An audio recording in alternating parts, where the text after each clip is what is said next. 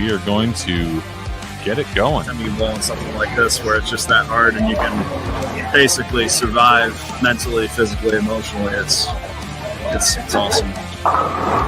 That's that high flush pocket strike, and that's going to do it. They came back in the end and were able to finish the job. That shows why that they're a nationally ranked program. Got into this championship match and now are just absolutely putting on a show. This tournament live stream is a special presentation of Bowling with the Pfaff.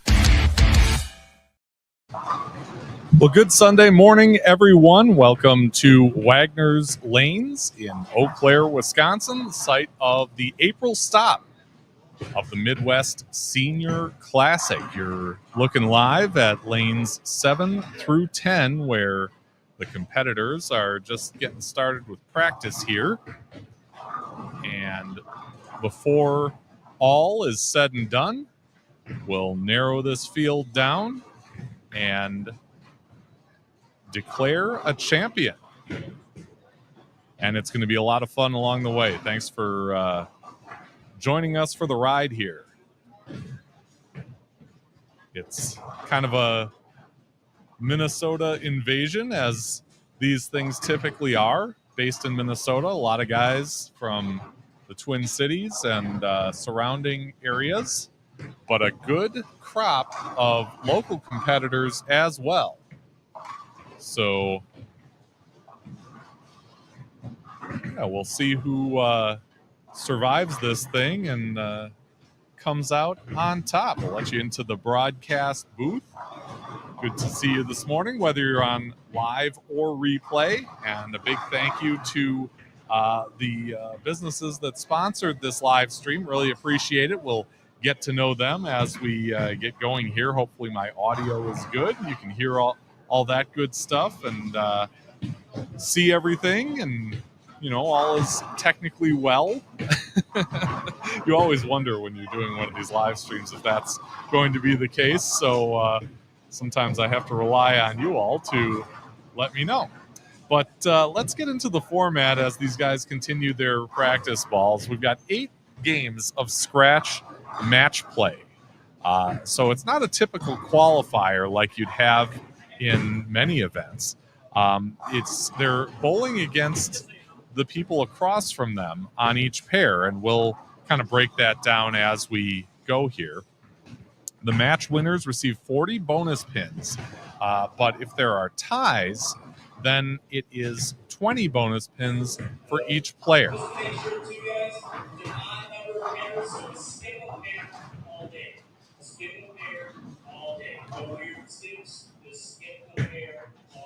And that was tournament director Nick Hogan. You might have heard his voice there, letting the players know that they will skip a pair as they move pair to pair there.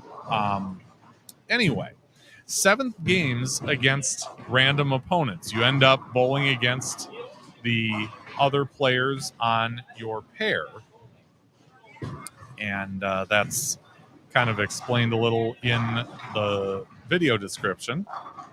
The 8th game is a position round, and we will do our best to update scores as we keep going. Typically update those scores every couple games here. And then we cut down to a stepladder final, which could involve 5 players, or it could involve additional, depending on a couple of contingencies for super seniors, really old guys or gals. I'm not sure that there are any female competitors. Nick's actually coming over here right now. Just for a second. Are there any females in the field? There's not. There's not. Not okay. that I saw that I remember. And I don't remember typing any in. Gotcha.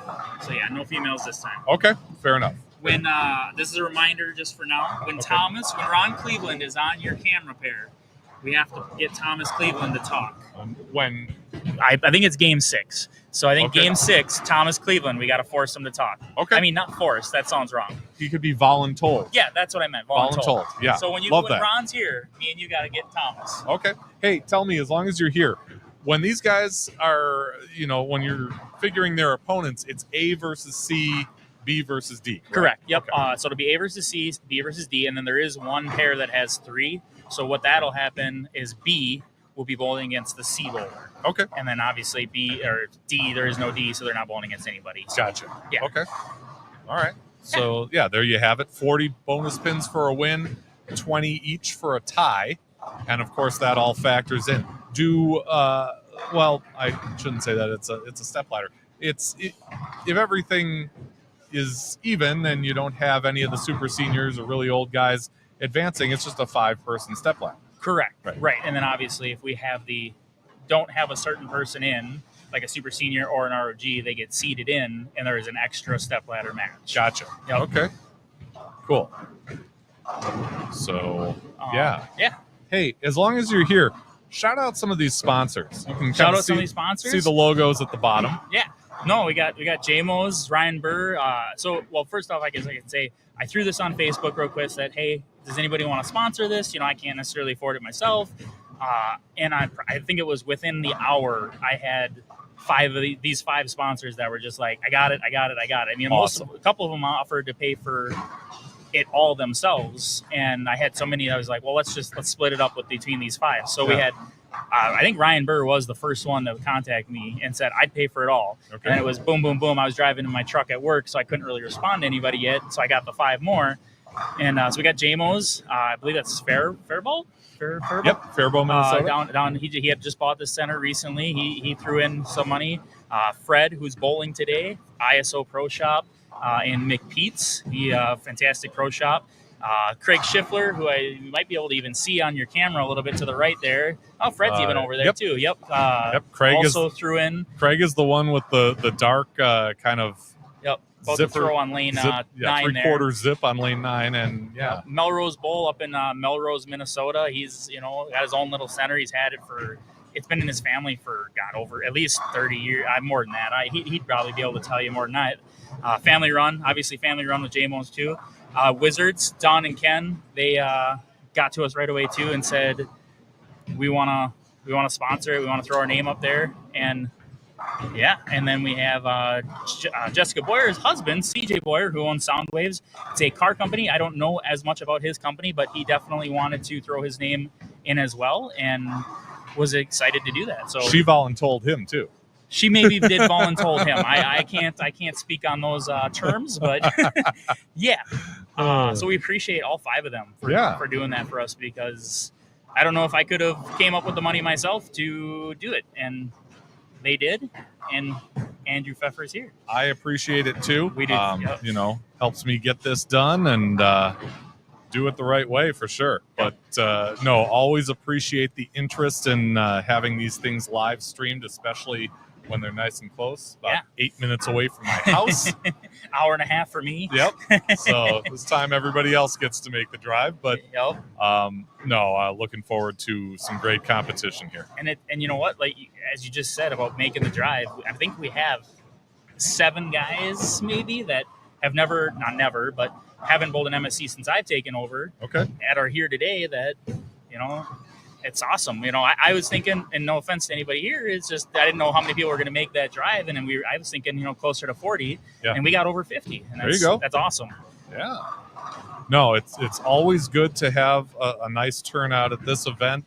When you get to a city like Eau Claire, Rochester, it's good to spread the good word and kind of get some of those locals that you might not have otherwise. And who knows, a guy from the area makes a nice run, then maybe he comes back and does one of the ones in the cities or in Rochester or somewhere. Exactly. And one of the big reasons why we like to travel a little bit farther sometimes is we've got guys from Wisconsin that come to Minnesota all the time. We got guys from Rochester. We got, I'm thinking about even going to Duluth this year because we got guys that next year, guys from Duluth that come all the time. Yeah. So we want to try to make it closer for them sometimes, at least try to be nice to them a little bit. So yeah.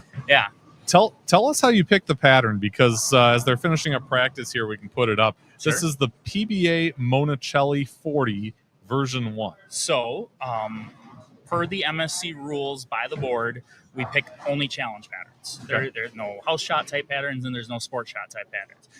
We pick the challenge patterns because we want it to be difficult, but not too difficult. Okay. I honestly pick the patterns by what I like. I do ask the board because they know the characteristics of the bowling centers better than me. Okay.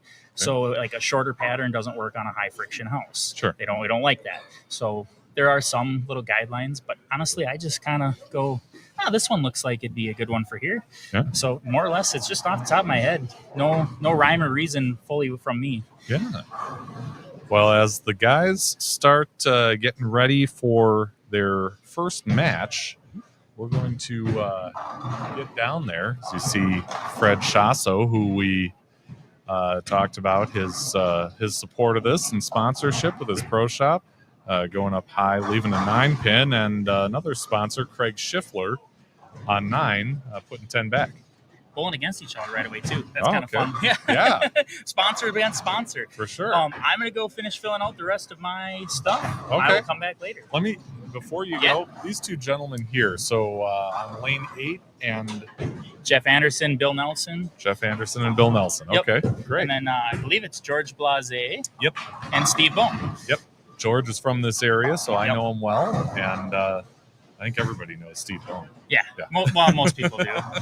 He's a pretty outgoing guy and likes to talk a lot. Yep. But yep. All right. So I gotta go finish filling out my sheets and figure out how many bowlers of each division there are, and then I can give you some more information. Sounds great. Sweet. Thanks again. Yeah, appreciate it. That's Nick Hogan, the tournament director here in the MSC, giving us a little insight as we see the aforementioned Steve Bone open things up on lane 7 and get that 6-pin out of there on a high hit. If you're not familiar with the Midwest Senior Classic, first of all, you should be, and hopefully this kind of helps with that. But a lot of these players, first of all, they're all 50 or older, and that's the senior part. But the neat part is these are all players who have had a great run in scratch competition, many of them with the Central Bowlers Alliance, which is based in Minnesota, and that's kind of why you get a lot of Minnesota folks in this. And these tournaments, I mean, it's a great competitive outlet for these folks as they continue with their experience. We'll put it that way. Not quite the same as a CBA, maybe a slightly shorter format, although eight games to make a cut is still that's still plenty of games. And as Nick said, they like to travel around and kind of go to where their bowlers are. And in this case, it's right here in good old Eau Claire, Wisconsin. All right.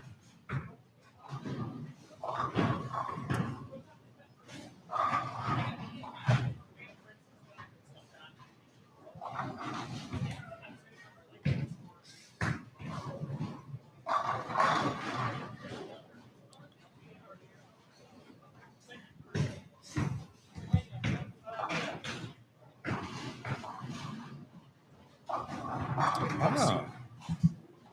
Look at this. Have a seat. Have a seat. We'll get you in here.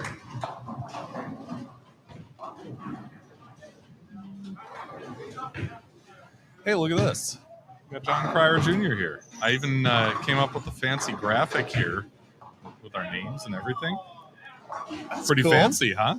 I like it. Yeah. I don't want to hold it up too long. You know, these people are going to say, who are these jokers? I'm here to see the bowling. What do you know, Johnny?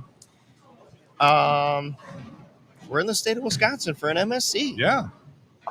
Traveling outside the borders a little bit of the Twin Cities area, which is a great thing. Yeah, but you know this house a little bit. This is pretty much where my Midwest journey started. I was in this house right here. I had 19 years old, moved back here, and I met the hometown hero, Mr. Mike Weirs, And from that point forward, things just went on the uproar. Yeah. And it was fun. It's the league that I bowled in was on a Monday night up here, the Indian Head Classic League. Oh, sure. And it had Warren Mansky, Terry Halita, Jerry Haldorf, Bob Wolf, Scott Davis was the guy that I subbed for the first night ever bowling up here. Yeah. I know there's some other names that I bowled with as well, and I apologize for missing them. That's okay. But they were some great people. And what's cool is you named off a bunch of the guys that are in this field today. Yes, there is. And I'm sorry that because now I'm making them feel even older. Bowling is senior event. Yeah. But the best part about it was they asked me, well, are you bowling today? And I said, nope, I'm not old enough yet. And they said, thank God. Did you guys bowl on the 40 side that looked like that? We, the first year I moved back here, yes, I bowled the CBA on the 40 side, and just for my timing purpose of being in Eau Claire, that was the only shot I got of bowling on the 40 lane side. So sure. And ever since then, everything's been on the 26 side. Yeah, prior to about, I want to say 2000 or maybe 2001, this place had 66 lanes, and they sold 66 off, and a half. They sold off the larger side and ended up developing that into some retail space, and kept the 26, and here we are today. Yeah. It's looking pretty good out there. It's great to see all the seniors out here. Yeah. All have a passion to enjoy doing what they're doing and staying active. It's a great thing to see them out here. Sure. And to have a competitive outlet like this for folks who are 50 plus, 60 plus, 70 plus in some cases is a neat thing, and probably not something that everybody has in their area. Agree. Yeah. And it's nice too, is especially for the MSC and how they run things. It's I mean, let's face it. I mean, a 50-year-old competing against a 70-year-old, can be a little tougher. Mm-hmm. So they have cashings in certain divisions. So yeah. So they have the seniors, the super seniors, the ROG are a really old guy. So they have different divisions so where they can cash, but yet you're competing against the full field. So it's a great thing. So that way nobody really feels what's the word I'm looking for here? Like everybody's got an opportunity. Out-competed. Yeah. Yeah. We've got opportunities for everyone. Exactly, yes. We're talking with John Cryer Jr., a Minnesota State USBC Hall of Famer. Yep. Twin Cities Hall of Famer. And what the one thing that I love about these events, and I wish they would incorporate it more in other adult events, is the format where you have match play right from the jump. Yes. Yeah, it is pretty cool how they do that. And it's and of course on the pair, left lane moves left, right lane moves right, so you will never bump into the same people as you move along in the match play, which is really good. Yeah, that is good. So yeah, you've and really because of that, you can see. I mean, Steve Bone coming up on lane 7 here. He's got some work to do to get caught up. He's my other half of my doubles Eagles win back in 2010. Yeah. Then he makes us look bad by trying to go Brooklyn. He knew we were talking about him. No, Steve's been he's been a rock. We bowl as on our tournament team. He's our rock. He's our financial guy. So and he's involved pretty heavily in the bowling aspect. So it's been a great person on that end. Always has a great personality. Sure. John, do you regularly help out with these, or is this a one-time thing? From time to time, I do. I'm like the third string alternate backup person to when the girls aren't able to help. I kind of step in and help. So it's I know probably 95% of the people here that are bowling, so it's an easy step in for me to help. And then of course Nick Hogan's also great friend of mine and teammate as well. So it's an easy slide in to help out and get help keep the event running for him. Yeah. I'm just going to assume that Nikki Reese didn't show up because I'm here. No comment. Okay. No, she had mentioned that she couldn't make it today, and so Nick had mentioned it to me. I'm like, yeah, I can step in today and help out. Awesome. Well, yeah, both John and Nikki and Nick have all been on the show before. Those previous episodes are available to watch anytime. If I recall, John interviewed while over in Michigan for Junior Gold with Brandon. I think it was Detroit. Yeah. Yes. Who is certainly not a junior anymore. Oh no, he's I think exploded onto the scene is an understatement. Yeah. He's I kind of put him on the tracks to get him going and teaching him the basics and things like that, and he's taken it to a whole new level, and he's just been absolutely on fire. And then he even competed out. He went to the Masters his first time competing against the best in the world and came out with a 78th place finish. Okay. So we got out of hundreds. Yeah, I believe I'm probably wrong on this, but I think it was 390. Yeah, that's what I was going to say, almost 400. Yeah. So yeah, he did really well, and his special treat, he told me his favorite was he got to bowl with EJ Tackett all week. Oh wow! Okay. And he was telling me that they were talking actually quite a bit through all of qualifying. Cool. So it was kind of a help for Brandon to keep his emotions in check by talking to EJ. Sure. So it's it would be kind of a behind the scenes type thing for EJ, but he was. Brandon said it was one of the best bowling notes or I guess notes would be the best way to say it, behind the scenes for him. So he was really ecstatic for that. And then you have the advantage of always knowing where you stand, because if he's 100 ahead of you, you got some work to do. Yes. Yeah. Oh. And I'm not sure who this is on lane 10 who's going to come up here after Shaw. So perhaps Brad Irvin has the front 7. Or no, front 6. Front 6. So you'll see him coming into frame on your right. We'll see if he can make it 7 in a row.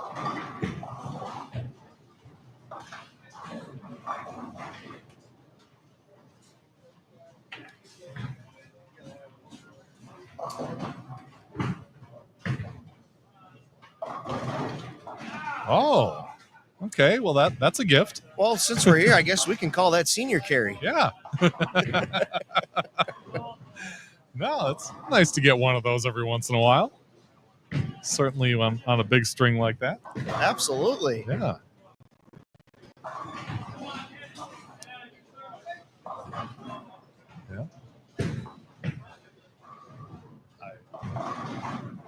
I was kind of nervous when he got that high, because I would have said, "Oh, I'm the black cloud." But I guess I live to see another day in the good graces of really everybody competing here. Absolutely.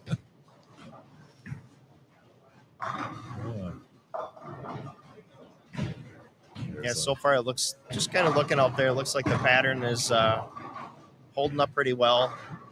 Premium shot making at the moment. Doesn't look like you can get it out too far, and it just looks like the break point can get away from you if you get it too far to the outside. Yeah. And just as Nick said earlier, that's what you like to see. You like to see a little challenge out there, and not something that, guys are going to have automatic free hook or free hold. Oh, absolutely. And of course, in every tournament, when it's your day and you can open up the lane a little bit more and your break point widens out, take advantage of it.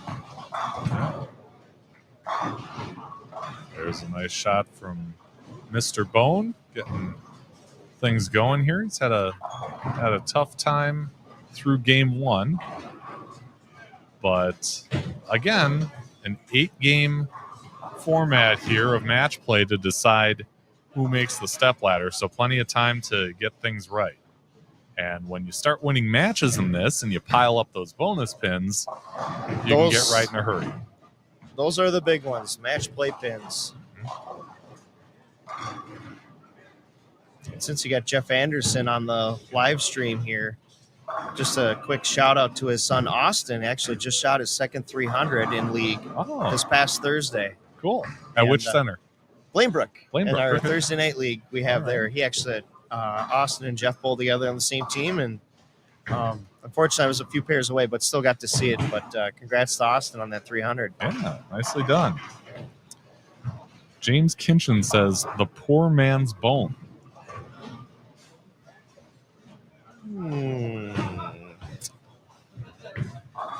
Might need a description on that one. Yeah. That could mean a number of things. It could be. What do they call one of those, like a loaded question? Yeah. Yeah. And actually, you got on lane 9 is Craig Schiffler, the owner of Melrose Bowl up in Melrose, Minnesota. Yeah, one of our live stream sponsors today as he puts 10 back. He had a nice run here the last time I live streamed at Wagner's in 2023. Went all the way to the championship match, if I'm not mistaken. Okay. I think it was Clark Pulzer that ended up winning that day.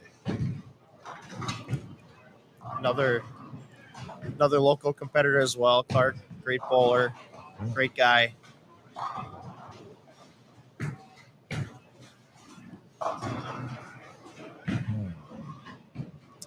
So I didn't catch what Mr. Irvin left in the 8th there, but the string ends at 7. And he is probably going to end up with this first match win, although Tommy Martin certainly is going to have a nice game coming out of this with 3 in a row in the 7th, 8th, and 9th.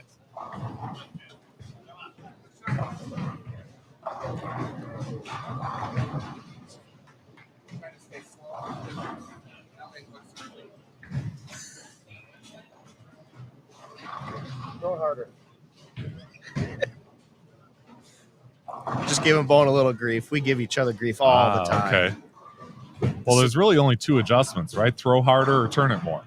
Pretty much. Right? Yeah. Yep. Yeah, we've been USB.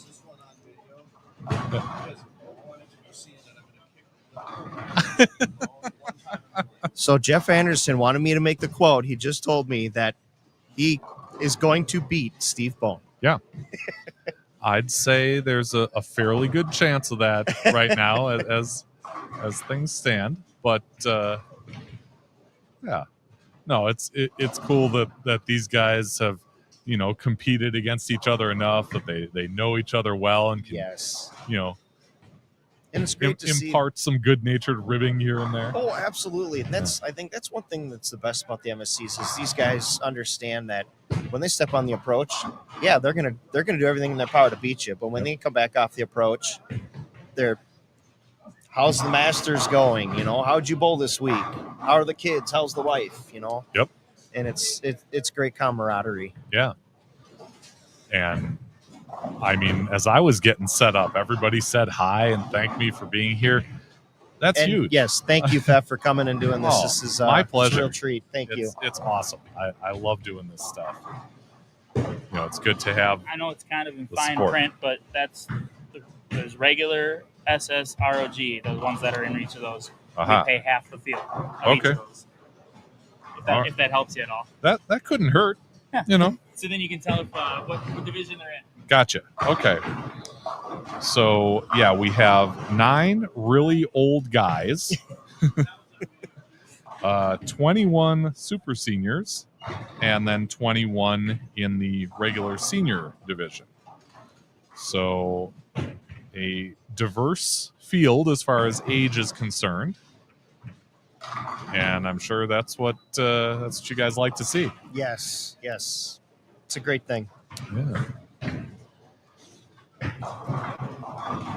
So Scott Anderson is got that first strike up in the 10th, knocks out the 10 with a nice messenger there, and I think Jeff Anderson just got his second messenger of the year, as Jeff you can see. Jeff Anderson, not Scott Anderson. Nope, Jeff Anderson. And with some count, he'll be in the 230s. Okay, so James wants to know, what are the age groups? So the regular seniors are 50 to 59. Correct. Okay. Super seniors 60 to 69. Correct. Really old guys 70 and up. 70 plus. Correct. Okay, You there got you it. go. 235 for Anderson. He's going to have the best game on this pair starting out, as Tommy Martin connects for a fourth strike in a row. I mean, all of a sudden the spare for Irvin becomes kind of important, doesn't it? Yeah, that's can't take it too lightly. Yeah. Good cover. Yep. So he has secured his win over Tommy Martin, who can still get 248 out of this, which is still a great still score. a great It's start. Like you still yeah. want to fight for all the pins you can, because even the guys that have a low scoring match, you know, if you win 175 to 165, you know, on the 40 bonus pins that they get, so he'll still stay above that. So it's always good to keep getting as many pins as he can get. For sure. And correct me if I'm wrong, was that Schiffler over Schassau or vice versa?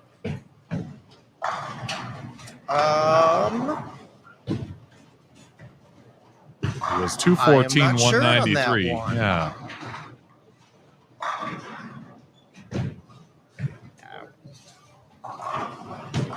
We'll figure it out.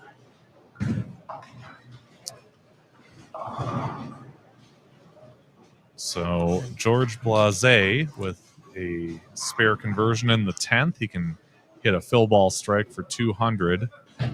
And Scott Nelson. I believe so, yes. I believe so. Will come away with a win here with that 9 count.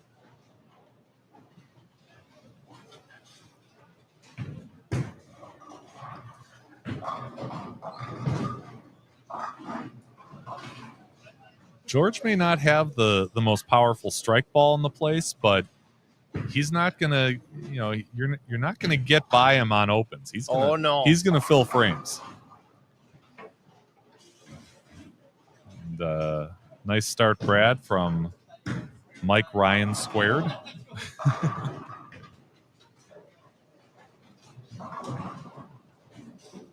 So as Actually, another local here up on lane 6 to come into the screen a little bit, Dave Whitman. Mm-hmm. He's a nice, smooth stroking lefty.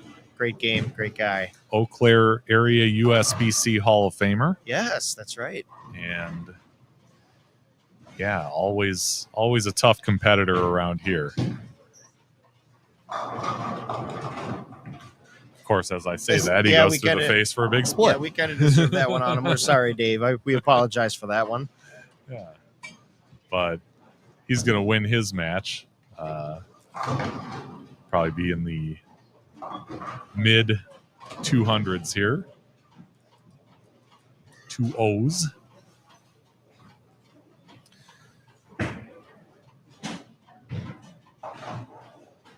So 204 for Mr. Slim. So James says, I wonder if that very old gentleman is using a Dick Weber Powerball. I don't think they're using it, but I wouldn't put it past them if they had one in the basement maybe somewhere. In the basement, yeah. Yeah. I'd like to see it if they did. That would be pretty cool. Yeah. So as the guys start finishing up match 1 and making their way to their next pair, we can show you some of the champions from this season as we really get to our last 3 events, this one included. Got a couple more to go after this, but some heavy hitters in there with There's some good names. yeah. Yes. Yeah, with Dave Langer winning a couple times, Rob Downer, who has 27 career MSC titles. Probably one of the most accurate bowlers you'll ever meet. Yeah. He's got a different little orthodox game. He doesn't have much for rotation, but man, that if you put a half a dime out there, that guy will hit it almost every time. Saw him doing well in the Champions Pro Shop Open in Owatonna in the last couple of years. And then some names you might not have seen in the MSC ranks anyway. Chad Nelson couldn't believe that was his first MSC when we were at Cedarvale in July. And Sam Lanto in September taking home his 4th. And I don't think he's in the field today. Unfortunately, nope, he is not today. Okay, but good to see him in the winner's circle, one of Minnesota's all-time greats there in Sam Lanto. But 2 more events coming up after this. You got Concord Lanes in May on the PBA Roth pattern from 2024, and at Flaherty's Arden Bowl on Chromium to end the season in the MSC.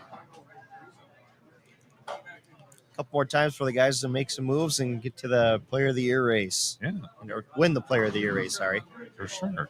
James says he still has an Ebonite Gyro 2 laying around somewhere, blue plastic. Now that would be cool to see. Yeah, That could definitely be one of those gems laying around. for sure. No, it's cool that some of those older bowling balls don't crack like the newer ones. Right. Yeah. Yeah. So it looks like we're going to have maybe John Pesh and Alan Nall stepping up on the left pair here, 7 and 8. The aforementioned Rob Downer looks like he's sitting down over by 9 and 10. Tom Jones about to start off his second match on 9 and 10.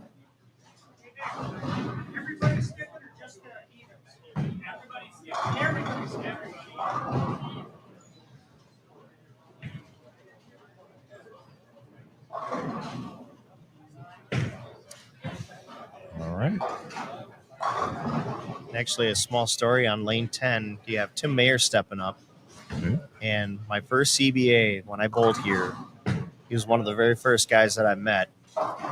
And he saw me bowl, and he actually came up to me and he goes, "You are probably going to be one of the best left-handers that Minnesota's ever seen." Wow. And I kind of looked at him like, well, I want to be there, but the way that you guys are bowling, there's no way I'm going to be there. And actually, when we got done bowling, we got to talking a little bit more, and he goes, "You just keep doing what you're doing. You're going to learn your tools as you go."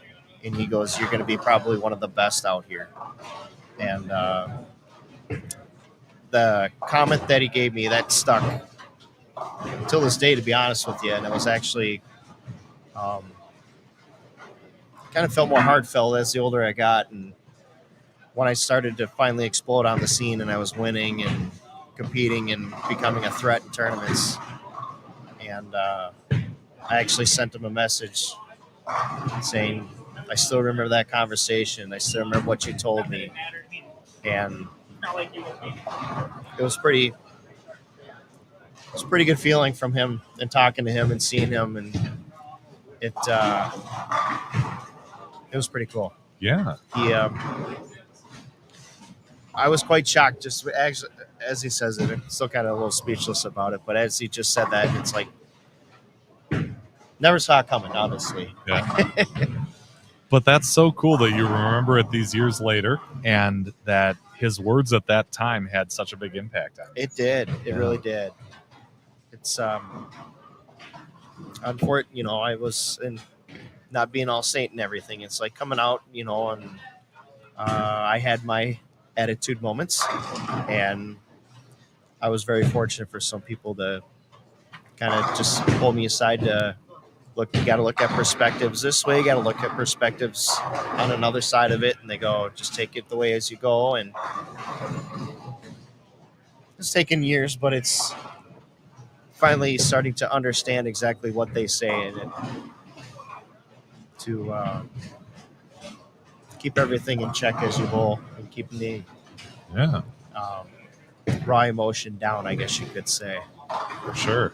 A couple of local competitors here on 7 and 8. You saw Alan Nall flag a 10-pin there, and Rob Erickson, his opponent, hitting that strike. He is B up on the scoreboard is Erickson. Those folks both bowl in the Thursday League with me that just finished up this past week. Very good. Did you win your league? We won more points than anybody, but we did lose in the roll-off. Well, that's right. You won where it counted. The longevity of the league. Yeah. No, we had a good season, and as far as Eau Claire is concerned, I mean, that's really one of the premier groups of competitors. It's not a scratch league, but I wish it was. There are certainly enough great bowlers that it could be a scratch league if they wanted it to be. Okay. But no, a couple guys. I know we had one guy finish at 230, couple 226s. So plenty of good talent here in that league, and a couple others in town.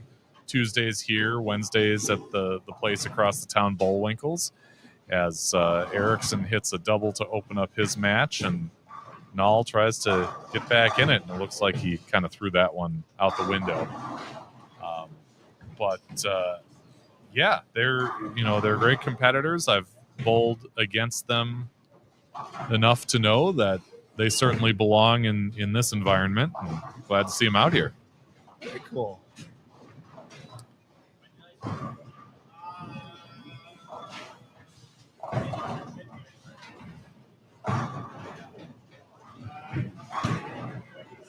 So, 10-pin for Mayer over there on lane 10, the one he struck on the first frame.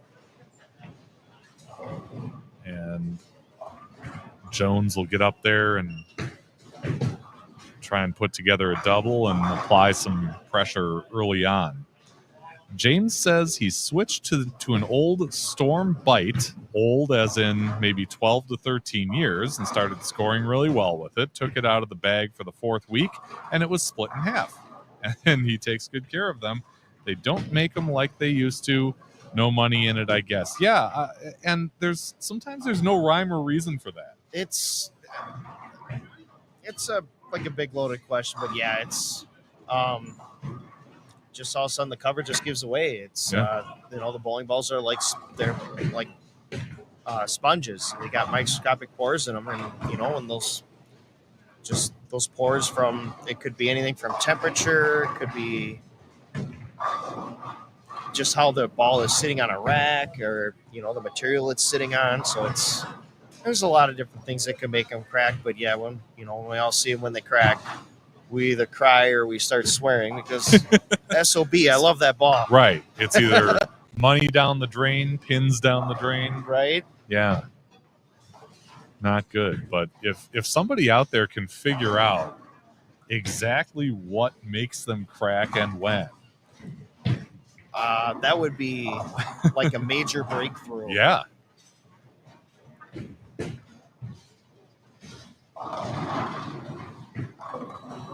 As Erickson breaks up what could have been a 2-8-10, and they'll just take aim at the 10-pin.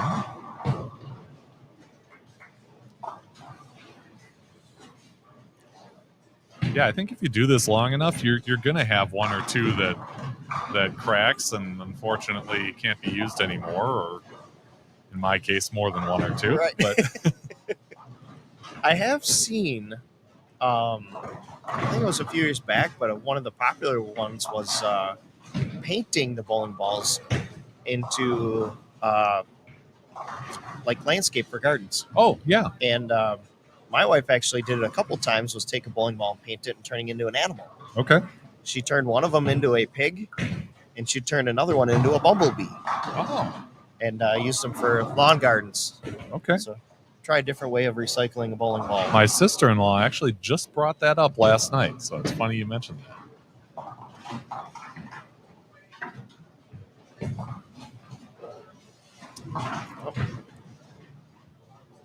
So John Pesh over here on lane 8 trying to come back strong after an open, and he does. That was a good shot. He's had some great things to say to me about these live streams, so I appreciate him a lot. James says, do what Kevin McCune's grandfather used to do. Take an old ball and soak it in acetone. Oh, yeah. Soften up the cover, make it hook more. Just don't do anything like that if you're in a collegiate program. Oh, gosh, no. Yeah. As we saw a month or two ago, yeah, that doesn't go over so well.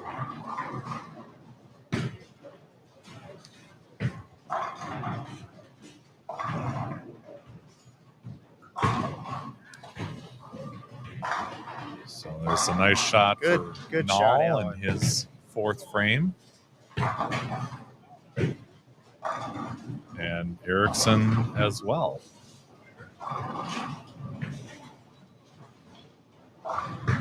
So we talked about Rob Downer earlier as he covers the 10 pin, and yeah, his style is different than a lot of the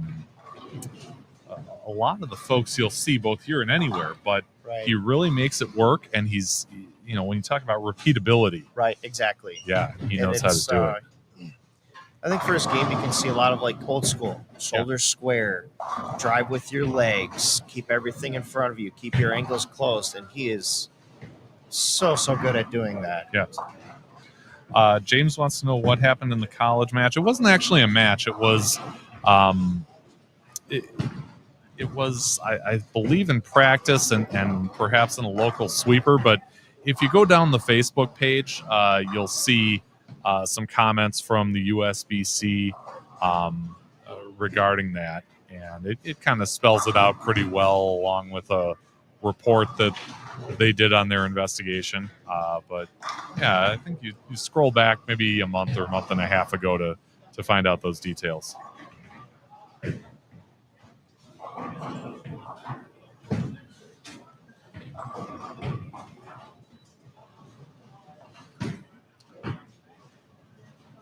So we've got Greg Schroeder, who unfortunately just opened for the third consecutive time. So he's certainly not out of this, as Pesh has 52 in the fourth with a spare up in the fifth, but he's got a little ground to make up.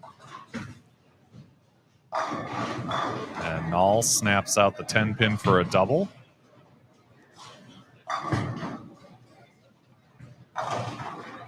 And Erickson follows suit. Nall was one of the guys who had a 300 in that Thursday league this season. Oh, So cool. he knows how to put 10 back in this place. Congrats on that 300. It's always a great accomplishment. Yeah.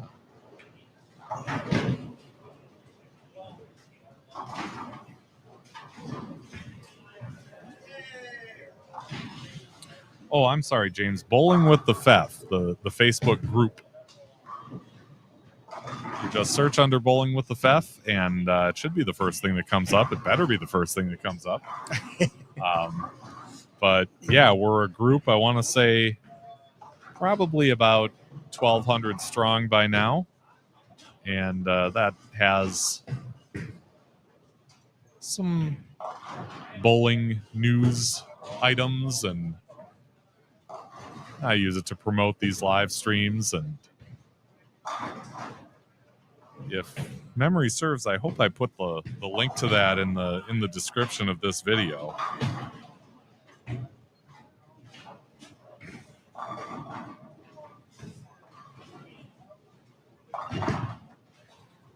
But not only is there a Bowling with the FEF presence on Facebook, but you can find us on Instagram, X, Blue Sky, and there's also a podcast with this name under really any of your favorite podcasting platforms, be it iHeartRadio, Apple Podcasts, Spotify, etc., etc., etc. But yes, the link is in the description of this video. It says join our Facebook group here.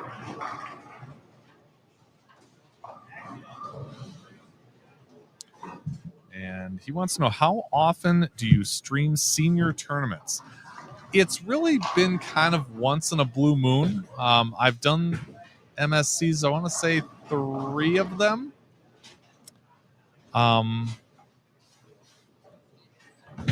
And I think those are the only senior events I've done so far. But, always open to doing more. That's a good thing. If circumstances, allow for it. Hopefully Mrs. Pfeff isn't listening. She might not share that opinion, but no, it's fun to do. And, yeah, like we said earlier, the competition is second to none. Just kind of looking around at the scores right now. As for what I can see, it looks like the lanes are starting to make their first transition right now. And where am I based? I'm actually based right about here. I am in Altoona, Wisconsin, which is kind of a suburb of Eau Claire, Wisconsin, if you're familiar with where that is in the northwestern part of the state. And if you're not, if you know where the Minnesota-Wisconsin border is outside of St. Paul, Minnesota, and you're standing there and you go about 70 miles straight east, that's where I am.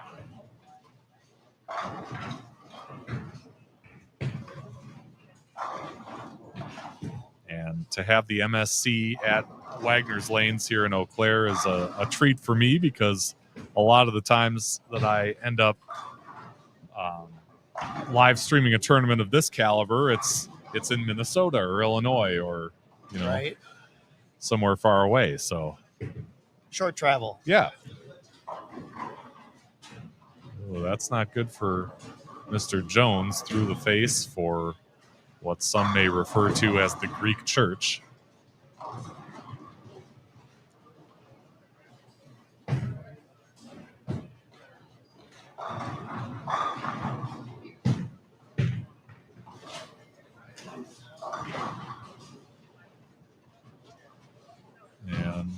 And Downer is kind of searching around as well, but filling frames when he can, and staying in this. I believe is that Wayne Jensen that he's bowling against? Correct. Yep. Okay. Wayne Jensen. And Yeah, he had a strong start. I think he had the back 6 for 221 the first game. Okay.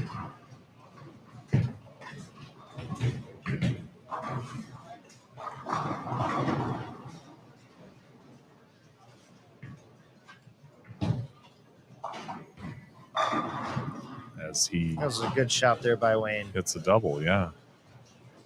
You ain't gonna miss that ball going down the lane.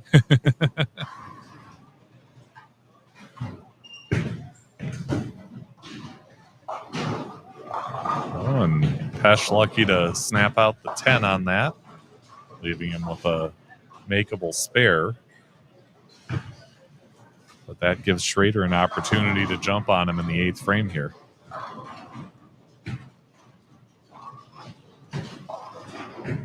And he goes high. So certainly anybody's match between Schrader and Pesh.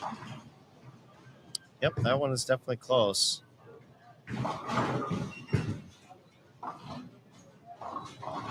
No, but he hooked it by that spare. So he'll end up with 102 through 8. And Schrader will take aim at a spare and hope to take a that's the planned short lead. payouts. Okay. Does that include like ROGs? Yep, that's the halves. So we got half players, so there's a half, a half, a half. Okay. That's a little bit weird to explain. I can explain that later. Let's say finish this game of ball. Huh? I'll go get scores. Yeah, you're good. Go do your thing. So I'm good. first place in the event is going to be worth $305, $250 for second, 220 for third, 200 even for fourth, and 190 for fifth. So if you make the step ladder, you're gonna about double your money Absolutely. at least. And again, the payouts, as you can see, or well, we can see, it's to keep those. The payouts aren't very top heavy. For the fact of the matter is because that way, the different divisions between the senior, super senior, and ROGs, they get their chances at cashing as well. Yep, and you get $50 a piece in there for super seniors and ROGs. So even if you're out of the hunt and you're in those categories, you still have a chance to get out of here with a check. Absolutely. Yeah, this match between Pesh and Schrader, just one pin separating them going into the ninth frame here.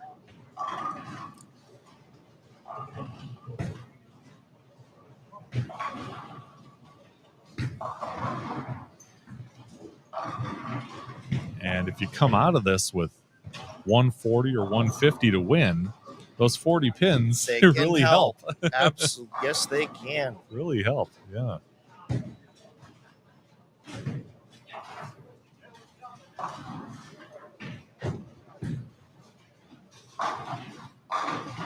And Schrader hits a key strike there in the ninth to really turn the screws. He's in a situation where he can really double and just about take care of things as Pesh picks up his spare.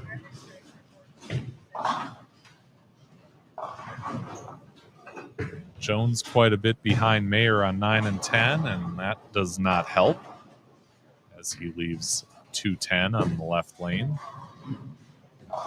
It just seems like you get it just too far wide, and it's very easy to trust it to the outside, and it just does not want to come back right now. Right. I think once the lanes start to transition down a little bit more, I think that'll open up a little bit more for the right side. Sure. Hey, Corey Hansen popping up in the chat. Good morning, guys. Thanks for broadcasting. Thank you for tuning in. Always a pleasure to see your name in this. And yeah, if you're like Corey watching live, use that live chat feature. Let us know where you're watching from, who you're pulling for in this. As Jones tried to cover that thing up, but just hooked it by the 2. And assuming Mayer converts this spare and gets some count, it looks like he's going to be victorious in that match. And a nice washout conversion from Al Nall over here on lane 7, but Erickson is in the driver's seat in that match. Just looking down on 11 and 12. You can see the pins, can't see the monitors, but another hometown hero, Mike Weirs, just threw the back 7 for 248. Yeah, he'll do that. He's been known to do that. He'll do that once in a while. Yeah.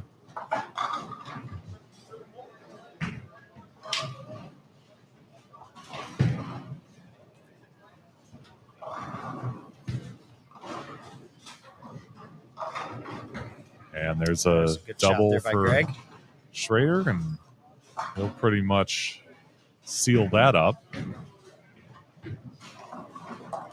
As Jensen goes right at the 10 pin, but still with a healthy lead over Rob Downer, and he'll take the match despite it only being the 9th frame.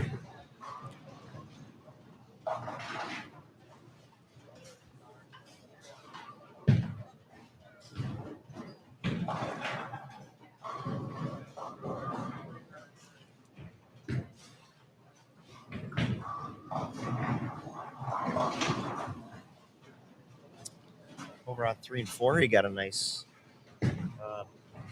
I apologize if I say it wrong. Looks like he got about an 8-bagger or 7-bagger. Open Open in the first, 7-bagger. and then the next 9 now as Scott Nelson hits the first one in the 10th. So he could put up 270 and far and away the winner in that one.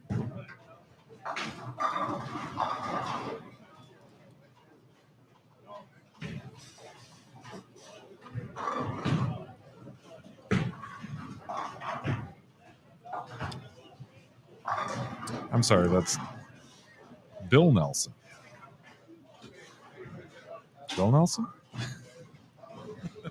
I think you're correct. I believe it is Bill Nelson. Scott, Bill, Scott. They're all the same. They're all the same. Yeah. Mike Ryan squared says, take advantage of it if Downer has an off game. Yeah, absolutely, because that's a guy that can turn it around in a hurry. That is a rarity. Yeah.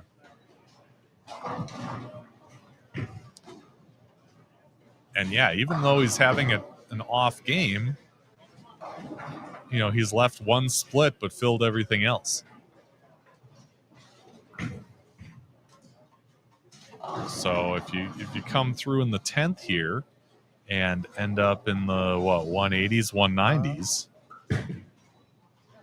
it's still a pretty good off game. Yeah.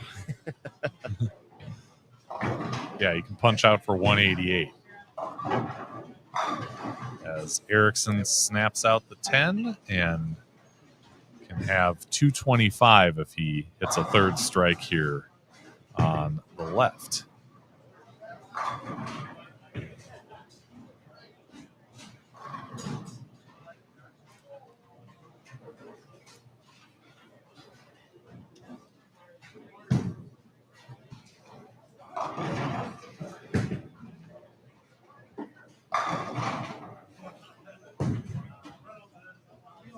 So that'll be 182 for Al Nall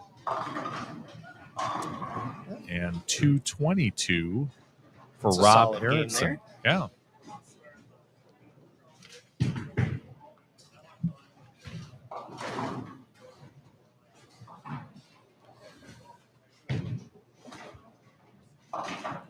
And it'll be Jensen over Downer on the right.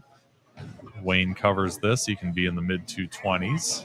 That would put him off to a good start. A couple of, I'll say, too early here. Oh, and I'm hooked it by. I So ate my words on that one. 215, but still plenty to win his match. And when 215 is like 255, correct. 40 pins. Yeah. I was going to go get some scores, but looking to see who's coming on the feature pair here. I might have to hang on for a couple of frames. Okay. Well, we've got Wurs setting his stuff down on 7 and 8. You know how he loves the spotlight. Oh, yes, he does. And it doesn't mean very often, but Right. I might have to get in a couple of comments in here on this one. Just for your audience, Mike Weirs was actually the guy that inducted me into the USBC State Hall of Fame as you were there. Yeah. I've known Mike since I started my journey here in when I was 19. So we've been friends for a very long time. Yeah. So and you guys have this great camaraderie with your teams where, you know, when Mike got in the Wisconsin Hall of Fame, you guys were all there making that long trip to Fond du Lac. Yes. When you got in, they all came up to Alexandria. So you travel well together. we do. For sure. We do. And then, of course, when we're all together off the lanes, we act like 5-year-olds.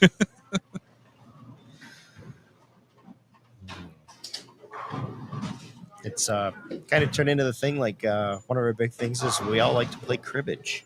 Okay. Is one of the things that we like to do a lot. Oh, trust me, I'm staying here now. He just stuck his tongue out at you.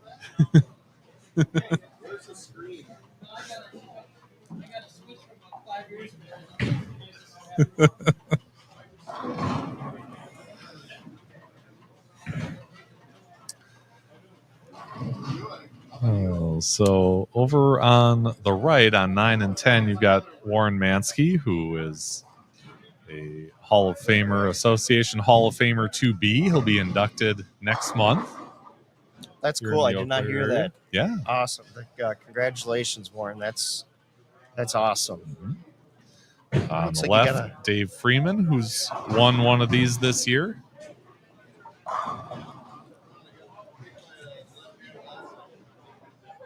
Dennis O'Connell, about to start things off on lane 9. It looks like you got another fellow Wisconsin on 9 and 10, Derek Kozlak. Okay.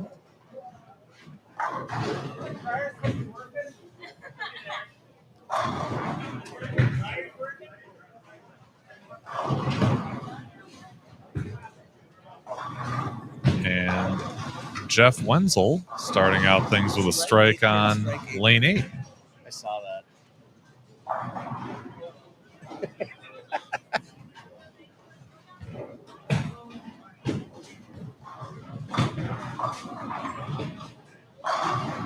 That's a good shot there by Dave. Yeah.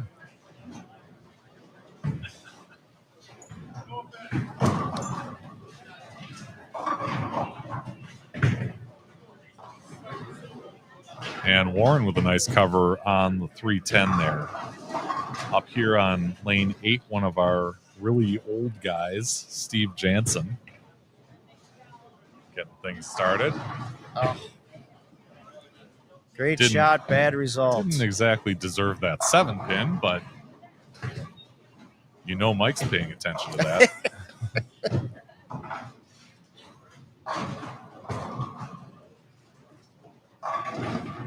And he jumps all over him right from the start. All right, I'm throwing my shot in right now. All right. When me and Mike used to both CBA doubles together, and I'll keep it short, but when we got into a rhythm and we kept going, we used to like rip on each other from time to time. So all the things that he used to say to me is when I would throw a good shot, his saying was, "That a girl." So after that shot, Mike, that a girl. That a girl.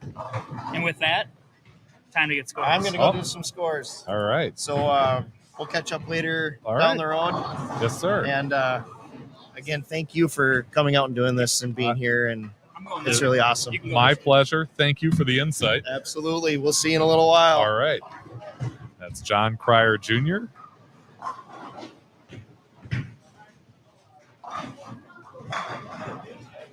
Outstanding bowler and a heck of a nice guy.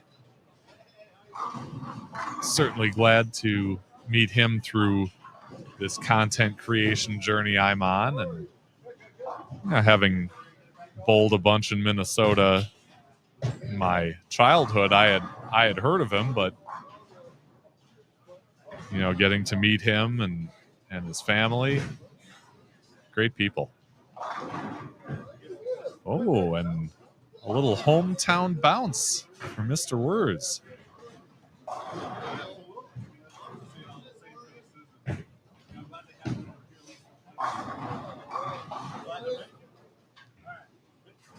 So he starts things out with a double as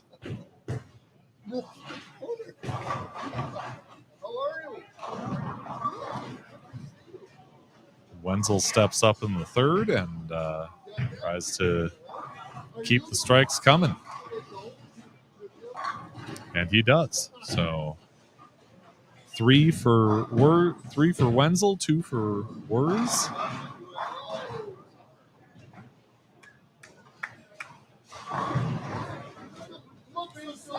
Couple for Freeman, and it's actually Freeman versus Wenzel. So Freeman trying to keep pace up here in the third. Mike Ryan Squared says, Pfeff, do you ever broadcast in Minnesota? Maybe Minnesota MSC. So when the opportunity arises, I try to make it work. I did do the MSC in July at Cedarvale Lanes in Eagan, and that was the one that we mentioned earlier that Chad Nelson won for his first MSC championship. I did the one here at Wagner's in 2023, and now this one. I did have a chance to stop at one at Dracula's in Inver Grove Heights, although I didn't do it live. I put up a little video of Brian Thielen winning there. But I'd like to, if the opportunity presents itself and circumstances allow. Yeah, it's a great time.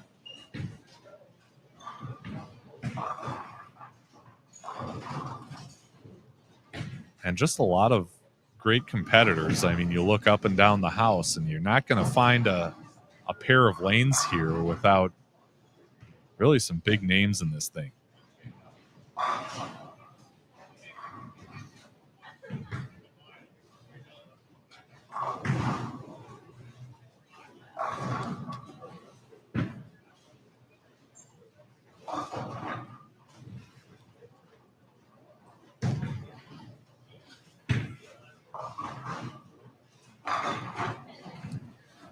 And James says, look for about 10 minutes. Got tired, not a big Facebook person.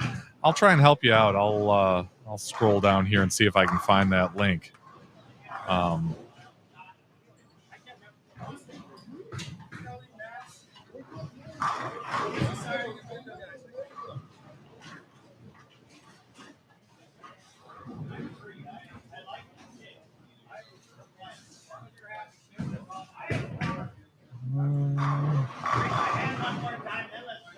Where'd you hear it from, by the way? There we go. Here, I'll put it in the chat there. If you go to that link, that should get you where you need to be on that.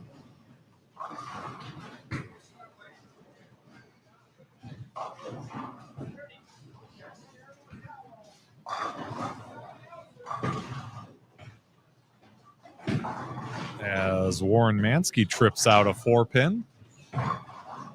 And a nice start with a spare and 3 in a row. As he's got a commanding lead over O'Connell early on in their match.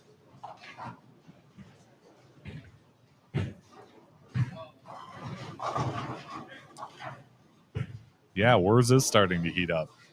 He had that nice string in match 2, following it up with the front 4 in match 3.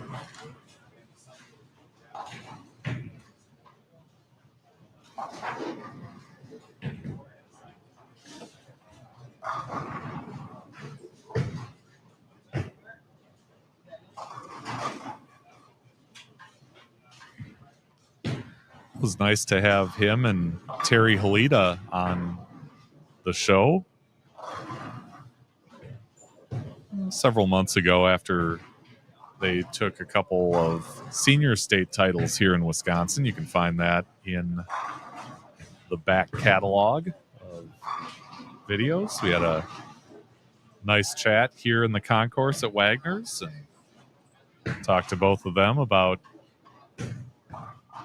their relationship as doubles partners and the success they've had both at senior state that year and beyond.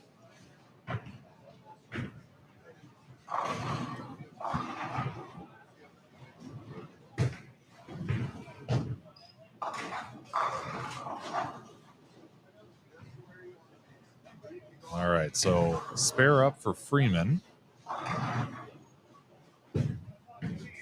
as Wurz steps up with the front 4 on lane 7.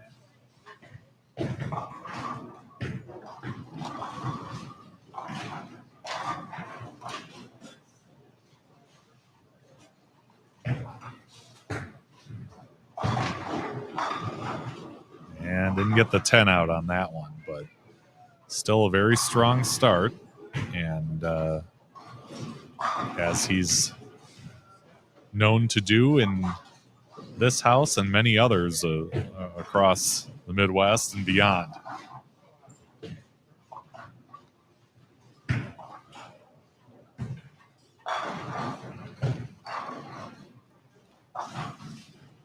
You know, Mike recently joined the board of the Eau Claire Area USBC Association, which I'm also a part of, and really had the great idea to have a supplemental singles tournament for the top 8 in all events in Scratch. So we held that, and it was live streamed on this channel. And it was really interesting, I thought. Some great competition. You had those top 8 and narrowed it down to a top 3 for a short 2-game stepladder. And Matt Prosek came out on top, defeating Terry Halita in the final. But yeah, you can see that video here on the channel. And it was, like I said, a lot of fun. Hope that we get to do that again in future seasons. As Wenzel shreds a rack on lane 7 and extends his lead over Freeman.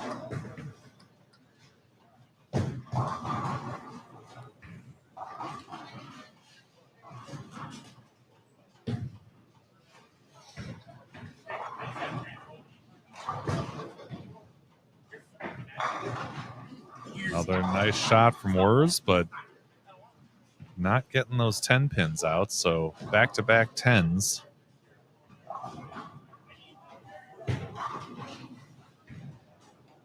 And he will likely try to tweak some things and try to start getting those 10s out, as Mansky with another spare over there on lane 9 maintains his lead over O'Connell.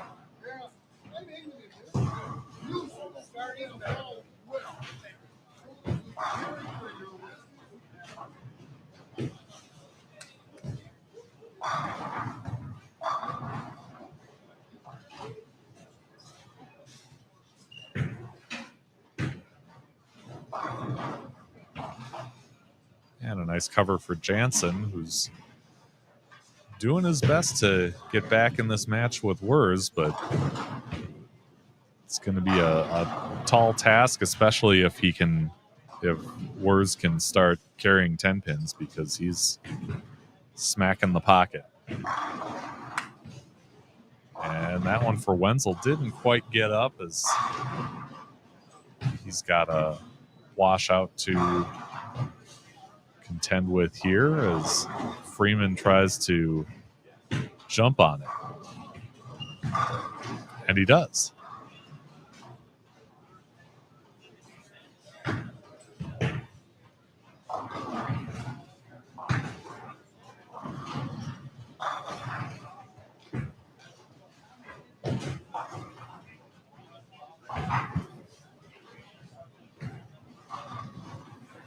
I know the guys are going around collecting and tabulating scores. Once they have an update after the first 2 matches, we will get it to you.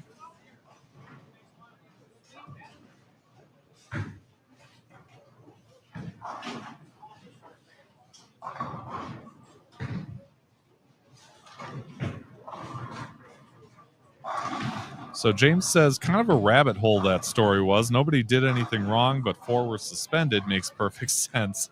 You can't tamper with a bowling ball, really? And I don't think you're the only one that had those questions.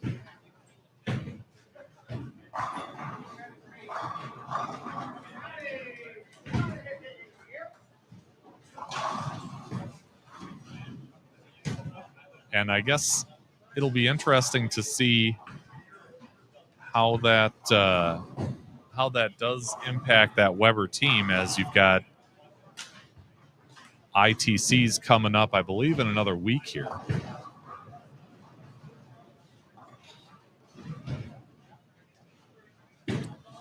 And they will be in the fold in Las Vegas. James says he's cooked, cleaned, sanded, polished, put tackifier on, etc., but that isn't tampering.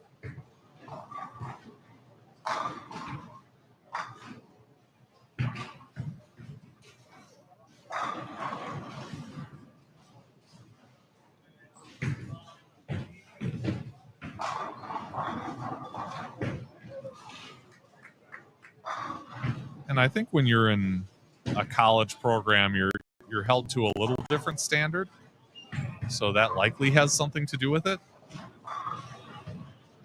But I'm certainly not the expert in that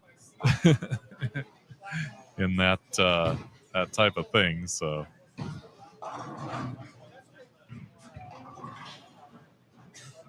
yeah.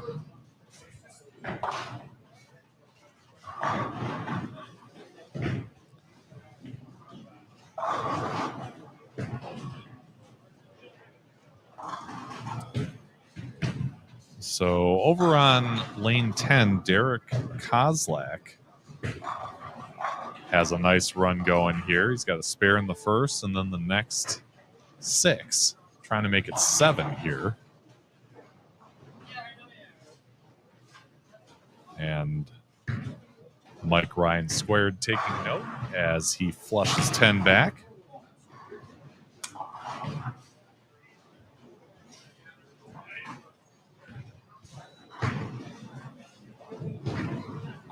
Mansky takes down another 310, so he's converted that split twice in this game as he maintains a nice lead over O'Connell.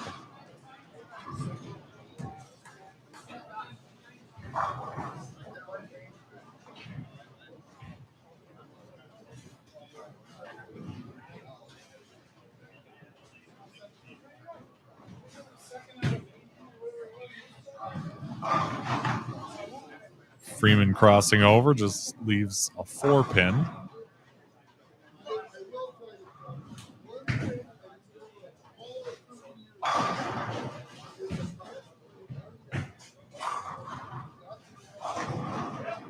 And don't look now because you can't, but off to the left on lane 6, which you can see the pinfall.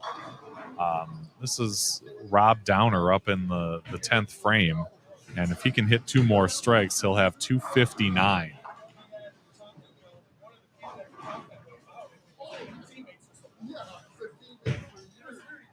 So,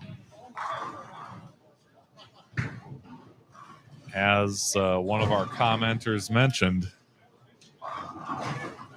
yeah, he might have a down game here once in a while, but that's not going to last long. Yep, there you go. Proves his point. A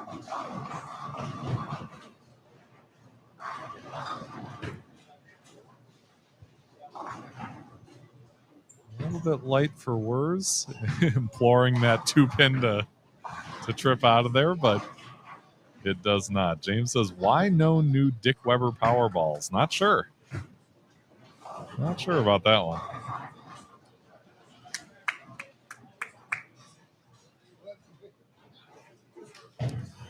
Yeah, Downer finishes with 259. And Mike says, I have gotten killed by him many times. Yeah, I can see why. Excellent player. Like I said earlier, he's won on this tour 27 times. And most recently last month, if I'm not mistaken.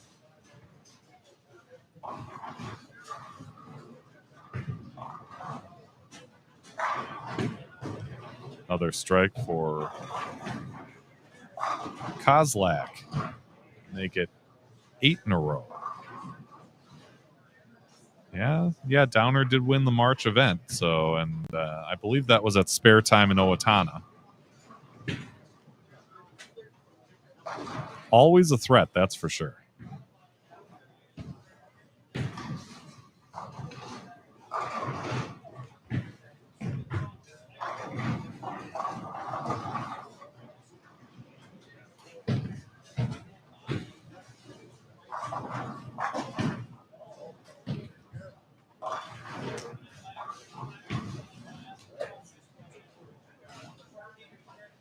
All right, so Mansky up in the 10th here. Still has 210 on the board if he can strike out, but that one goes up high, and what do you know? Another 310. He's made that split twice this game so far.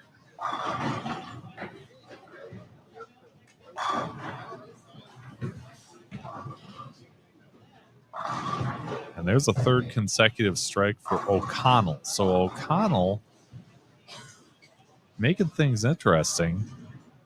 Mansky really needs this spare. and he gets it. That's 3 in a row. This game alone.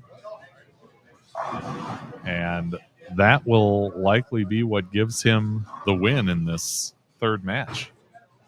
I'll get it up on Facebook in a second so you can put it up there too. Just here's that for now. Okay.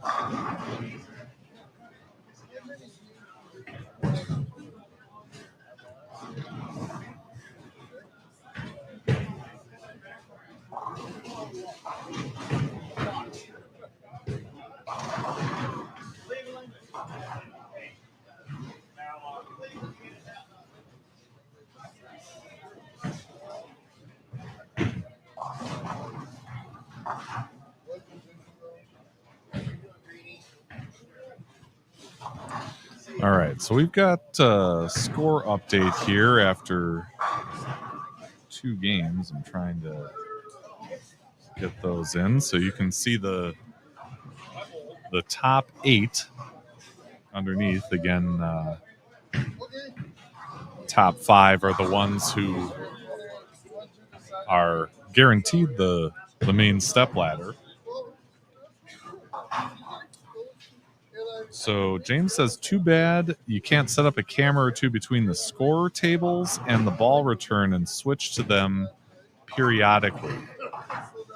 The score tables and the ball return.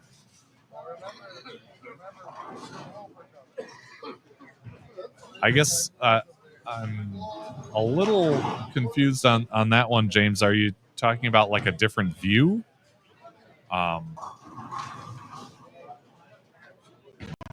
Because yeah, that's at the ball return. Maybe for a different angle of the competition or more lanes. Yeah, it's tough to get things set up, I guess, down there for sure. Everything that I have going here is hardwired. Closer, those 2 screens. Okay. Yeah, the one thing that I deal with these live streams is that everything is hardwired, and that basically gives me the best signal and all that stuff. But by doing that, everything kind of has to be taped down. And okay, so you're looking for more angles. Yeah, there's really 2 challenges that come with that. First of all, yeah, taping things down and having things in the settee area gets to be a little tricky, especially when you're dealing with guys moving back and forth, dragging bowling ball bags on wheels, things like that. The other thing is computer power, because the more cameras, of course, there's expense there, but also the amount of computer power you need to handle multiple cameras, that kind of limits me as well. So I have a couple of them set up here, but yeah, unfortunately, not quite enough bandwidth to do much more with that than I have. But yeah, not that it wouldn't be neat. I'd love to have more angles going on.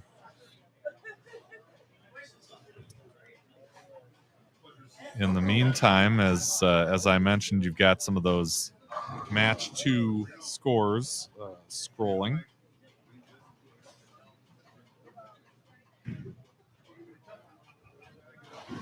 And I'm going to put up a link in the chat. This is to the Midwest Senior Classic Facebook page. And there you can see Game 2 scores from across the center.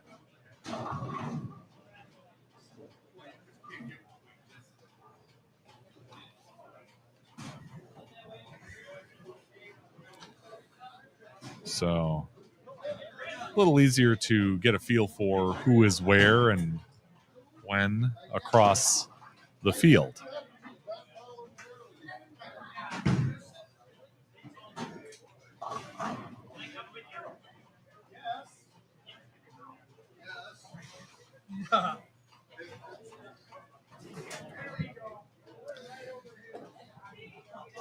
So the guys are getting set for match number 4. Remember, we have 8 matches to determine a stepladder field here. The 8th one will be a position round, but all of them match play, which again makes this kind of interesting because you've got 40 bonus pins on the line for winning these matches. As we see John Holmes start off in match 4 on lane number 10 and touches the 10 pin, but not quite enough to get it knocked over. But those scores that you see include those bonus pins, and that's why you've got Dan Goldstein leading things at plus 203 after just 2 matches. It'd be a neat trick if you didn't have the bonus pins, right? Plus 3 on the 303. Yeah. Or you know what I meant. 203. That's what I meant. Yeah. Numbers are hard. We figured that out the first time we bowled this. Yeah, we did. Yep. No, tournament director Nick Hogan here with us, and good stuff so far. Yeah, it's going quick. It is going quick. That's what happens when we get 2 on the pair or 2 on the lane. It tends to move along fast. Okay. Yeah. Yeah. I don't know what to talk about. I'm just kind of. Okay. I got a minute. That's okay. We got some players that we're seeing for the first time over here on 9 and 10. Scott Davis, Rochester area, I believe. Okay. John Holmes, I believe that's Jim Callahan. Which one? Nope. Jim Callahan's actually just walking in front of us. Where are you going, Jim? Oh, he's going right in front of us on 7 and 8. Yep. Okay. Scott Davis. Oh man, you're gonna put me on the spot with Tim names. Knutson and Kurt Hankey right here behind 7 and 8. So you can just barely see their heads. Yep. I know his name, and I can't think of it sitting down. He'll probably be bowling on 9 and 10 there. Here we go. So Mike Ryan wants to know when next year's tournament schedule is coming out. I'm actually going to go, because I just actually got the dates from the CBA, because we don't ever want to run into the CBA. So I just got the dates from them last weekend. So now I'm going to basically go work my butt off and get every single center situated. So before the next tournament, I would say before the May tournament at Concord, which is, oh boy, now we're on the spot. I never remember the days. The 20-something, 25th maybe, May 25th. Let me help you with that. May 18th. I don't see I was way off. But yeah, so the May 18th, I would say look for it before the May 18th tournament is my goal. And that would be July through June. Correct. That's our season, So July to June. So let's see. You could have July at Falls Bowl in Chippewa Falls. How many lanes do they have? You could have August at Broadway Bowl in Menominee. I've actually looked into that You one. could As a have- just second, like if I did every other Wagner's and then Broadway, like You could have September at Bullwinkles in Eau Claire. all right. Let's see. October, you go to Ojibwa in Chippewa Falls. How we doing here? I mean, how we looking? Hey, if they give me like $10 lineage, I'd be willing to do it. Okay, $10 lineage for the 8 games, and so basically holding up your house for about 8 to 10 hours. Yeah. No problem, Mike. No problem. Yeah. That's my goal, at least, is to have it out before the May 18th one. Obviously, I do have a full-time job that I actually work 3 a.m. to 3 p.m. So there are days that I am a little tired to go do some stuff. It's probably a good thing that I'm not setting the schedule, right? Yeah, nope. You guys would be making a lot of road trips. You'd be coming to Wisconsin quite a bit. Yeah. It would end up becoming the Wisconsin Midwest Senior Classic. Ooh, like the sound of that. Yeah, hey. Got a nice ring to it. There's an idea. Somebody set it up. The WMSC. WMSC. No, I have actually looked into like going to like a Broadway, because so basically my intentions for like Owatonna and Rochester is kind of doing Owatonna one year, Rochester the next. Sure. So it kind of just flip floppies that.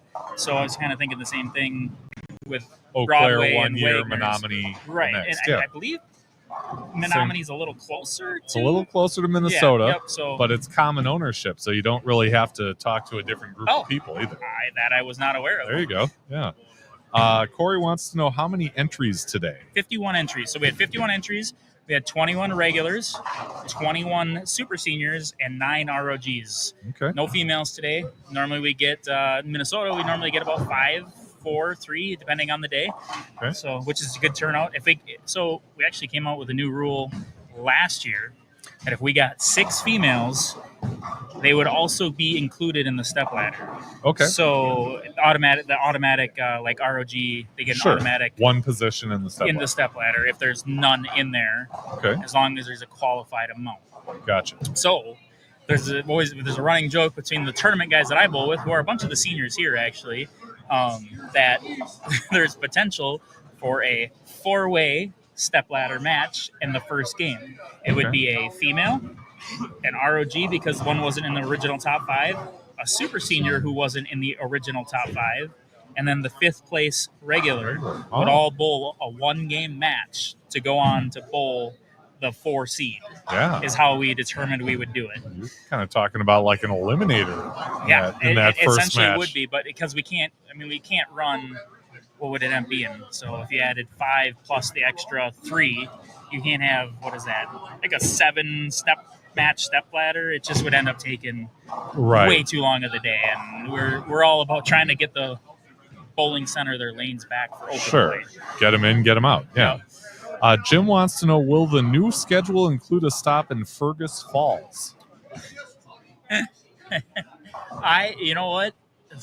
Jim, how far away is Fergus Falls from Lionel Lakes? You tell me that real quick. And can they give me a decent price on lineage for making the big drive? He wants $10. If they were willing to even offer 12, that's huge, because then the prize fund goes up $3 a person. Oh, okay. 2 hours, so it's a 2-hour drive. I will consider it if they are willing to maybe cut us a little bit of a slack on the lineage. Okay. Yeah. We always have one longer one. I mean, this is an hour and a half for me. Mm-hmm. 2 hours is only half hour longer. And what was it? It was 20 lanes, right, Jim? I think you said it was. Because if it's 20 lanes, I could possibly do it as we like to keep our centers with less lanes in the first 2 tournaments of the seasons. Okay. Because it's just kind of, we don't get as many bowlers usually. I think this year it was like, 50 is low for us now, but it was like 50 and 40. So correct, 20. Yep. 20. So how is there like a minimum size for the houses? Do you have to have a certain number of lanes? Or? Yeah. We would. So if it's the July tournament, I'll go as low as 14 lanes. Okay. July and August we'll go as low as 14. But after that, like Owatonna, the other month, we had 66. That was a lot. Okay. And they had 18 lanes. And so that it got to be a long day. Just one shift or multiple shifts? Nope, just one shift. We only do one shift. So all right. Once we get past August, I think from here on out, we're going to make sure that we're at least 20 lanes or higher. Okay. Yeah. Good to see Tim Baxter watching live. Says hello, Nicholas, Johnny, and Feth. Nicholas, Bubba. my head hurts just listening to the stepladder I know. explanation. It is. It's the stepladder can be kind of confusing if you're unfamiliar with it. We devised this using long division and integers. Oh, and, for sure. yeah. All the math things that I don't know how to do. Right. I just listen to the board members. Jim wants to know when the Rock is 50 so he can bowl as a PBA member. Yeah, I believe he could bowl as a PBA member, yes. Okay. We do not have any rules saying that a PBA 50 or well, I guess it doesn't matter, PBA 50. PWBA? PWBA is not restricted from bowling our tournament. Okay. I forgot what I was just going to say before that. Don't matter. Clearly wasn't important. Yeah. That's what I was going to say. Is so a lot of it is the board. The board comes up with the rules. Mm-hmm. I'm more or less just their face and the person that runs the tournament. As I told somebody this morning, I'm the tournament director, but not the tournament manager. Okay. Because they manage the tournament, I just direct it. Gotcha. They come up with the rules. You kind of answer to them. Correct. Yeah. All All right. Hey, Ultimately, I do have final say when it comes to like stuff within the tournament. Yeah. If there's something I can't answer, I'll go collect, a couple of them, and we'll come up with a solution. But yeah, as I'm prattling on here, we got a bunch of bowling going on too. Yeah. Hey, Don. Yeah, Don King. Thanks for sponsoring. Yeah, thank you with Wizards Pro Shop. Absolutely. If I'm not Yep. mistaken. Yeah, appreciate the support. Yeah, we saw bowlers. we saw Kurt Hankey start out with a strike here on 7 and 8, right in front of us. Kurt, of course, local legend, knows this house very well as the other one in town. And Tim Knutson up high, leaving a 4-pin. I don't know the gentleman on 7. He's a new bowler from the area, I believe. Okay. And I can't say I can tell you in familiar one second. either with on first glance.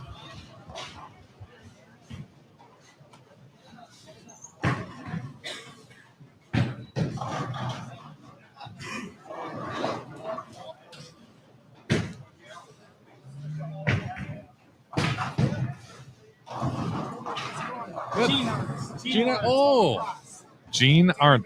Gotcha. Yep. It's Gene Arndt. Gene Arndt. Yep, Yeah. I found it. Yep, I remember it. I couldn't. Names are hard for me. I basically just do the paperwork and then I go, all right, who's all here? Well, First one of the year, TJ says you got to at least make one. So I'm driving here this morning. He called me. Are you on your way? I said, I'm on my way. I'm on my way. Like it. I would not like to get in the ball raffle, as I'm the one who got the ball for the ball raffle. Yeah, no, we appreciate you coming out. Hopefully come out some more. We do, obviously, in Minnesota, so yeah. and we'll be in touch. We'll talk. Yeah, good. Yeah, Gene's from La Crosse. One of the gentlemen who rode up here with him was talking to me beforehand and said he's got more honor scores than really. Who's than, that? Gene. Who wrote up with? I'm sorry. This gentleman in the blue right there. That's John Holmes. No, not John Holmes. Next to Warren. Oh man, you gonna have names? Yeah. I don't know. He's a guy. He said his name was Scott. I think we only have a few Scots, and I know the other one. Yeah. Yeah. Dawn says sorry she couldn't make it, but you know what? We appreciate you being here in the chat. Yes. That's awesome. Yep. Unfortunate that Kenny got sick, but hopefully he feels better. That's for sure. Scott Davis is all I got on here. Okay. Scott Olson. Olson? There we go. Scott Olson. Yeah. Hopefully I'm not over giving you paperwork here. No. Okay. More, like more the information? merrier. Yeah. Yeah, I'd rather have more than I can keep track of than less. Sure. Yep. Yeah. I can't really see his ball motion, but Derek Kozak over here on lane 6, I believe, is from the area as well. I think kind of from the area. Nick Heilman's shop. Lacrosse, maybe, Lacrosse yeah. area, maybe. Yep. Mhm. You know, he bowls, gets his stuff drilled from Nick Heilman, or drills his own stuff. and that's where Gene is from. He's Okay. from that area too. So maybe they're all convincing each other to come up here. That's awesome. Yep. But he mentioned Terry McKinney, who has bowled these before. He's the head coach at Viterbo University. And yeah, he's a good guy who's really helped me out of a bind in a couple of these shows too. Awesome. Just knowing people who have come on and Right. all that stuff gave me a great picture to put up during the Mike Shady episode. Yep. So Mike Shady, I believe, is coming to Minnesota in July. Yep. I believe it was Sunray Lanes. I saw he's got a stop in Wisconsin too around that time. So yeah, he probably maps it out. Yeah, probably does a little quick run around the Yeah. Midwest here.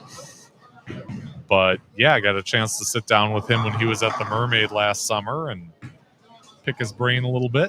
Yeah, smart guy. Yeah. Very smart guy. Holmes For throwing sure. a two-bagger, going against a two-bagger. It's a pretty close match between him and, oh man, names. Don't know the guy on lane 10.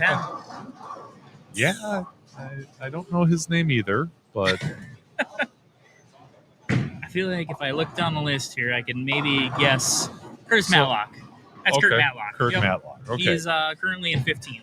So that's an interesting situation where you've only got 3 on that pair. Yep. So it's A versus C, but then is it B versus C as It well? is. Yep, it's B versus C. Okay. So he's essentially just bowling against C. Right. Obviously, C is not also bowling against B and getting like 80 bonus bits. Right. little high flush there. Yeah.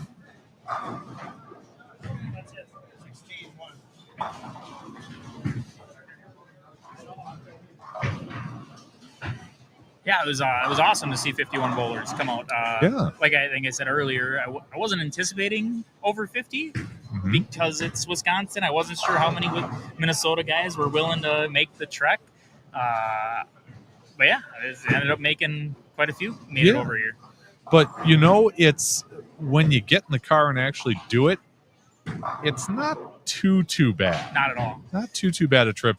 And a lot of these guys, as I mentioned before, have long histories in the Central Bowlers Alliance and probably are now at the point where they have great memories of coming over here Mhm. for the Bloody Mary Open when that was a thing. So And even for the Chippewa Valley match games, you know, a Oh, lot of yeah. guys tend to make the drive. Yeah. I know Denny Burkhart was wandering around here before. Was he?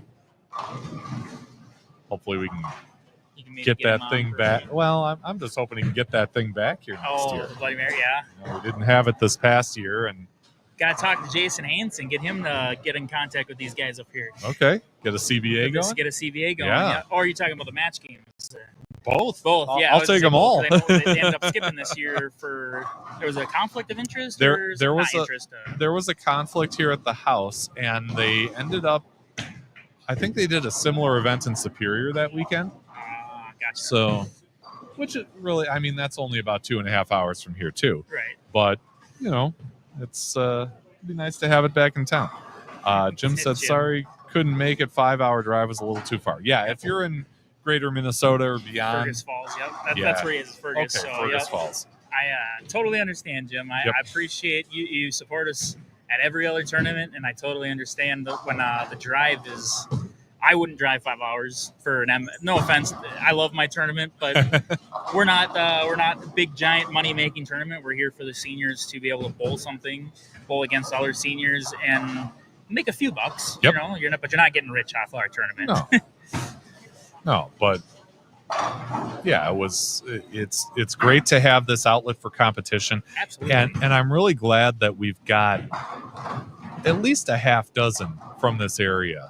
Yeah. Oh, yeah. You know, maybe a few guys that wouldn't normally come out. You see Jim Callahan snow plowing a strike there on lane 8. I don't know that he's done a ton of these, but he's a local bowler. I've never seen him. Okay. So I can tell you that. But yeah, sorry. He competes in multiple leagues during the course of the week, and he's kind of a fiery guy. He'll let you know. Yeah. He'll get in it. But yeah, good player, and glad to see him out here competing. Yeah, absolutely. Yeah, Jim says, especially when you have my skill level. Well, all right, stop it, Jim. Come on. You've been rising up to the top. You've been working really hard on your game, and I disagree. Somebody was missing a pin over there almost yelled. No, Jim, your skill level is improving constantly, and I disagree with you. Your skill level is 100% capable of competing with any of these guys out here.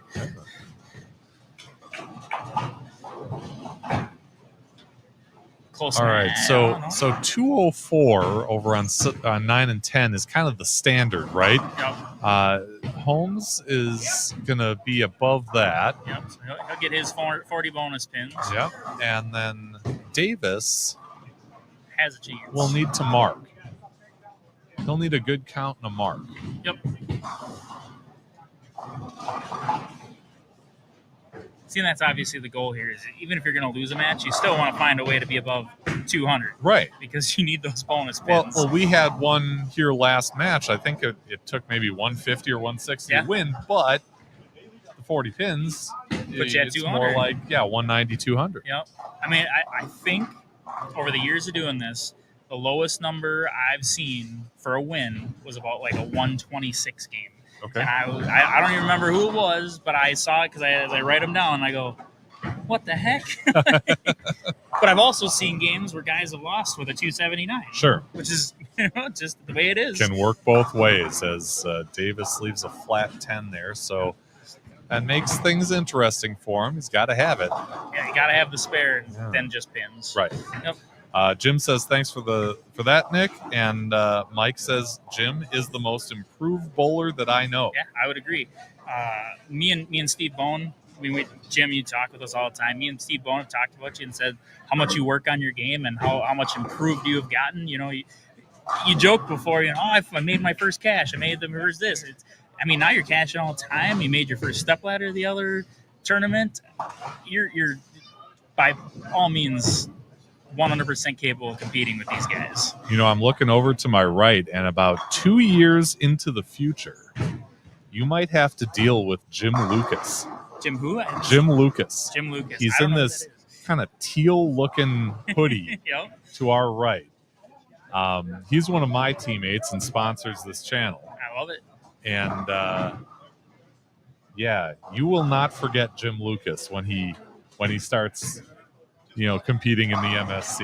I'm cool with that. He will make sure of that. I'm cool with that. I like it. Yeah. Looks like Scott got the win there by picking up his 10 pin. Okay. So you got Scott and John ganging up on Kurt Matlock. Kurt Matlock. Yep. So but still in the plus column with the 204. Correct. Yep. Unfortunate that he split in the 10th there. He doesn't do that, and he's got a chance to shut them both winner. out. Yeah. Yeah, and that's, there's only one missed spare on that entire pair, and that just tells you how much, your spares are important.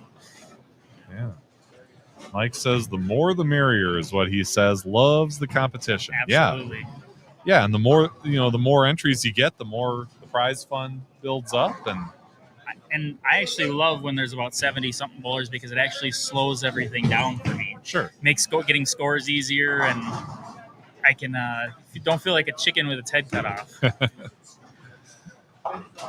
As Arndt makes it 4 in a row here on the left. Well, he's got a nice lead over Knutson, and who kind of goes right. And, Let's keep them going. Keep them going. He says yep. keep them going. That's all you can do is throw them one at a time. Yep. It's 4 one-baggers, Yeah, right? one-baggers. Gene, which center do you bowl out of in lacrosse? I go out of All-Star Lanes. All-Star Lanes. Okay. Cool. Oh, so all of them. 3 nights a week at one of each place. Yeah. Okay. Yeah. Okay. Kind of keeps my game a little bit better when I come out of town. And Sure. So I was in a state tournament last week in Wausau. It's like just bombed them in doubles and singles. So it's like, I got to go. I got to go one more tournament. Oh, yeah. I've always said that leagues are practice for tournaments in my brain. Yeah. You're there to try to get better, Total 2 and 6. Exactly. Yep. That's the way I look at them. And if you look at the younger players like Nick Hylam and Andy that I bowl with every day, and some guys, that's what they look at as. They look at those as tune-ups. Yep. That's what they do. He calls them younger players, but I'm pretty sure they're in their 40s, right? Yeah. Pretty close, yeah. 59. Yep. 30, think- I'm 35, so me, they're older guys, right? I think Mills is a little younger than me, and Heileman maybe in between. So, Yeah. a few more years until they get out here. Yep. But Playmore Lanes, if you recognize that name, it might be because they host the Lacrosse Open every year. Nick Heilman's tournament, right? Yep. It's big tournament. Yes. One of the best in the Midwest. Mhm. Yes. Yep. I'll agree. Yeah, it So is one of. Yep. it brings I would out a great crowd, and because of the location, you get guys from Minnesota, you get guys from Milwaukee, Madison. Yeah. Up here they'll go down, and it's only about 2 hours from here. There's no great way to get there. It's kind of True. over, But it's worth it. over the hills. But yeah, that's why they do it. That's one of them tournaments where there is a little bit more money. I mean, you're not going to get rich at any of these amateur tournaments, but you definitely are going to win the title and make a few bucks. Yeah. Tim says, Nicholas, just get you an order of chicken strips and you'll be able to keep up. I don't typically eat during these. I like to. If I eat, that means I have downtime and I should be doing something. If you have time to lean, you have time to clean, kind of type That's deal. right. Yeah. Jim says, time spent with Bone, Lanto, and others on Sport Shot League was huge help in my improvement. Highly recommend finding a sport league for anyone to improve. Yeah. Agreed. Yep. Yeah, and take sport leagues for what they are, is learning and getting better. Don't get discouraged when your average is about 40 pins lower than your house shot pattern. Yeah. Yeah. We don't have any here, but I hope in the future that changes. Yeah.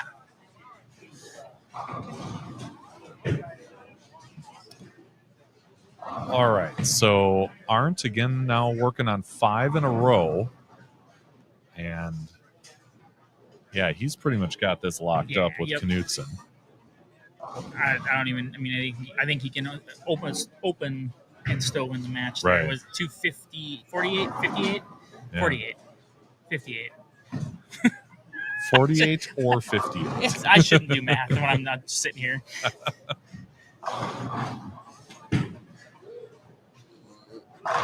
Oh boy. Oh, That was almost a Wow. really interesting that hit. was almost a high flush 7-9. He got the 9 to fall, but 7 remains. Wasn't the 6 up there a little bit too? Yeah, it might have been. That was weird. But enough to make sure that he's going to win the match. Yeah. It's always nice to get those extra more pins because you have the extra more bonus pins. Right. 258 would have been 298. Yeah. And I didn't see how Dan did over on, I think he's on 13 and 14, just getting done over there. But, Was the leader. he was the leader, and Arndt's only 43 pins behind him. So, So if he was the highest score over there, Dan, Gene will gain about 10 pins on him. Okay. 222 was the high there, and assuming he doesn't throw it in the gutter, Gene will have about a 237-ish, 236, whatever he leaves. yeah. Gaining about 14 pins on him. Mhm. See, I don't even look at this more half the time during my. Because you know them all. Well, no, I don't have the time because I'm normally doing whatever, doing Sure. this, and all of a sudden somebody's like, "Do you see how so and so's doing?" I'm like, I don't usually watch anybody bowl. There you go. This is the most I've watched somebody bowl probably all season. Yeah. Well, you saw a good one from Gene Arndt, just finishing up with 237 off the strength of that 4-5 bagger in the middle. Thus turning it into a 277 Yeah. in reality. And Callahan up a little light. It looks like he's going to fall to Hankey, assuming he, yeah, because he'll be in the 180s at most. Hankey's already Correct. into Yep. the 190s. So, I actually saw Kurt yesterday at Best Buy in Woodbury, Minnesota. really? Him and his wife wanted to get out of town and go do something real fast. And Okay. I was there buying new appliances with my parents for their house. So I randomly, hey Kurt, how's it going? Was told to ask if there there is a position round. Yeah. Yeah. Oh, you got us in there now? Nope. That's just the program monitor. Oh. The program image. Yes, there is a position round. There is a position. Yep. Match 8 is the position round. I do know. I think Jim's being a little facetious with things and playing with me, being sarcastic. That didn't sound great. I know that there will be a board meeting today after the tournament to discuss what they're planning on doing with our position round, because I know it's been discussed. We did kind of a vote on it through the membership. Okay. And it was 50 to 40 that they would prefer not to have a position round, but maybe try something else. Oh, okay. Maybe just another random match, or. Well, I mean, that's kind of what the discussion is going to be. Is what we would switch it to. Would it be, would we do a bracket? Would we do no position round, just bowl 8 games straight and then go straight to the stepladder? That's something that the board, as like I said before, that's more of a the board decision. Yeah. And that's I think what they're going to discuss. What they want, what the plan is. Okay. Yeah. That's kind of all I can really say about that, I guess, until they've talked about it. So. Fair enough. Well, Hanky had a great shot on the fill ball. Didn't get the maximum result, though. Had a solid 7, but it was good for 245, and that was plenty to win that match over Jim Callahan. So 245 becomes 285. Correct. Big score. And was he up there? Where was he at? No, I lost him. Let's see. Oh, boy. I don't know if I see him on the first page. Yeah, I don't think he was... he was in 45th. So, honestly, though, a huge score, and you never know if you found it. You got to start somewhere. Nice to meet you guys. Yeah, thank you. Appreciate you, Gene. Nice bowling. Yep. Nice bowling. Keep it going. Thank you. Thank you. But anyway, Kurt Hankey shooting 285. That's game 4, so I'm not sure what he did game 3. Right. But if you're finding something, that's huge. Yeah. All right. So, Jim, do you guarantee to pay lineage for a certain amount of bowlers, even if fewer show up? For example, would you pay 40 if only 30 show up? He's talking lineage. So, do you have to pay like a certain amount? Do you have to pay the lineage for 40 bowlers? Oh, no. So if 30 show up. It's literally just per bowler. So, for example, Wagner's, we did $15 a head here. It's just per head. So even if we only got 20 people today, it'd be 20 times the 15, and then just whatever it is for. He said, do most centers ask for that? No, most centers do not ask. They just. I only ask for a buy per head thing. If anybody ever asked me for a guaranteed amount of bowlers, I would say, I'm going to go look somewhere else, and if I have to come back to you, I will. Yeah. But that's good that it gives you the freedom to kind of, have, you expect 40, and if only 30 show up, you're not, cutting into the prize fund. Prize fund, that'd be a huge cut to the prize fund. Sure. And typically what I'll do too is if for some reason we do have less and I can use less lanes, I'll give the center those, not give them their lanes, but I'll open them back up, close it down and say, you can put open bowlers on that end pair. Sure. I don't want to screw them out of, revenue, some revenue if they could get it. Mm-hmm. I think we've actually done that before. Just we've gotten less and we only used, I think it was actually at Southway. We got a lot less than we thought we were going to get, and we didn't use like 3 pairs. Right. And gave them the open play for that few pairs. Yeah. And in a situation like this, we're across the house. We're using all 26. Yep. And we only have 2 on a lane, which is great because it keeps the pace going. Right. And I'm also assuming, correct me if I'm wrong, but as we whittle this thing down to the stepladder, they're going to be able to use those lanes. Correct. What I typically do is start towards where the open play would be and work my way down so that they can open those lanes up as they need to. Okay. I'm actually going to ask the board if we can just keep the step ladder between the two pairs because this is where you are live. Okay. So I'm gonna ask the board that. That's a totally up to them decision. And yeah, see what they have to say. But I'm actually going to run because they just finished game 4 and I have to go get scores for game 4. There you go. So all right. I'm going to go ask them that while I'm doing that so that we can maybe keep it right here instead of not seeing something. Okay. All right. Thank you guys. Fair enough. I'll be back. All right. That's tournament director Nick Hogan. Got an interesting match, actually a couple of them here with our tournament leader after 2, Dan Goldstein, over on 9 and 10 for match 5. But also Dana Wright, who you saw just converting the 2-5, taking on Todd Savoy right here in front of us on 7 and 8. So big thank you to Dana because he's encouraging everyone to wear shirts with names on their backs.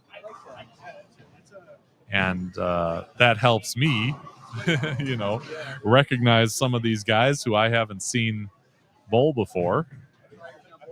But then you've got guys like Clark Polzer on lane 7, who is all state, all region, all world, both as a competitor and a coach. So I could pick him out of a crowd. But some of the other guys, it's good to know who we're watching here.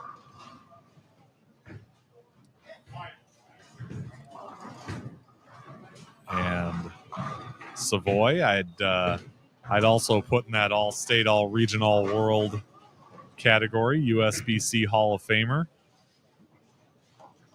Got a pile of Eagles to his credit, and showing us why with a strike there early.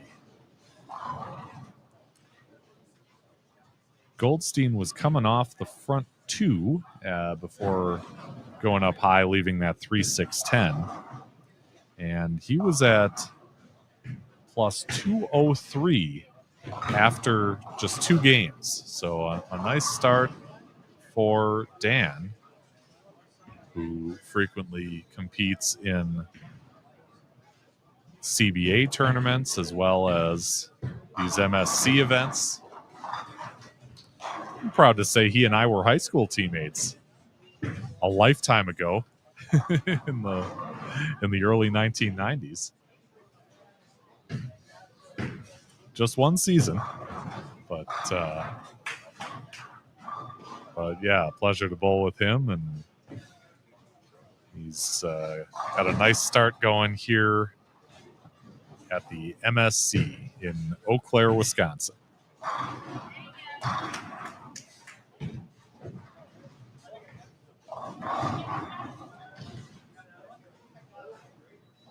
Saw Ken Turner over there on 9 and 10 hitting a strike in the 3rd frame. So bounced back nice after an open in the 1st with a double in the 2nd and 3rd. And Polzer puts 10 back in his 2nd frame. So it's the first 2 for him as well.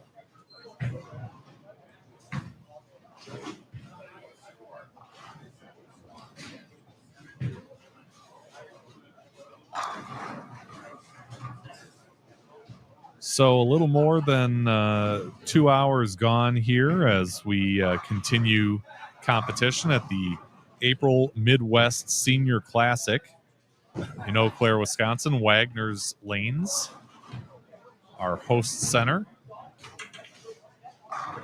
First time back since 2023 when Mr. Polzer rose above and won this whole thing, defeating Craig Schiffler in the final.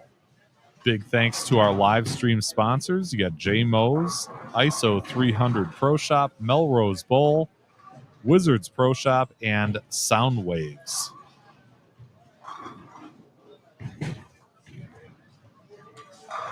Five great Minnesota businesses coming together to make sure we can show you live bowling action on this Sunday morning.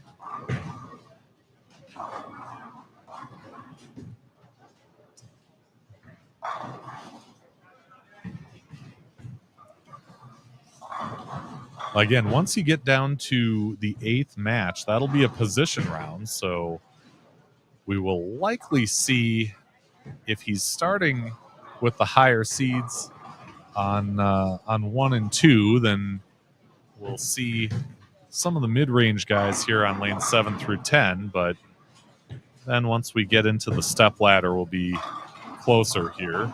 My hope is that he just switches between 7 and 8 and 9 and 10, but we'll find out as we go.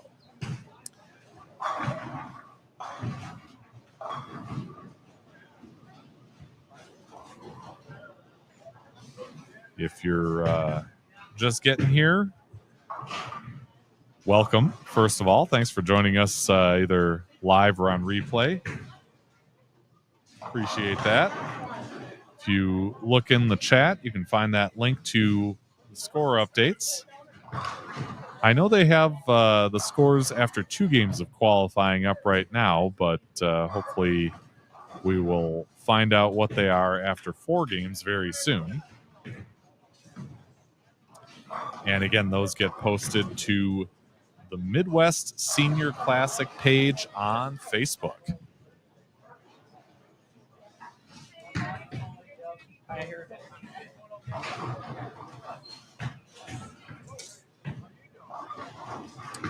There you go, Jim. So the higher seeds typically in the middle of the center, then move out from there. Okay. So there's a chance we could get some of the higher seeds here for the position round, which is great to hear. We've got Fred Van de Venter going after a 4-pin on lane 7. He's got some work to do as the hot hand of Clark Polzer has the front 3 looking for a 4th. And Turner throws a nice shot over there on lane 9 in his 5th frame.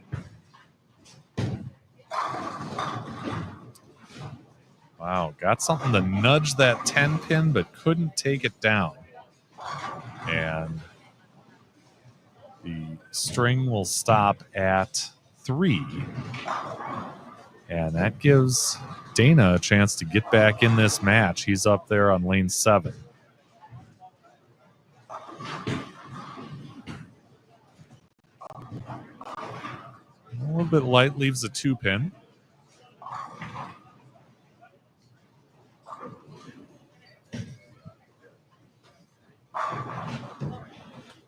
And a nice strike for Goldstein coming off that open.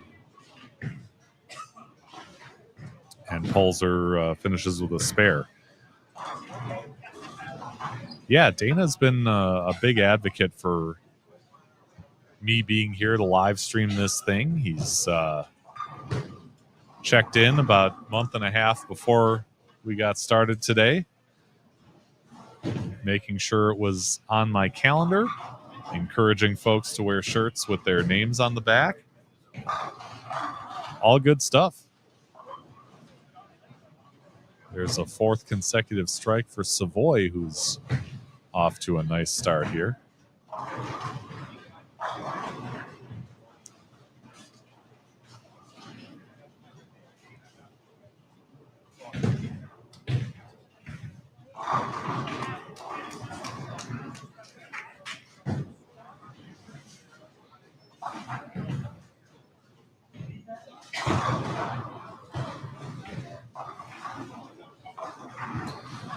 Polzer's shot goes through the face, and he's got a big split to deal with. 6-7-10.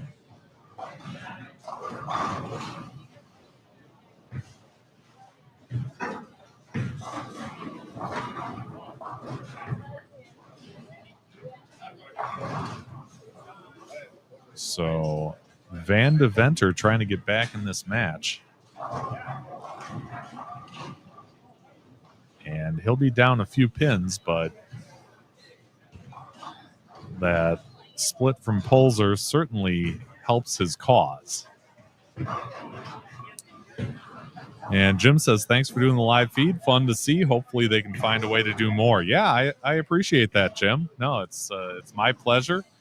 Like I said, this one worked out well just because Well, I live here. This is my home house. So always easy to drive, 8 minutes down the road and set up and do a live stream. I was able to get over here yesterday to do some of the preliminary setup and finish up early this morning. But no, Wagner's has always been very good to me and has been very accommodating every time I set one of these things up here. It's in my short history of this, it's kind of the model that I set up when I'm trying to figure out logistically if I can do this in other places.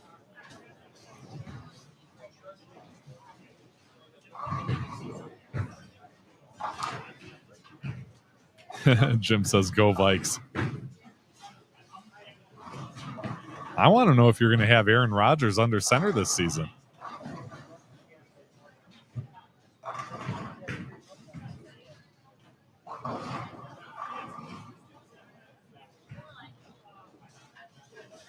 Because everybody needs a little Aaron Rodgers in their life, right?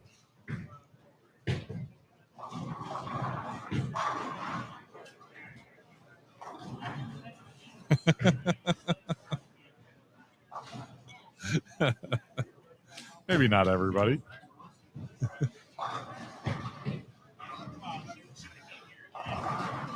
All right. That was a light hit for Pulser, and he'll have a 2-7. And Van de Venter can't take that 4 down. He knew he needed it. But still, a competitive match between these two.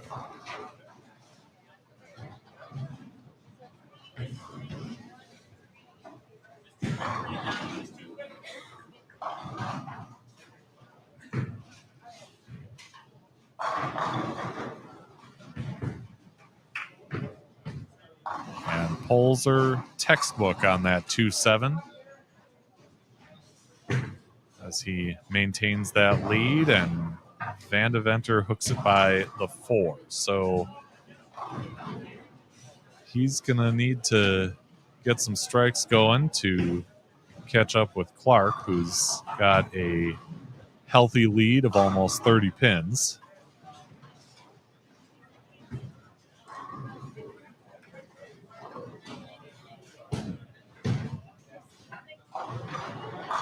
Savoy goes up light and leaves a 2-8.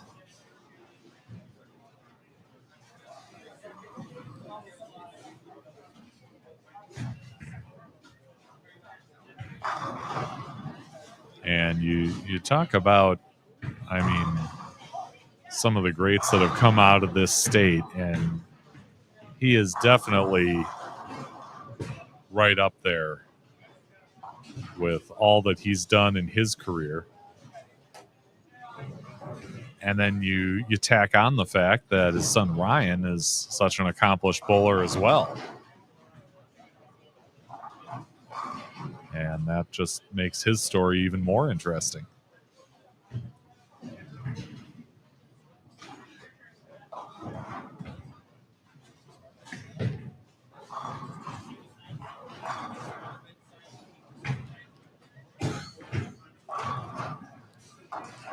Oh, that's a tough break for Wright. He's probably worried about that going on the way down, but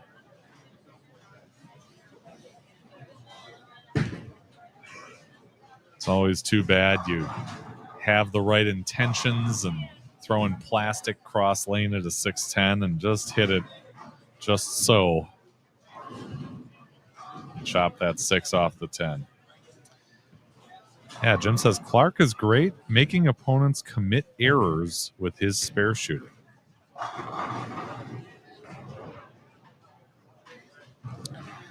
He doesn't miss many of them.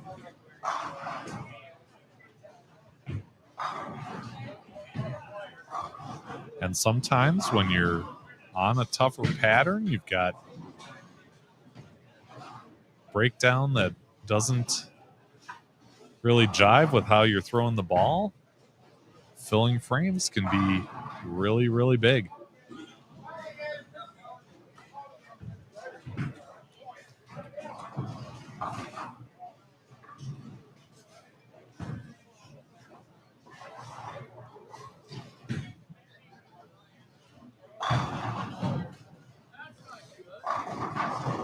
You saw that 7-pin off to the left there. That was John Holmes, and that broke up a big string.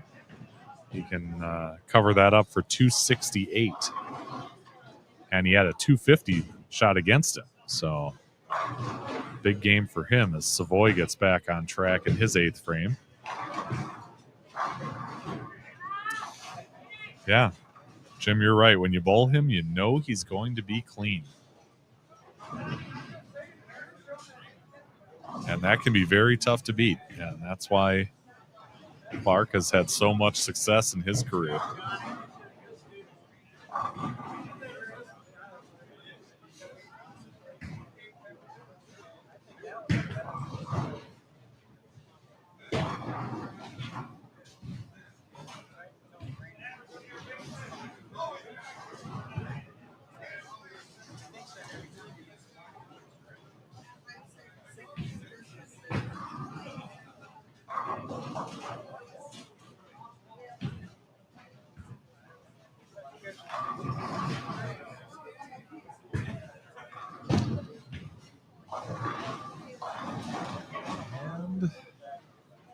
All right. Another strike in the 8th.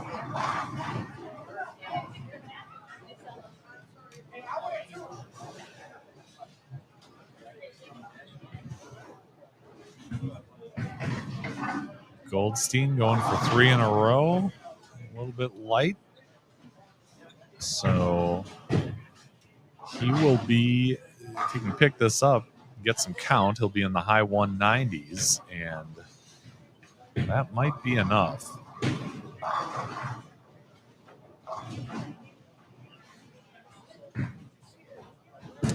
Yeah.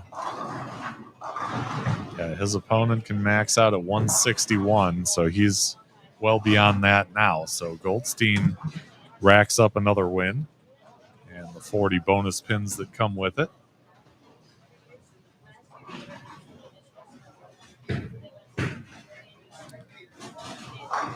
Mike says he's had mild success against Clark.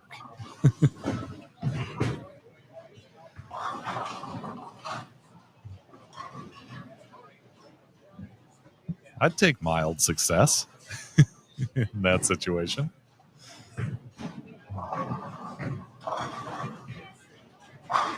All right, Goldstein finishes with 198. And that propels him to a match win. They are flying. There's game 4. Okay. We'll peck in some game 4 results. I can tell you that Gene Arndt is on top after 4 games.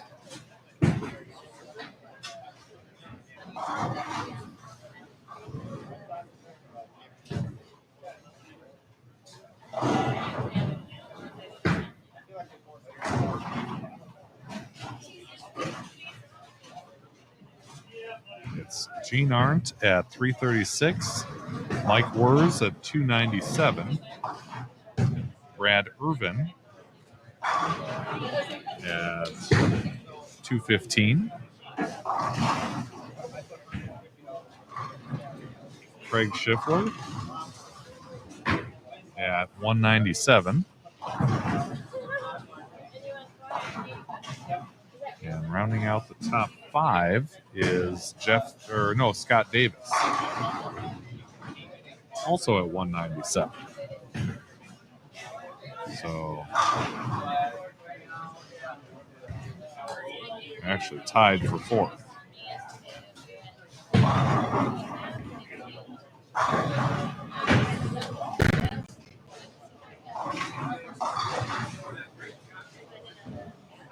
Anderson just a stick behind at plus 196.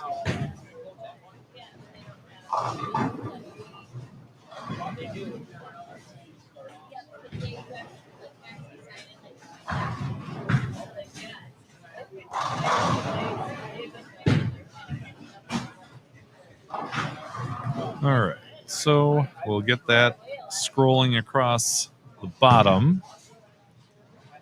And Gene Arndt, who we had over here on our live stream pair in match number 4, had that 237, and that propels him to the lead.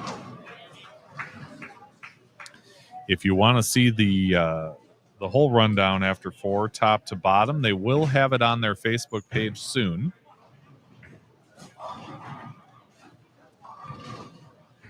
Goldstein going into this match number 5 was in 12th at plus 171.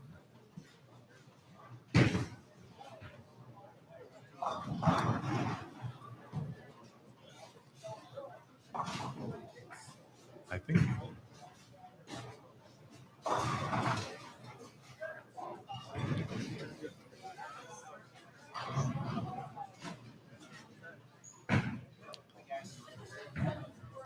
And so that is where we stand. Gene Arndt leading the field at plus 336. Mike Wurz, 39 pins below that at 297 up. Irvin, Schiffler, and Davis after him.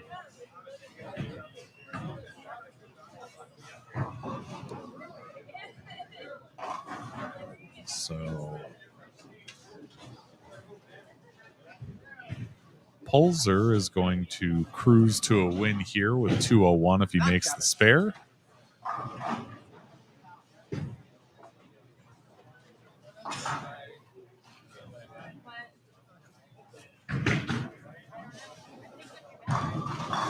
And despite a split in the 9th, Todd Savoy took care of Dana Wright. 212-163.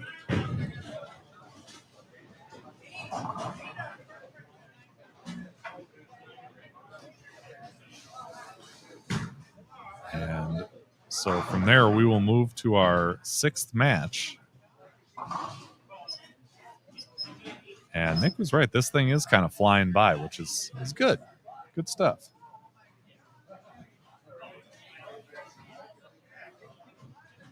Looks like we'll see Bob Wolf over on 9 and 10.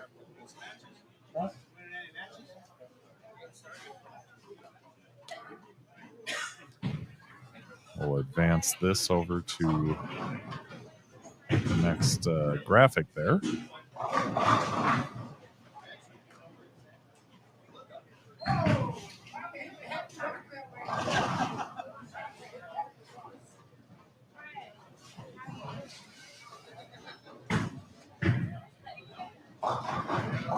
Eric Haugen setting his stuff down on 9 and 10. We'll see him in the next match.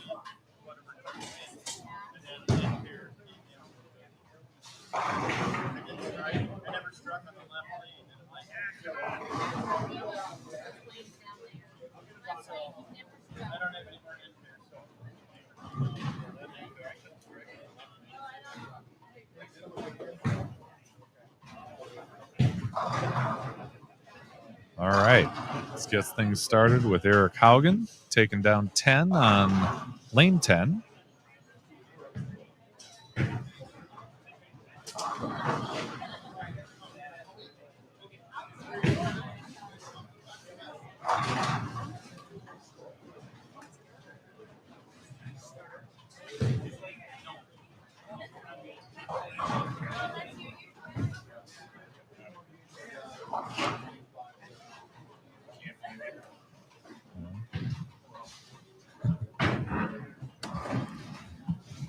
Hey, John. What's going on, Faf? Not much. Went out, did some scores, and just keeping the tournament itself updated. Yeah, just watching Bob Wolf put 10 back on lane 9, which he does a lot of, especially around here. Knows this house pretty well. Oh, yeah. Yeah, no doubt.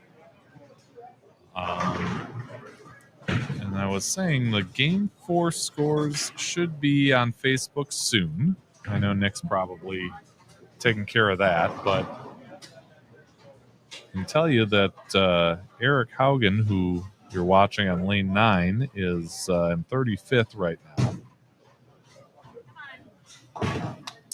And who's this gentleman that he's bowling against? That is Joe Norrie. Joe Norrie, okay.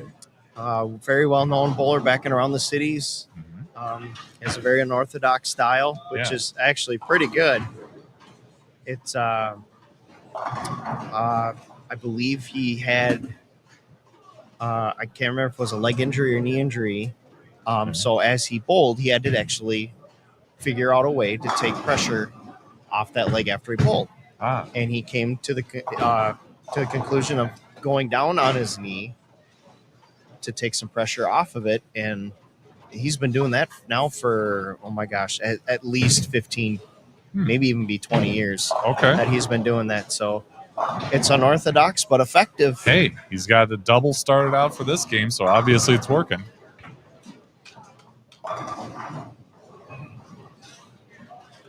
That was a nice break. Little senior carry there for Neil Bush.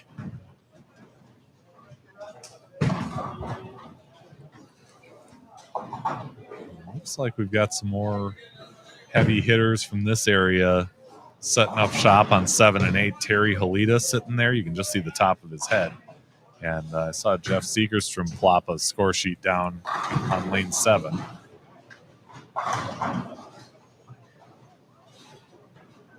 Both of them, along with Bob Wolf, were competing in our eliminator final in our association tournament.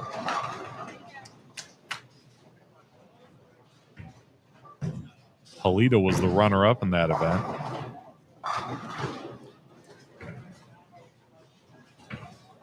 And I was explaining it earlier, but we basically took the top 8 all-event scores, and they advanced to this 3-game eliminator, which we bowled 3 games and then cut down to a 3-person stepladder, and it was just 300, 200, 100. Oh, cool. That actually sounds like a pretty neat event. Yeah. That was the first time we did it.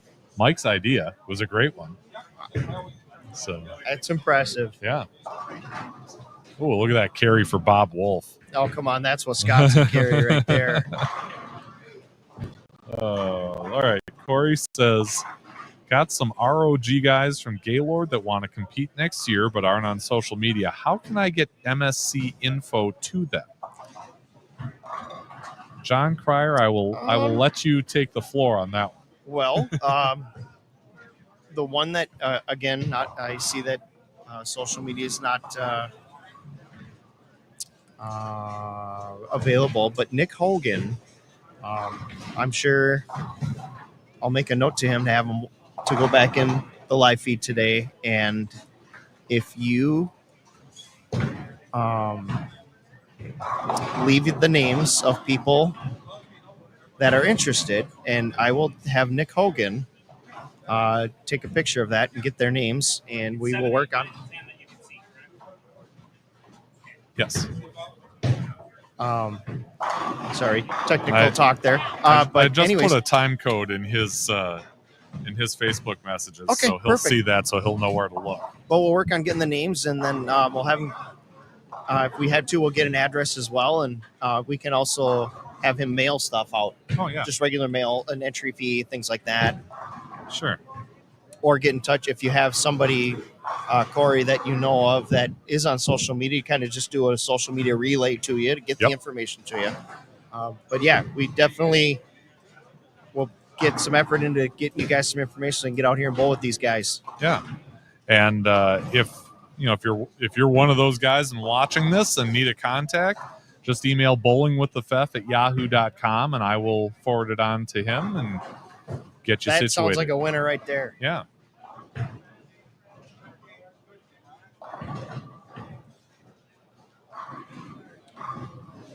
All right. So I just overheard Halita asking Nick if this was one of the live stream pairs, and it indeed is. So hopefully all his friends and family are tuning in.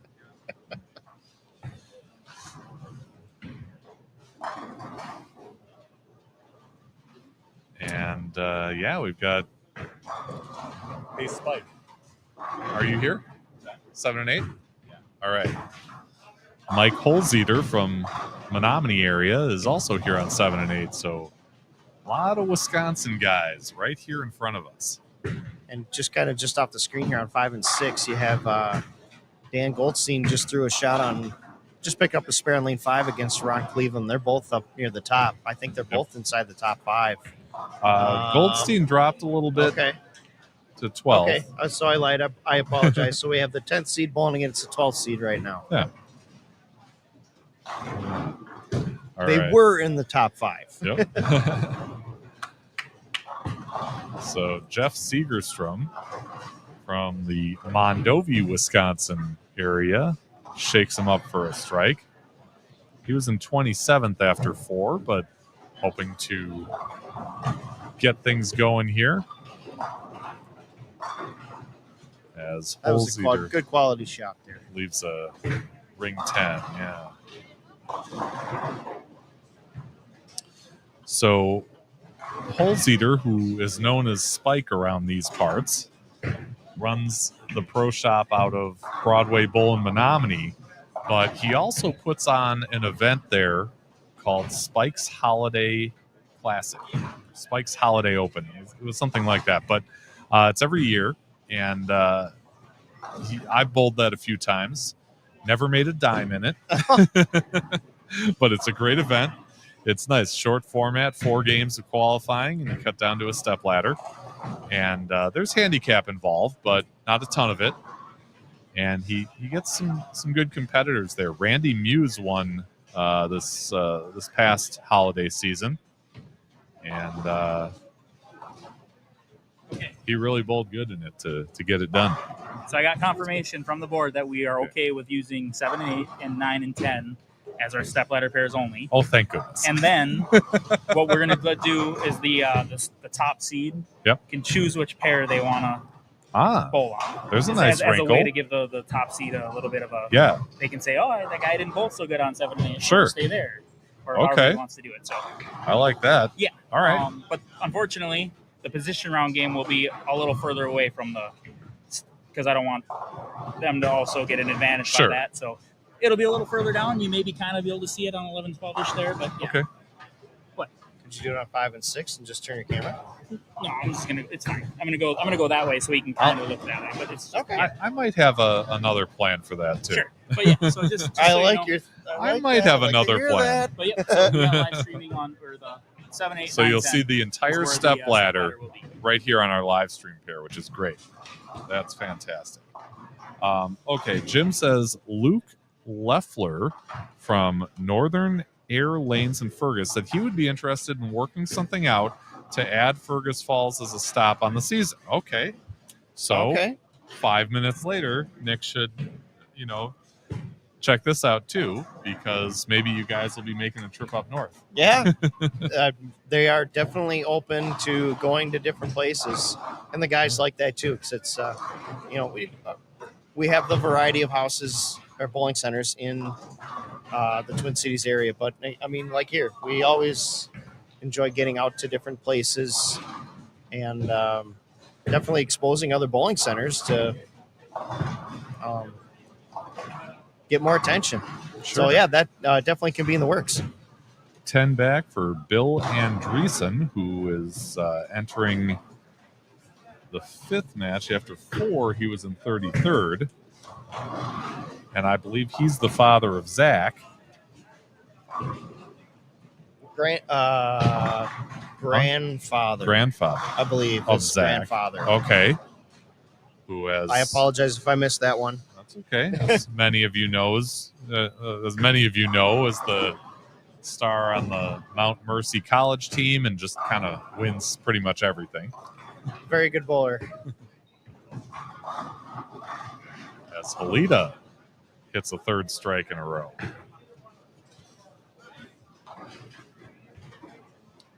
So an early lead over Holzeter right here on 7 and 8. 9 and 10, they're a little further into their game.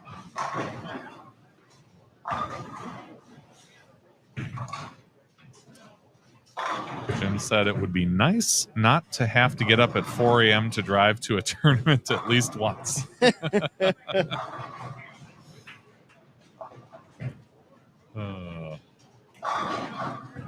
I'm not going to tell you how early I have to get up to live stream some of these in faraway places.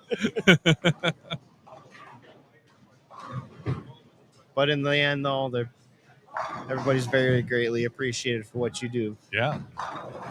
No, and it gets hard when you're in some of those faraway places. Like, I mean, if you're from the Duluth area, you're probably going to drive a couple hours at least most times. If you're from here, you're going to drive a couple hours to get across the river. Right. It's hard. I totally get what you're saying. Yeah. Corey says, reach out to New Ulm or maybe Hutch. Okay. Yeah. More into the central Minnesota area there. Look at this. Free lodging. I can stay at his house. Oh, look at that. Yeah. Yeah. I have lice. Is that going to be a problem? I don't think so. But getting up early, Right. you should ask for breakfast. I'll only leave some of that breakfast. around. Yeah. Do you have a swimming pool there? Ah, there it is.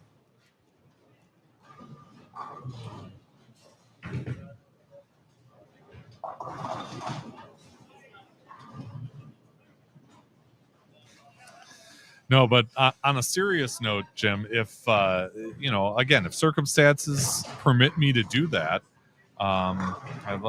there we go. As long as you're okay with my psycho cat, I've got a couple of those, so I can tell you I'm used to them. But no, in all seriousness, if circumstances permit, and the other big thing is the center needs to have pretty good high-speed internet. A lot of them do, but I don't want to just assume that they do. So, if you get on the calendar and that's something you want to explore, we'll probably, have you do a speed test and things like that to make sure, you have the bandwidth to support this. And, but yeah, if all things work out, I'd drive up there. What is it? Probably 4 hours for me. For Fergus Falls? Yeah. Let's see. Well, from the Twin Cities, I think it's 2 to 2.5. Okay. So maybe. So yeah, but maybe 4. 4 is a good guess. Yeah. I'm trying to think. I've driven farther. Not much farther, but I've driven farther for one of these. So yeah, I wouldn't rule it out.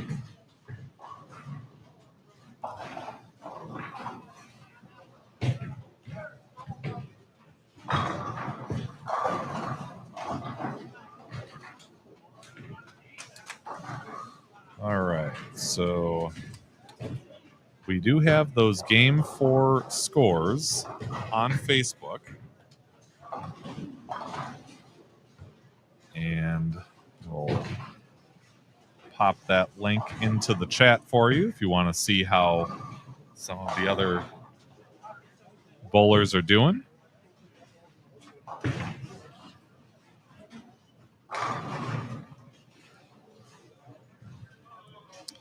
Okay, so Jim has Google mapped this for me and says 3 hours and 54 minutes.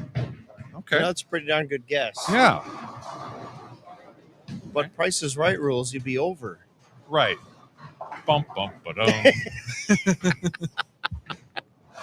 No, 3 hours and 54 minutes that's not the longest drive in the world. Yeah, I've gone to, I went to Alexandria. Yep. And I thank you again for that.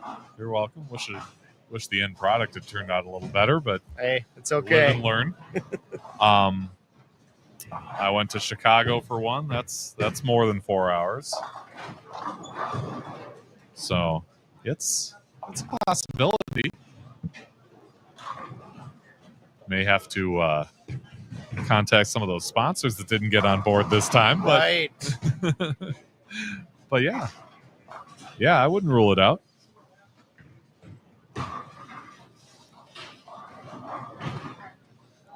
nice strike for Eric Haugen there. He's a little behind, and I think it's going to be Nori who's going to advance in that or get the bonus pins there. He didn't like that shot, but fortunately he's been out ahead enough that it's not going to matter. Nope. And on a strike, so it is spare converted, won't lose any count there. Yep. Halita trying to go front six, just slides that one past the head pin, but a nice run to start out his match with Spike.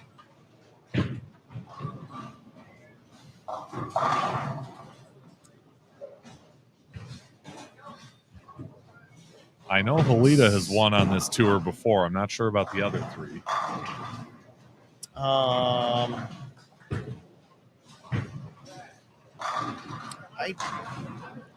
I think Kurt Hankey has. I don't know if Bob Wolf has, to be honest with you.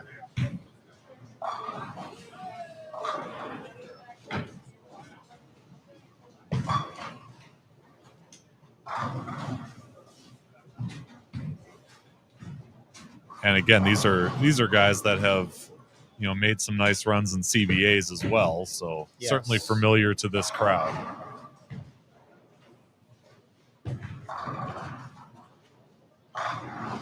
Nice shot by Segerstrom. Very nice.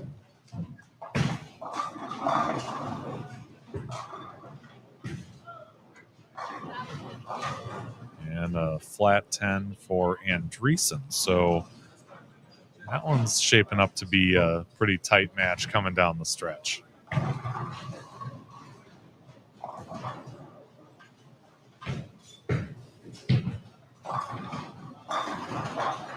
So Nori finishes with a 223. And that'll be enough to take that match. Buck is in command on the B versus D level. Actually, a guy coming up just a touch out of screen. He's going to be throwing a shot here on lane 11. USBC Hall of Famer Todd Savoy. Oh, yeah. That guy's done a lot. That guy's thrown a bowling ball for a long time. And he's a wonderful guy. Yeah.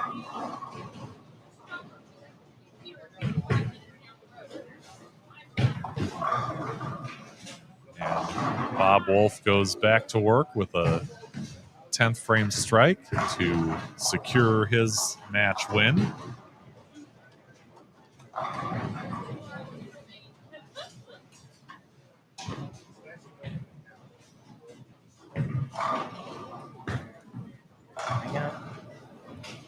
Oh, and that's going to be a costly one for Spike as he. That's the second one. This is a 10 pin, and yeah, Halita could go up 55 after that.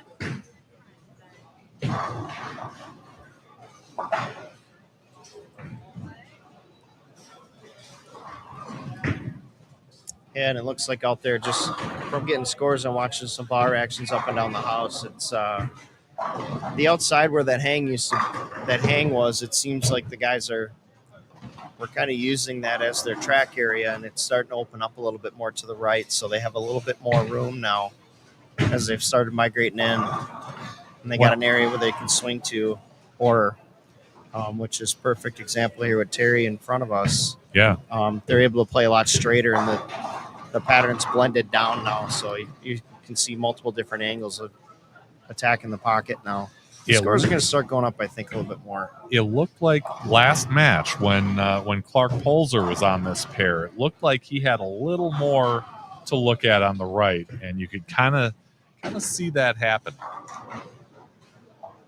But yeah, a lot more X's up there than we had seen from previous matches on this pair for sure.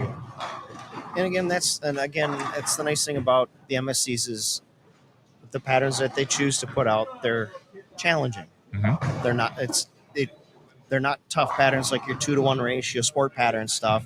But again, not a house shot where it's like 11, 12 to 1 ratio. Yeah. So they try to keep them in that about 5 5-to-1 to 8-to-1 ratio. So that way, if you find it, you're going to hit the pocket. You just might have to make that small adjustment just to carry that 10 pin or carry that 7 pin. But again, as you can see, some of the scores that have been put up, you get onto a good pair and you can attack it and you can definitely shoot the big number. Sure. So which is a good thing to say. So it's always hittable. Yeah. Yep. Challenging but fair, and I think that's what everybody really looks for. So Agree. Yes, exactly. yeah, I can't stress enough the importance of having, accomplished bowlers like you guys and the gentlemen who are on the board of this, running things, because then you end up with great events like this. You got to have that experience to know how these things are going to pan out. So, Agree. yeah. And Nick Hogan, the director, he really did a lot of homework on that and finding different oil patterns to comply with what they're looking for. But yet when the oil pattern's laid out, so, some days you patterns, you got to be out near the gutter, but some patterns where you got to be in the third arrow, but they're still hittable. Yep. No, Mike, I haven't seen Langer here. With a day like today, when it's almost 70 degrees, I'm sure he's on the golf course. Ah, okay. Don't quote me, but that's my guess. Yeah. Spike is nodding yes.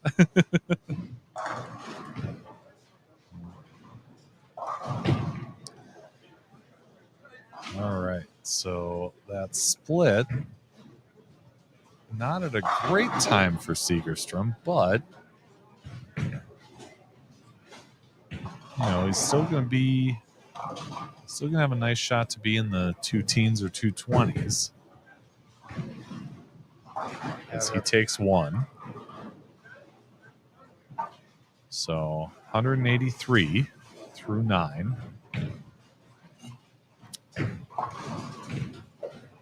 Now here's Halida. He's just got a little bit tighter there. He's only missed once this game. And that was a little light, and it was on this lane, but he crushes 10 back. So he can hit the next 2 for 278, and he's got some distance He does. between him and Spike.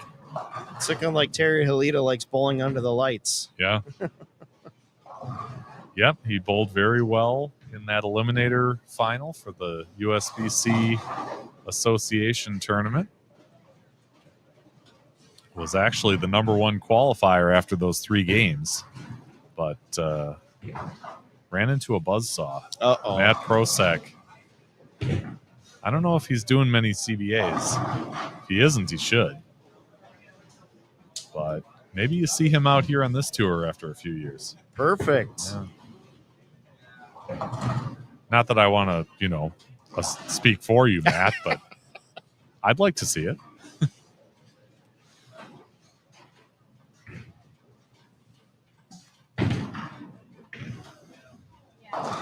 All right, 266 for Terry Halida. So with those bonus spins, 306. And he was in 26th after 4. Oh, that'll give him a big jump there. That will give him a big jump.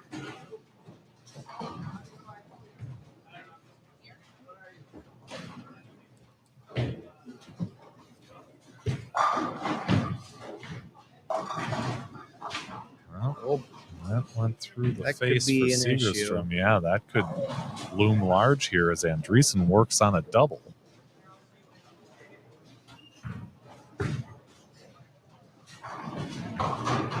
And he goes high.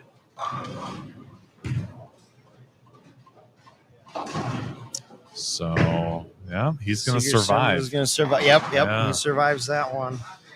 That 191. Tough to end a game split like that, but got just enough count.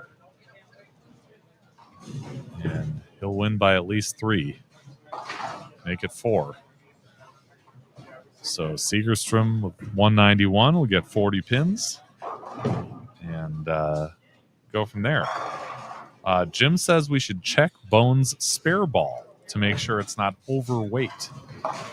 Well, like I said, I've been bowling USBC doubles with him for I believe this will be our 18th year. Oh, wow. And it's not. It's not. He says it should be 17 pounds from soaking up oil over 30 years. I don't think it can soak up anymore. If that made bowling balls heavier, I think I'd be in trouble. And Steve Bowen swears by it. He says once his spare ball cracks, he's done bowling. Do you want to go get these Game 6 scores real fast? I gotta keep doing things, so it's all you. Yeah, that's fine. Okay. To be continued. To be continued. I'm actually going to go away from the keyboard for a second, so I'll mute the volume, but I'll be right back.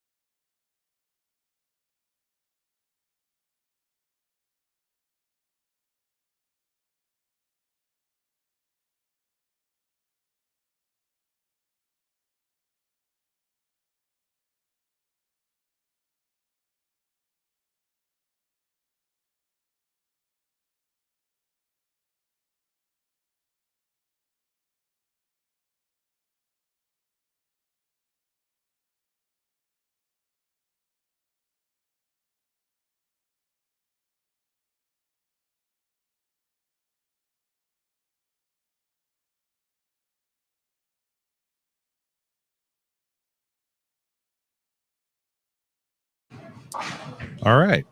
Back with you now for the beginning of match 7. So Steve Bone pick up that spare on lane 9. As he's come back around with Ron Cleveland, Bill Nelson, also in the mix on 9 and 10.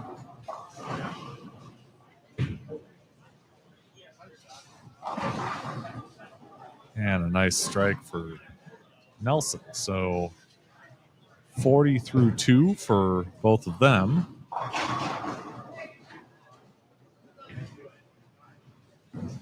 As we wait to see who's going to be on 7 and 8. Looks like Jerry Holdorf has set his equipment there and is ready to go.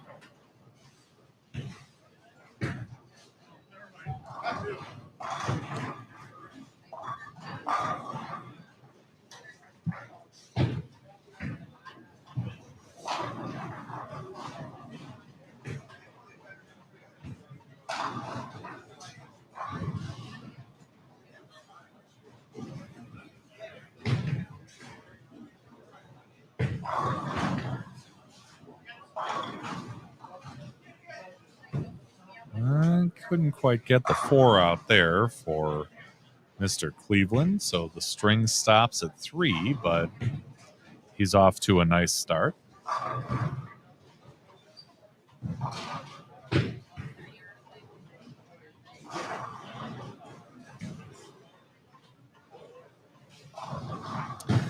Again, this is match 7 that's going on 9 and 10, and will soon start on 7 and 8. And that's the last random match. After that, you go into an 8th match, which is a position round. So they'll stop things, figure out where everybody is at, and then assign them lanes depending on how they've progressed to that point.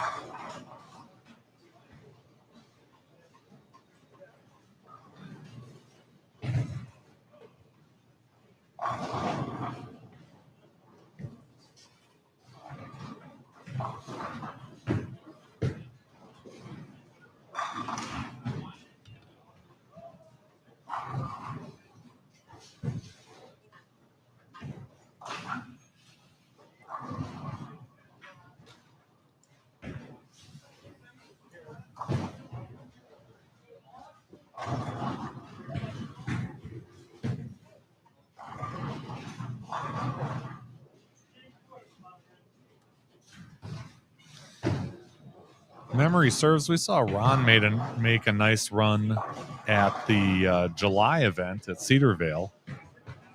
That was eventually won by Chad Nelson.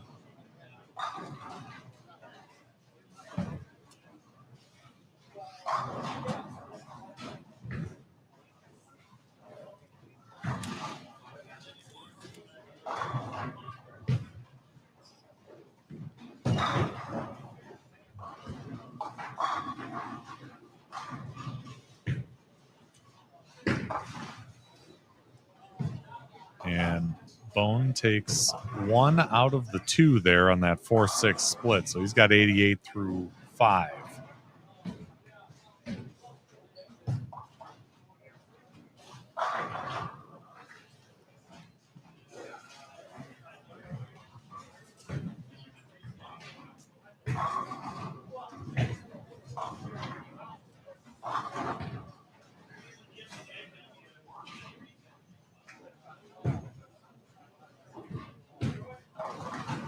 There's a nice strike for Nelson.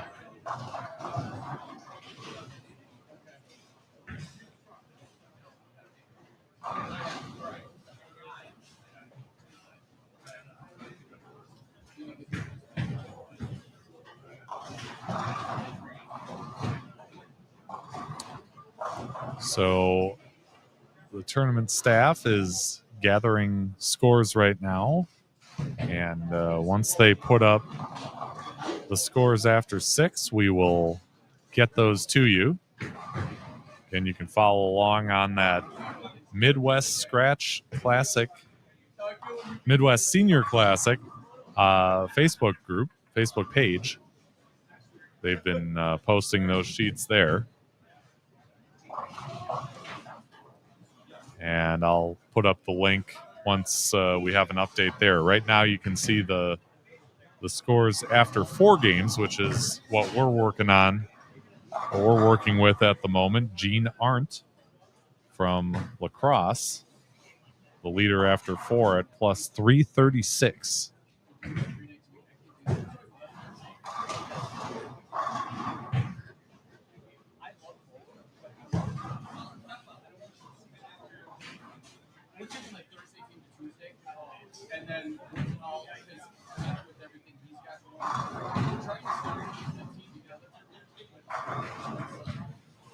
There's a nice strike from Nelson.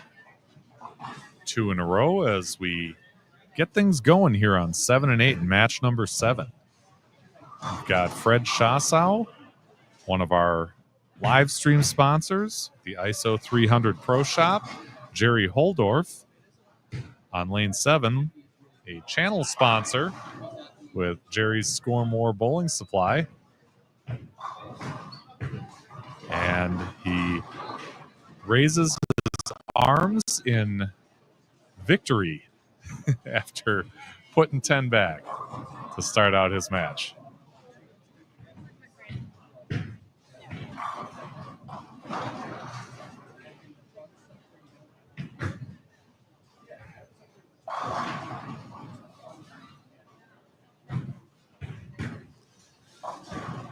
We got Dave Whitman up high and living a 3-9-10 baby split with a bonus spin in there, I guess you could say. They call him Slim, and he knows this house well. Bulls League here, has for many years. An Association Hall of Famer here in the Eau Claire area.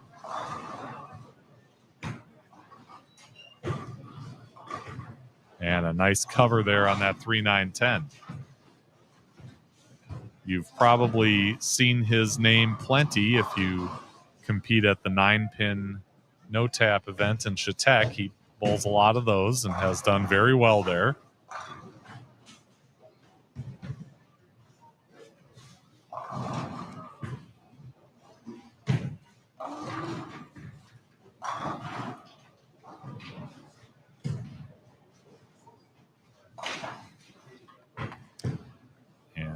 Brad Irvin, who had been in third place after 4 matches, leaves just the 2-pin.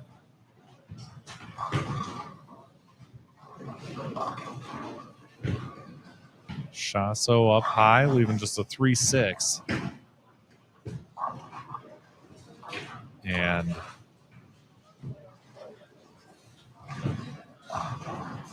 certainly a big thank you to him for his support of this live stream, along with JMO's, Melrose Bowl, Wizards Pro Shop, and Soundwaves.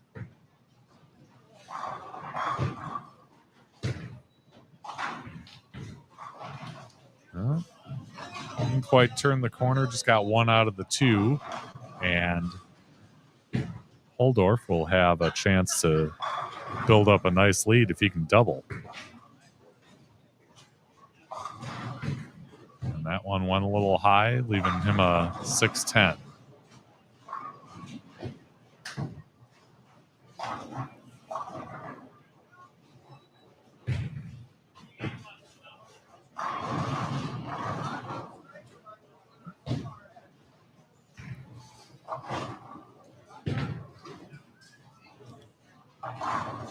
And he chopped the 6 off the 10. Saw that happen once before with Dana Wright on that same pair. And got him again. So just 1 pin separating those two as we move into the 3rd frame. Irvin puts 10 back, slaps out that 10 pin.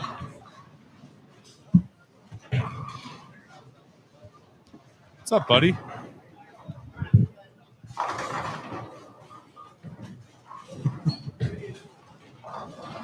You got nothing to say?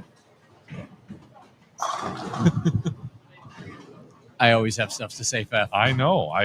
When you came in, this is Jim Lucas on the microphone, by the way. When you came in, I was telling John Cryer or Nick, I can't remember which one was here, but I said, in a couple of years, you're going to have to deal with Jim Lucas, and he's not someone who is forgettable. You're going to know who he is. Oh, you're going to remember me. Yeah. I was talking to John when I first got here before. I said, next year, I should really throw these guys off. I got to figure out if I want to bowl it right-handed or left-handed. And Cryer said, what you should do is bowl 1 week left-handed and then come back the next week, bowl right-handed, and really throw them all off. I suppose. This is a fun one to watch. Isn't it? It's a lot of good bowling going on today. Holy cow. I've been up and down the house probably twice, and you'll see great shots, and then you'll see struggle. Yeah. Yeah. How's this pair been for the most part all day? It was kind of tighter to start out, and you could kind of see it opening up. Okay. We had some nice scores on it this past game. Halita had 260 plus. But yeah, it's taken some time, but they're slowly starting to open up, and I'm sure a lot of these folks are going to pay attention because the stepladder is going to be on 7 through 10. They're going to give the higher seed the choice of pairs, so that'll be interesting. Which means you're going to have some of your top guys starting to watch over here too to see what's happening. Yep. Nice shot. Dave from Whitman Slim. with a good one. Yeah. It's good to see George bowling too. Yeah, you can see his pinfall over there on lane 6. And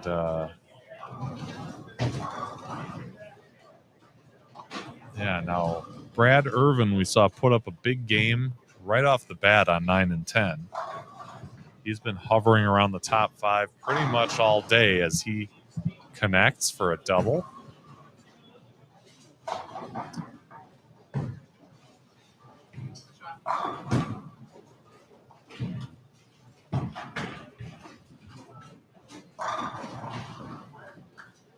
And one of the things I'm really happy about, and I've said this before, is just the great turnout from our local guys. We had Mike Wurz is here, we've got Slim, Jerry Holdorf, Bob Wolf, Terry Halita, Jim Callahan bowling out there. Kurt Hankey, Jeff Kurt Hankey. Segerstrom. Yep.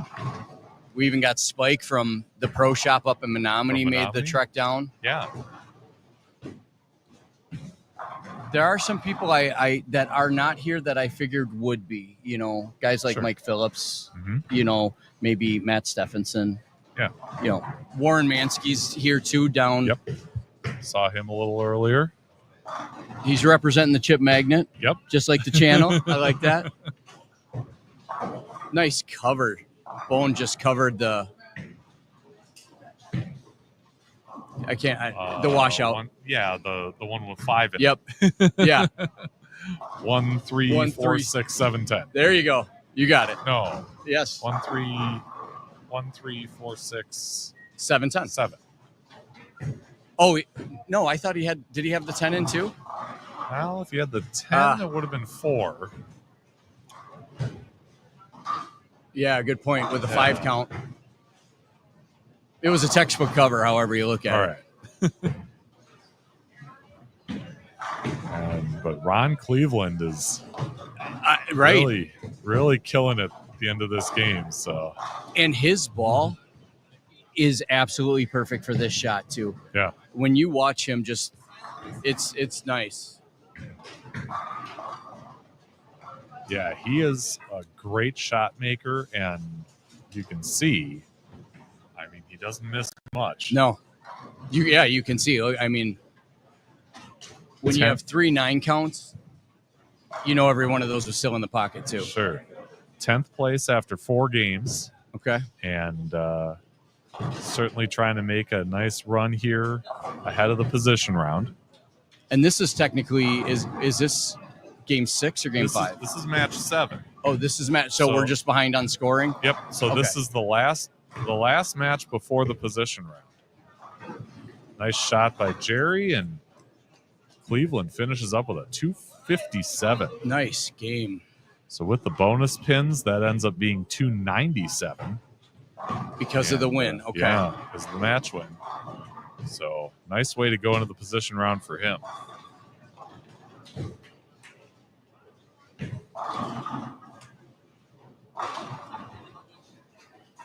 Where is the cut line today?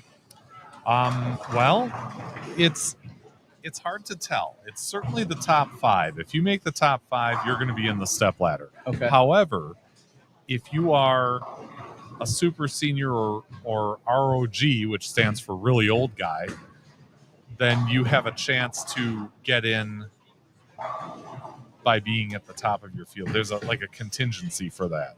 And Or, what you age qualifies those super seniors then? Cash by the top of your field, but get in. Maybe it bumps it down to another. There's a way to get in. Okay. Too.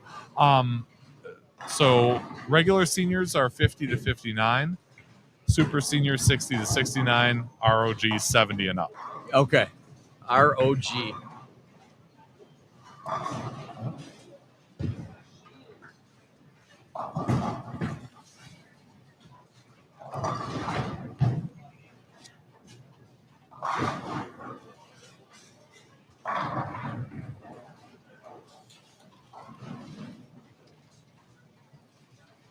So they refer to the ROG as silver on the sheet. Is the ROG would be the silver? Yes. Okay. Yep. I do like ROG though. Yeah. Yeah. That's where Jerry Hallsdorf falls in here, Yep. too. It's a local legend right He there, is right on the our- pair where we're at. Our resident ROG. Yes.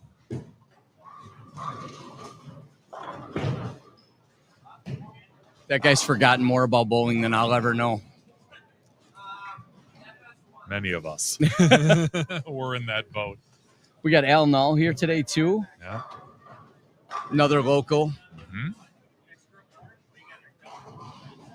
Rob Erickson is here. Bob Wolf. Did you mention Bob? Yeah. Okay. Yeah. There's a lot of them. It's hard to keep track, but Is it me Really or does good Bob number. Wolf look like he's lost a lot of weight? I guess I didn't notice, but I just saw him a few weeks ago. So Okay, that would be, Yeah. yeah. I don't think I've seen him in a while.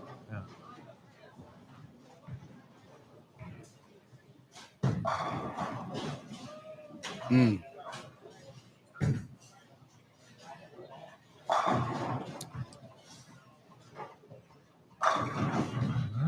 a little half pocket hit for Irvin, week 10.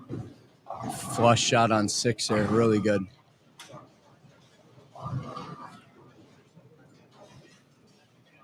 Shasow needs to get going if he's going to put some pressure on Holdorf.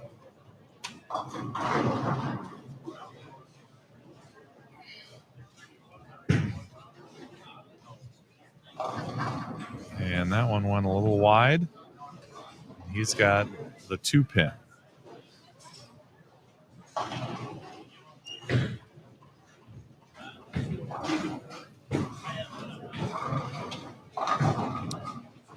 So we've got a tight match between Irvin and Whitman. And Jerry can put together a couple strikes here. He can really turn the screws in this pro shop owner versus pro shop owner match between him and Shasow.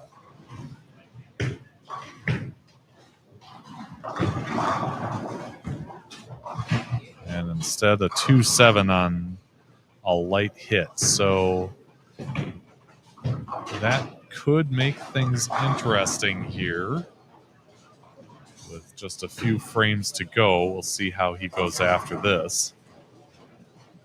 It's kind of hard to see on the live stream, but you've also got a pin that's like hanging upside down by the curtain on the left.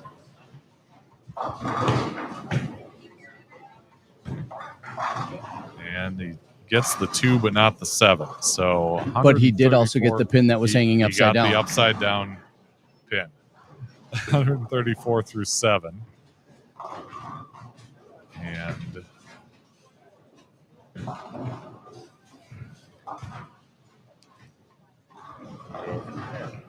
Irvin splashes out the left side.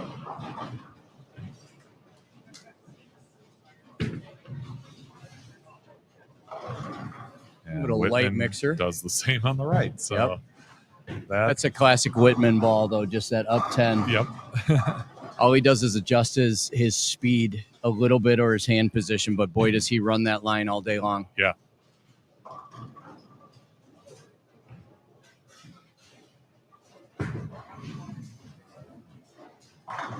There's Nice a shot good by one. Jerry. Right through the pins.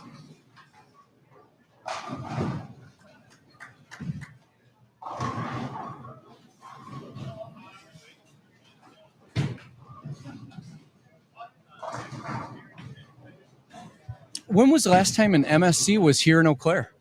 The last time an MSC was here in Eau Claire was in 2023. And I was fortunate enough to live stream that one. We had Clark Polzer winning in the championship match over Craig Schiffler. And both of those guys are here today. Excellent.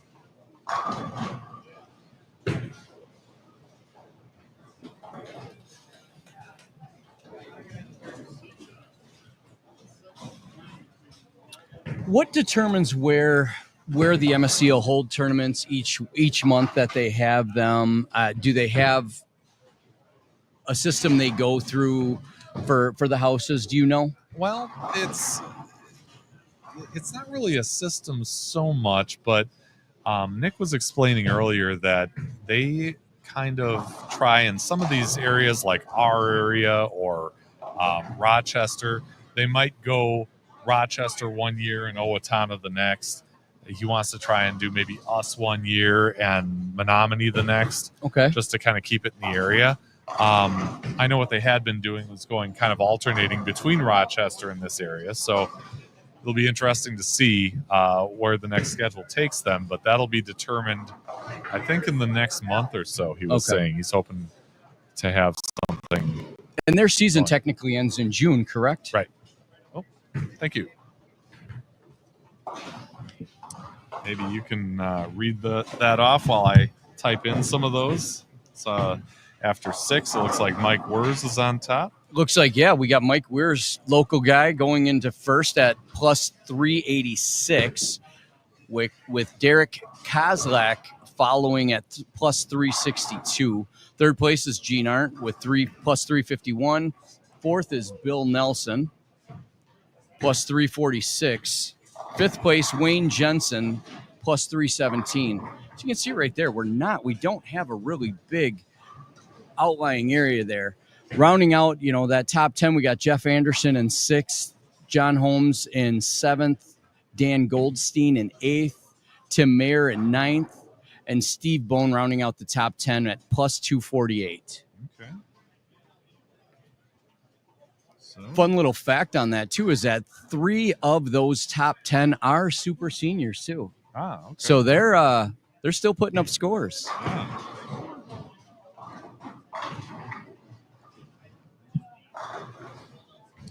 So you can really start seeing that top 5 taking shape. You really can. Your top 4, you got about 40 pins separating them, and that is just a win. Yeah. That is just a win. Maybe not for them, but for all of us. No, but if they get a win, that's the 40 pins, isn't it? Yeah. On the bonus. Yep. So we can see some movement because this is after 6 games. So. Yep.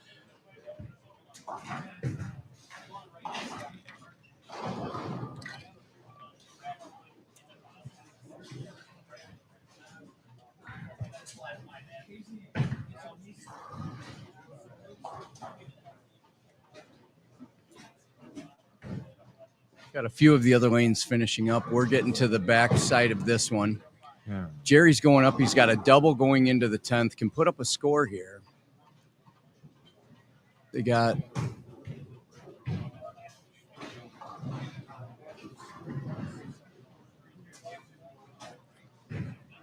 And he decided to back off. Looks like you might not be able to see it on the live feed. On 3 and 4, we have a house worker getting a pin out of a gutter over here. Oh, yeah.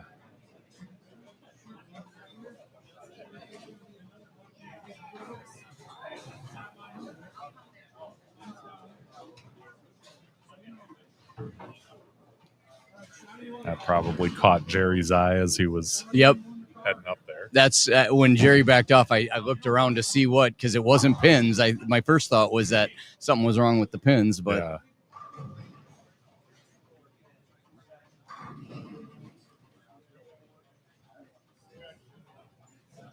I don't know, if people understand how much stuff you do on this computer in the back scenes that they get to see. I mean, we just watch your program and we're like, oh, look, this is what we get. As long as it looks okay, as long as it's tolerable. You do a lot of work here, my man. It's a lot, and I'm watching you do it, and I'm like, what is he doing now? But I know it's got to be something good because that's why we watch Bowling with the Fef. There you go. All right, Shasau with a strike in the 10th. That makes this spare pretty crucial for Jerry. Or no, he's got him locked out. Never mind. And he makes the spare anyway.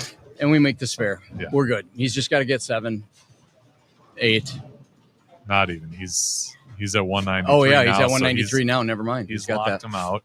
So Jerry's going to get 40, right? 40, is that yep. what the bonus is? Mm-hmm. It's a big bonus, isn't it? Yeah. push. It did.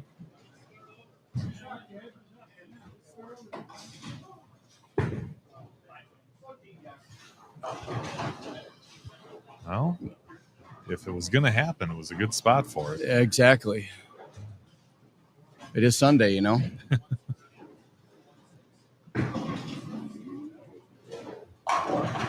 So Jeff Segerstrom is in the 8th frame over on 3 and 4.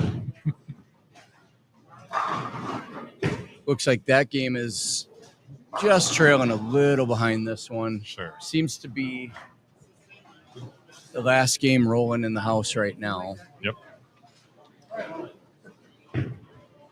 All right. Whitman can punch for 237.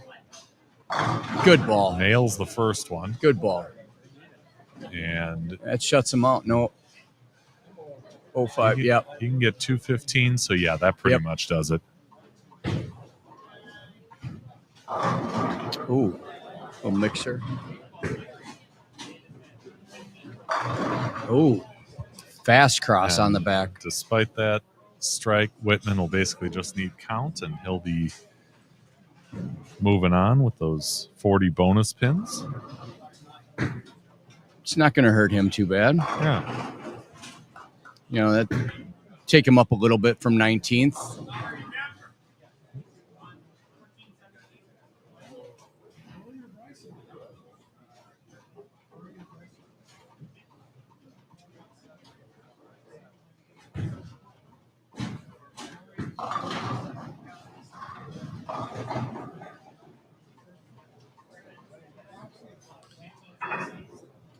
Yeah, really just the guys on 3 and 4.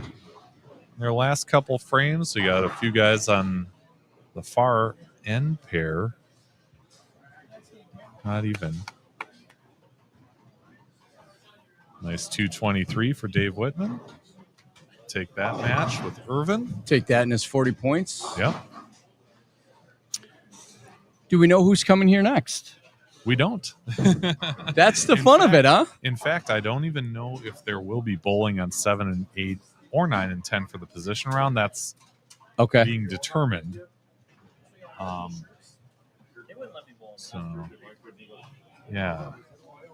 That's why I pulled out that tripod that none of you can see, but I can see. I had to move it off of the chair before I could sit down. Because I might have to set up another camera there. Okay. Yeah. Do you need help? I don't know. We'll see. What I might need is for them to turn off the TV over there. If I go over it. If you go there. Yeah. But Ryan Barnes is on TV, isn't he? Yeah. Looks like Ethan Fiore there. Yeah. I thought I saw Ryan Barnes. Yep. Who is in that stepladder today? I didn't get to watch yesterday. Kevin McCune, Tim Foy, Ryan Barnes, Alec Keplinger, and Fiore. Yep. Okay. Is that 2 Wichita guys there then? Keplinger and Barnes? Mm-hmm.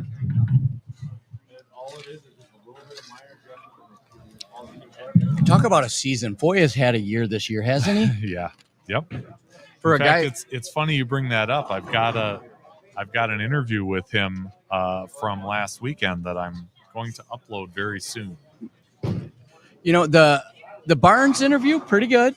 Yeah. That was a pretty good interview. I got to check that one out, and I checked out with the commissioner. Good interview there. Looks like you really got some good content while you were down there. I tried. Yeah, it was a good situation with the Pro-Am, and they had basically everybody from the event at Waukesha was at the Pro-Am at Sussex. So that makes it fun. How did the pros move across the lanes at that Pro-Am? Did you watch any of the actual competition? I did. Let me just mention that Corey says, have a great day. Thanks for sharing your great show, Pfeff. Good luck to all the final bowlers. Thank you for tuning in.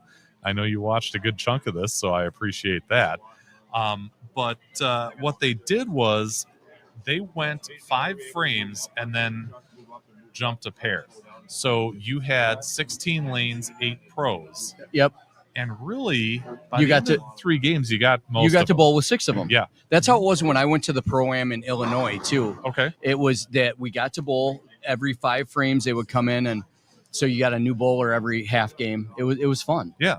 Yeah, that's good stuff. And they interact with you. If anybody out there ever gets a chance to bowl the program near them, it is worth it just for experience. The guys that come on your lane, they'll take a picture with you every time.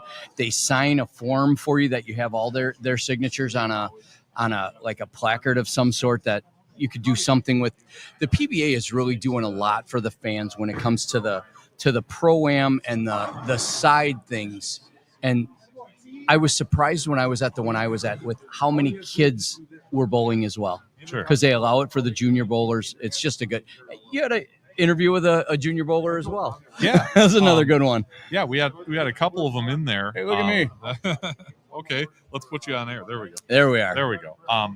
Yeah, there were a couple of juniors in there. Yeah. That were nice enough to come aside and give us a few words. But yeah, an interesting mix of folks at that one at Sussex. And how far is Sussex from Fox? From Waukesha? Yeah.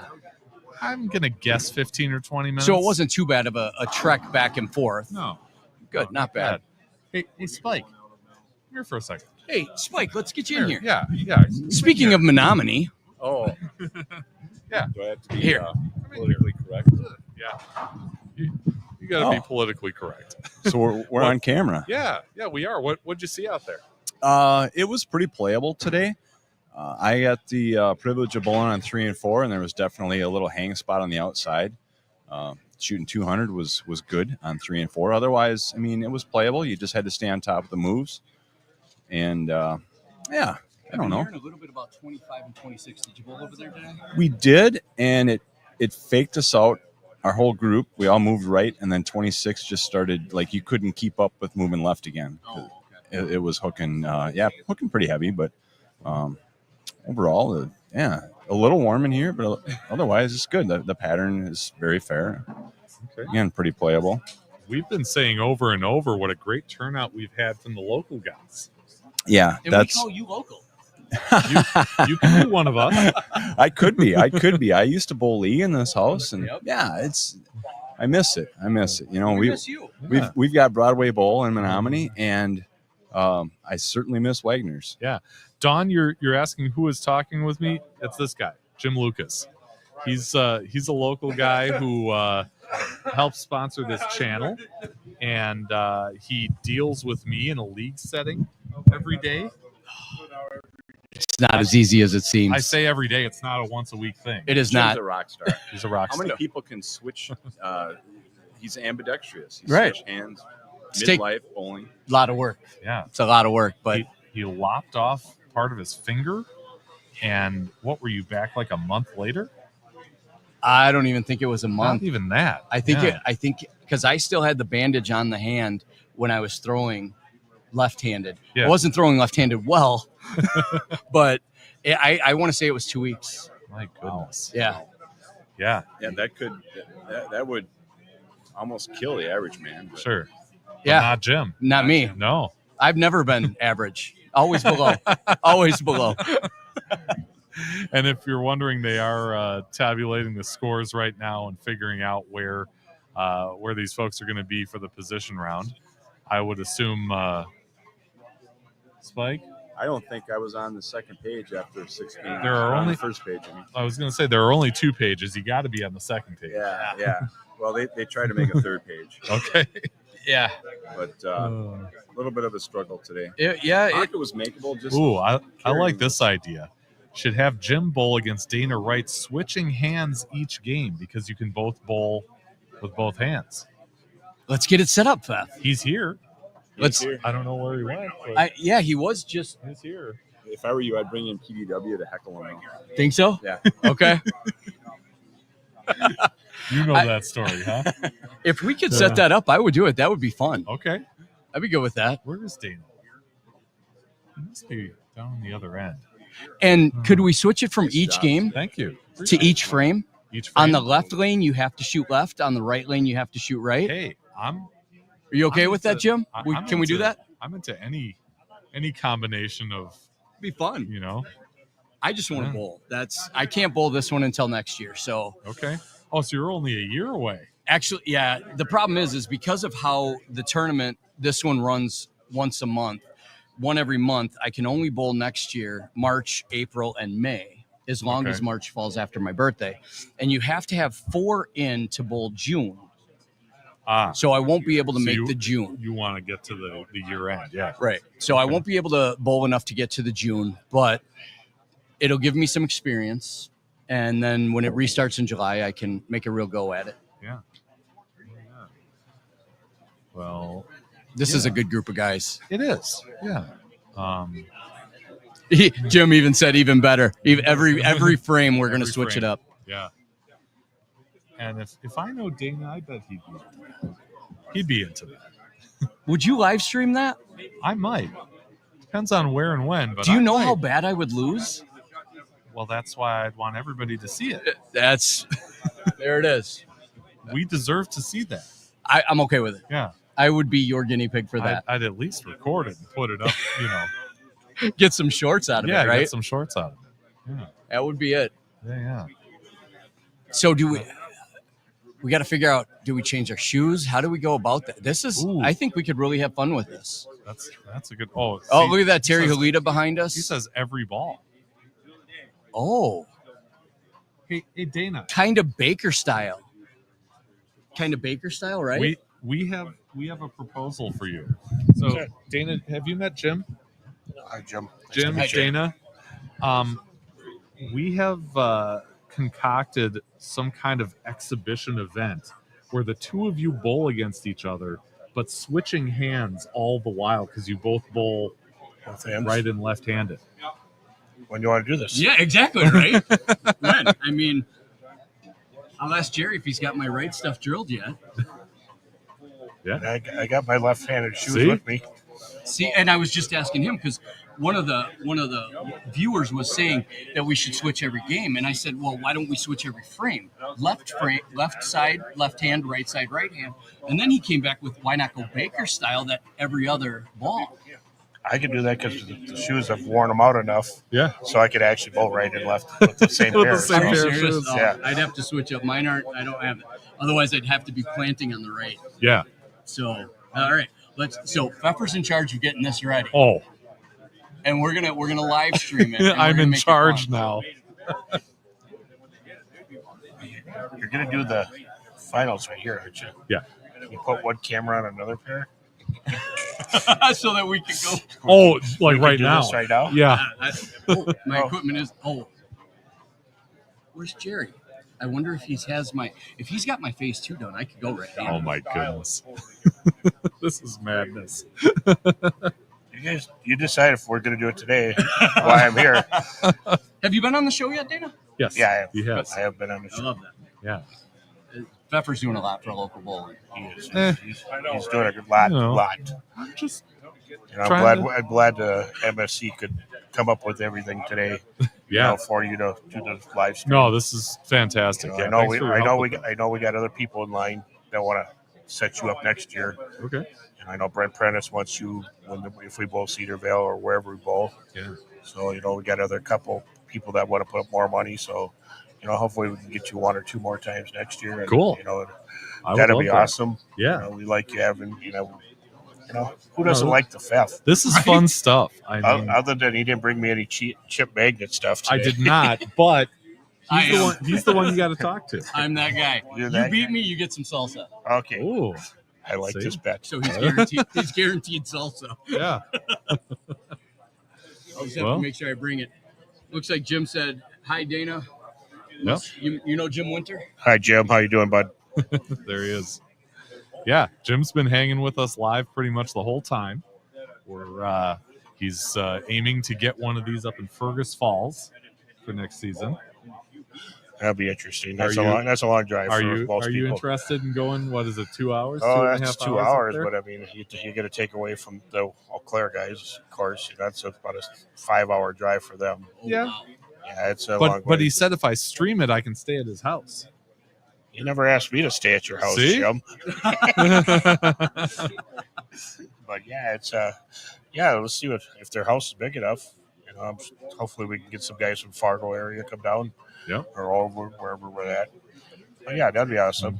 They're getting tired. We're never interaction. Oh no, we never get tired. No, keep it coming. Yeah, for sure. But are we all staying at Jim's house? Then is that what's going to happen? I don't know. How much room do you have, Jim?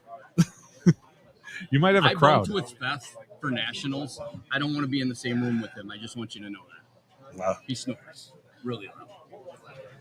It's part of life. I told him I had lice. Do you still want me there?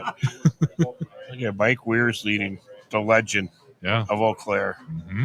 He is kind of a legend around here. Yeah, then you get, he has he's a he has an ice house. I can say.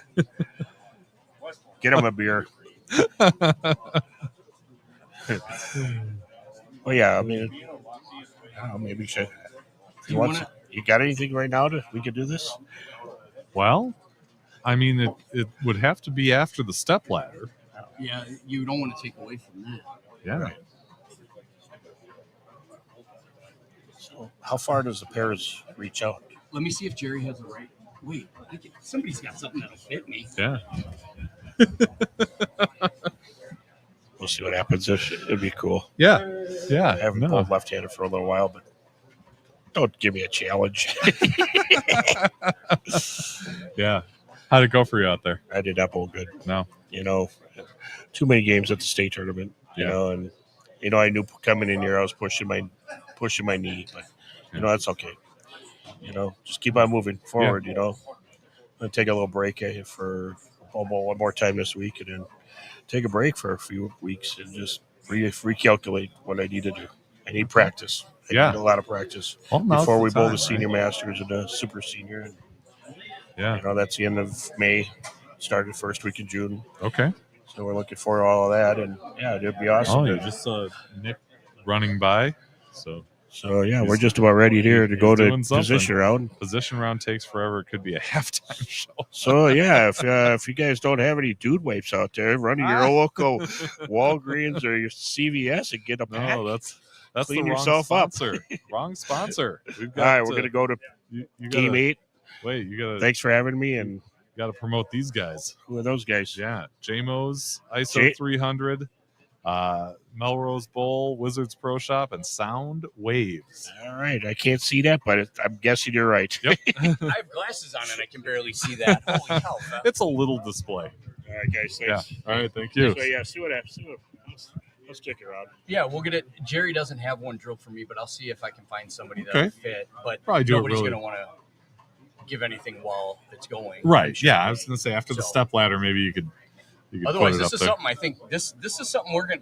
If we don't make it happen today, it's gonna happen. Yeah, this is gonna be fun. Okay, we'll make it. If it don't happen, we'll definitely make it somewhere. Good. Winner gets salsa. Winner gets salsa. Like salsa. That's how the Feftacular works. Thanks for stopping over, Dana. Nice meeting you. Yeah, unfortunately, you can't just have a couple scoops. No, you end up eating a whole jar. You can have a couple jars. I'm okay with that. Yeah.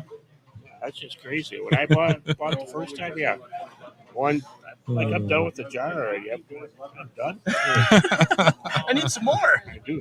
It's good. I love it. All right, guys, Thank you. for having me. All right, you bet. Good to see you. All right. Well, we are in between games 7 and 8, and as we've said a few times, it's a position round, so they're figuring out where everybody is, and then they'll assign lanes for everybody. But it's good stuff. We got you lined up for a nice challenge match. That's going to be fun. Yeah, that will be fun. I don't know that my back can handle it today, but I would try. I definitely would try. Maybe we can get Mike Weirs over here. Come here.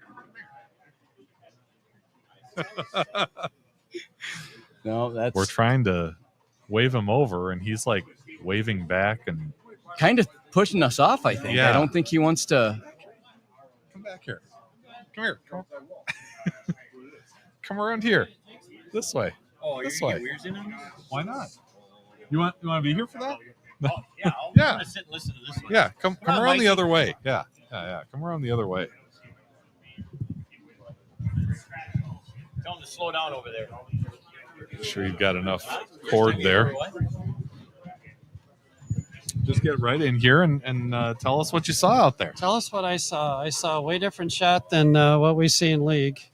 I used a ball that I could never use here before. It was kind of like a different house, but It favors the guys throwing up and in, I think, because if you throw away from the pocket, you're going to leave stuff. And when I had all the pairs are different. When I hit a pair that I didn't like, I moved right and I gunned it. I can throw harder than most people, and I just threw right through it. Took the shot out of it. So a lot will depend on position around pair. If I got it there, I'll hit it. If not, well, next month is next month. So let's see. It looked like on 7 and 8 especially that as the day wore on, there was a little misroom right. Did you see that? Oh, there's a little bit, but if you throw it a little right, you got a 2-8-10, and you saw a lot of them. And the reason you knew it was coming was first game, halfway through, on one of our pairs, there was 10 pin, 10 pin, 10 pin right in a row. And pocket 7, 10, 2 lanes down. That tells you it pushes fast. So to me, if you're throwing away from the pocket to recover, that's a hard shot here. It just is. And the racks are marginal here. I'll say it, whatever, right out loud. And that doesn't help either. So you got to be a little more precise. Yeah. Okay. Who are you, who are you moving with? A lefty, thanks, Dave Freeman. Okay. So that didn't tell me anything.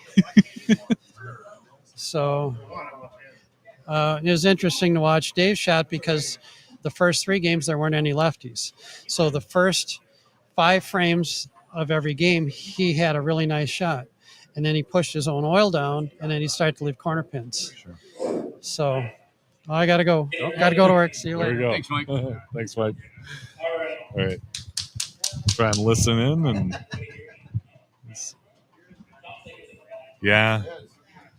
Right now, Nick's got his microphone in the back. But we'll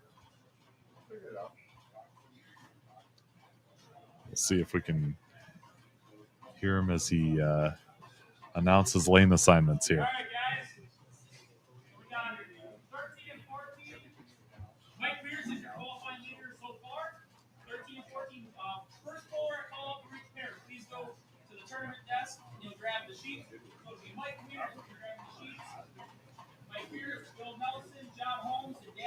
On 13 and 14, 15 and 16, Tim Mayer, please go grab the sheets over the tournament desk. Probably come over here for, hold on, I got you. Come right up here. Come up here. They gotta hear me down there. Well, yeah. You'll hear me, I promise. Yeah.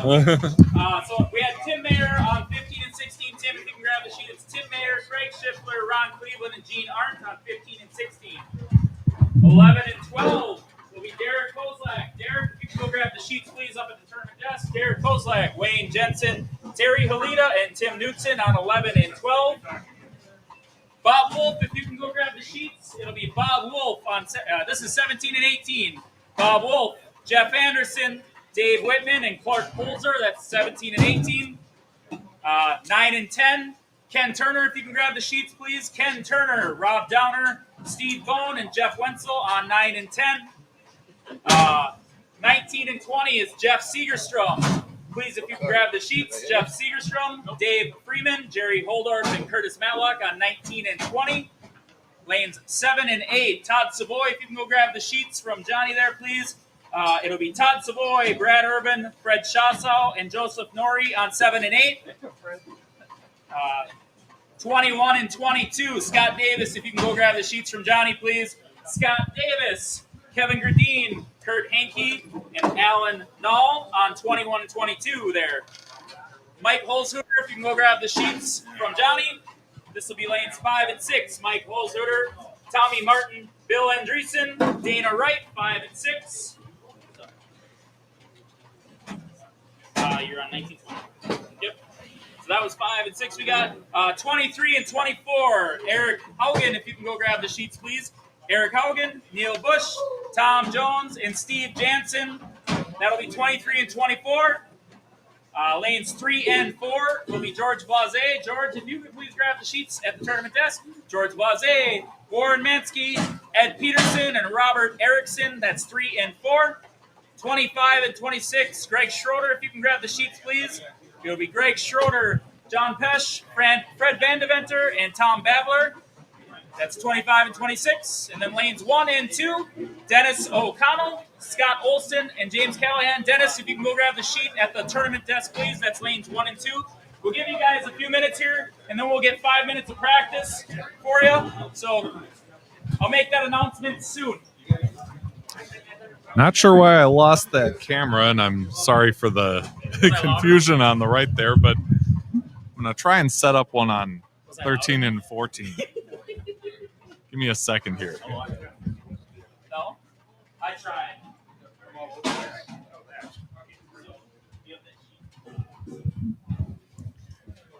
If you missed any of it, we're going to get 5 minutes of practice time. Everybody's going to get reacclimated to their new pair that they're at. Our leaders are going to be on 13 and 14 to start.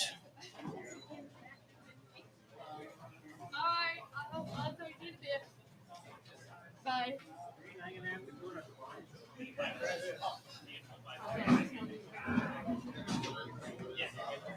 Yep. Okay.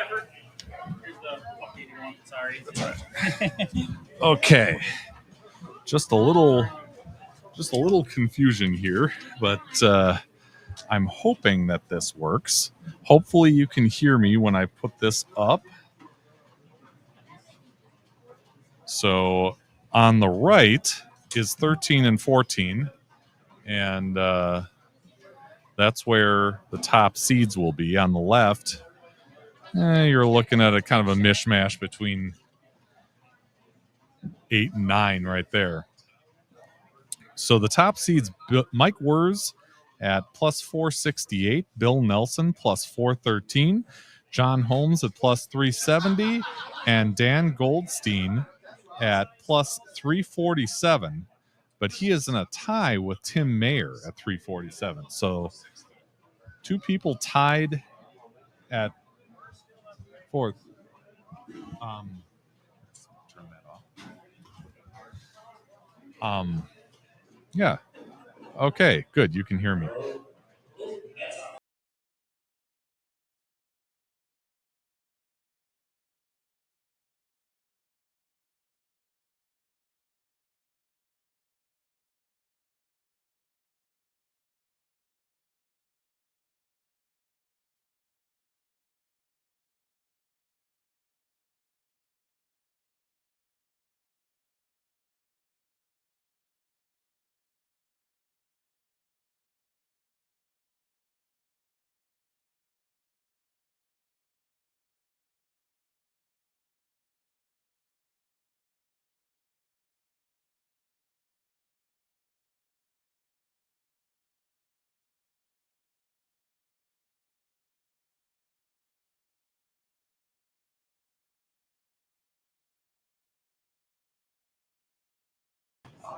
Can you hear it now? For some reason... If you want to adjust that other camera a little bit, you can. We've had the TV taken care of. Okay. Yeah, for some reason, they can't hear when it's full screen. This actually tells you what lane I put them on. Oh, cool. If you want All right. that. Yep. Yeah. Somebody hit a sweep, though. 11 and 12. Derek. Oh, okay. Well, Did you say when you go full screen? yeah, when he said when I go full screen, you can't hear it, but hopefully you can hear it now. So on the left, you've got 13 and 14, and you're going to want to take that away because it'll... It's reverbing? Yep. So on 13 and 14, that's on the left. You've got Dan Goldstein, John Holmes, Mike Wurz, and Bill Nelson. And Mayer will be on a pair nearby, I'm guessing. Yeah, he is on, looks like 13 and 14 from what I can tell from here. So, and I'll take this thing off of there because we are not in those scores anymore. And this will be match 8, but again, they're practicing right now. So it's not in competition just yet, but if you give them a few minutes to finish up their shadow balls, they should be ready to roll.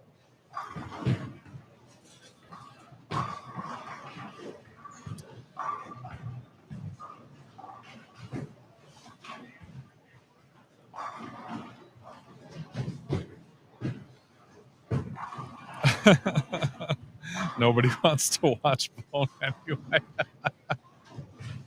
I'm going to let them know you said that. Yeah, the view over here is a little obscured, I guess you could say, because of the split screen. But I'm not really sure how to do that and still have my volume on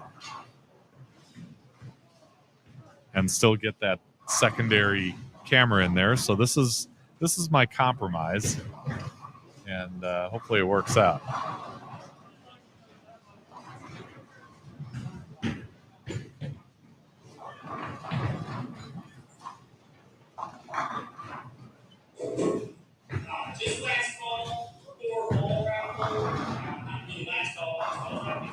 Oh.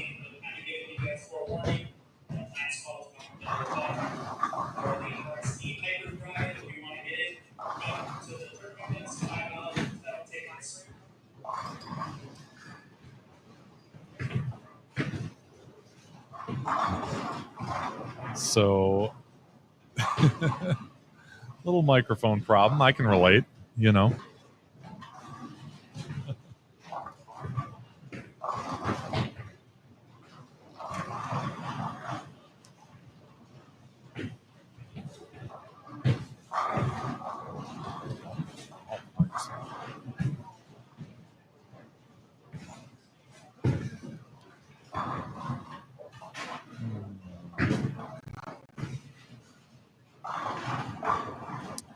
Oh, wow. So Jim says Fiore beat Barnes for the title. Well, good for him. He's a good player. I don't think anybody's going to forget that roll-off he had with E.J. Tackett earlier in the season. That was something to see.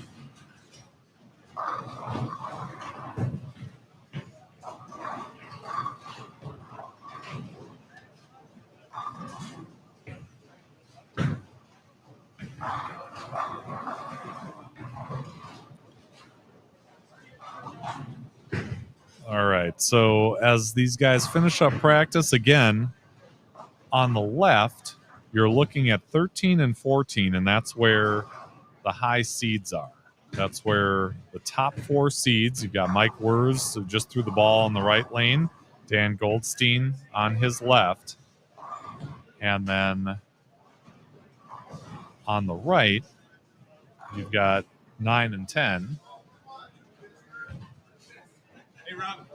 And on 9 and 10, you've got Steve Bone,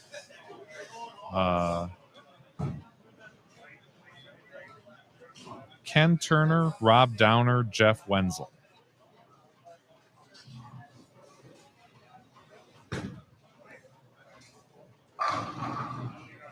And we are just getting underway or about to, depending on the pair you're on.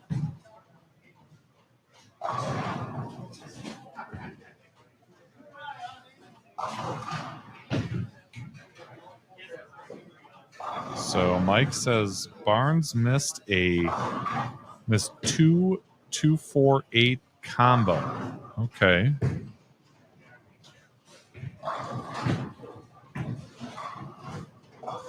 So maybe he took the 2-4 off the 8?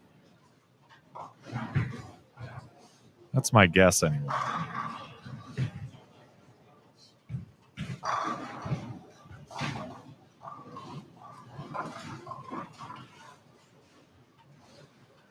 Anyway, on the left here, you got John Holmes starting things off.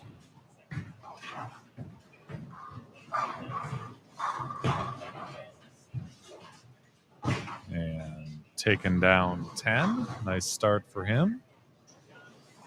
Taking down 10. Nice start.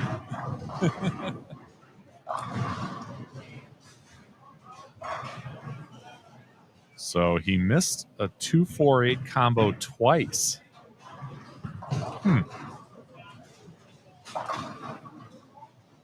right. So it looks like Goldstein is coming off an open in his first frame, if I can see that correctly.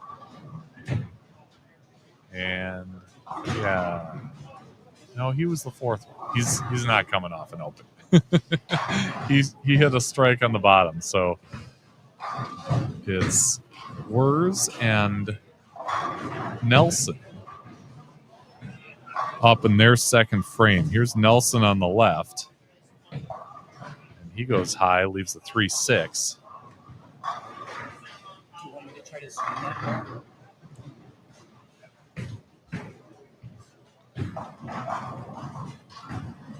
And another strike for Wers. He kind of pumps his fists a little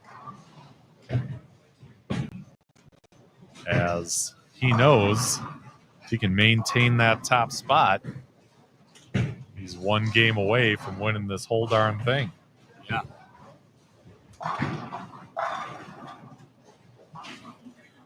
We got a lot of really good bowlers in this middle section that we're getting here right now. Sure.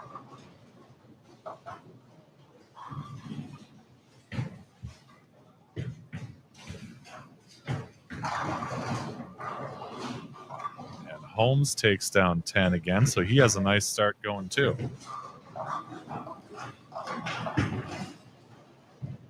Or no, I'm sorry. He left something there. 7 pin. And then Bone followed up with the same. You know, looking across these pairs right now, we got guys that are really on good starts.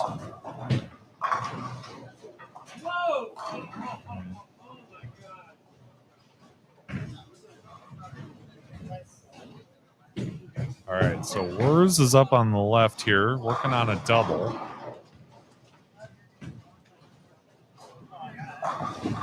And rings a Just 10. ringing. When I talked to Mike a little bit earlier, when we were down on the high side of the house, we were talking, and he was making some adjustments to try and avoid the 10 pin at that time. The adjustment that he made ended up causing him to go through the nose, and he made that decision then. He said that he's not going to make that move going in this position round. He said he's just going to accept the 10 pins and just cover them, because the leaves that he was leaving when he was making the moves, just it didn't have the room to do it.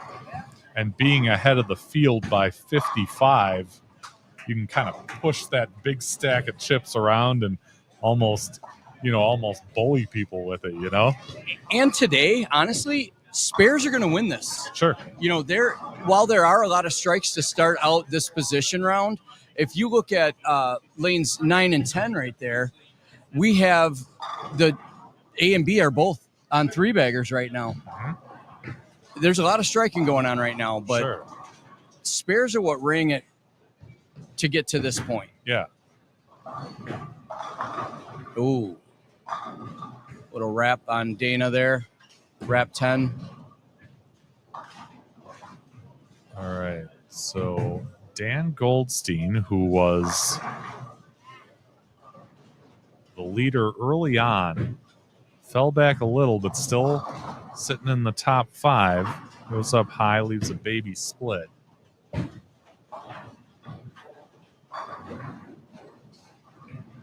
He was working on a double.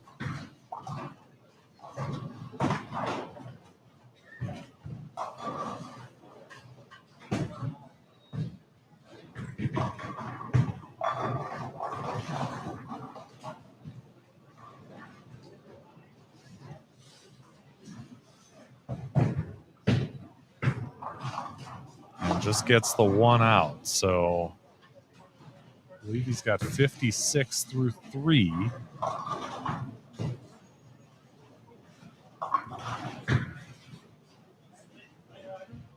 And he is bowling against Holmes. And he's gone strike, spare, strike the first 3. Now, Pfeff, in this round, are they still getting the bonus pins if they win? Yep. Okay. They do. 40 pins for a win, and if they happen to tie, each of them gets 20. Okay.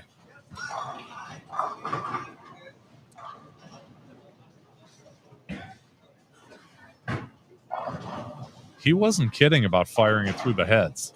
No, he is really getting out of that fast. Weird bucket fall over on 11 or 12 in that range. Oh.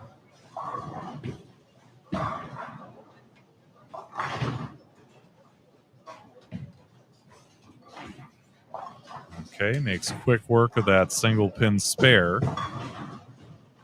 So again, it's hard to see, but he's in the 60s through 3. And he's going to do his best to keep everybody else at bay and just ride that lead into the championship match.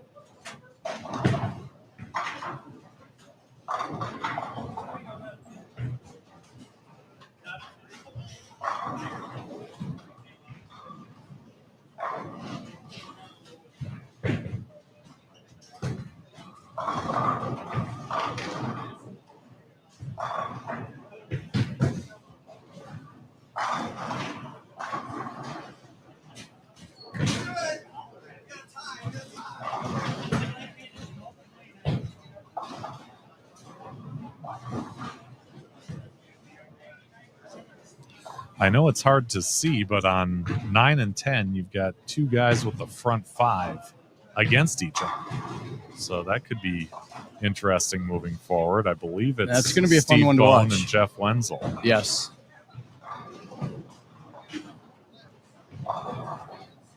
Oh, tap on the 7-pin, but left it for Weirs over on 13. Yeah. But you're right. He is just firing it up and in.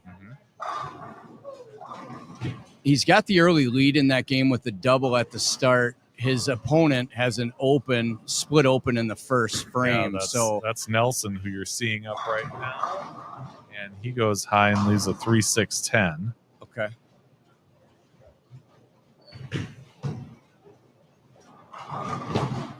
Good cover by Mike. Yeah.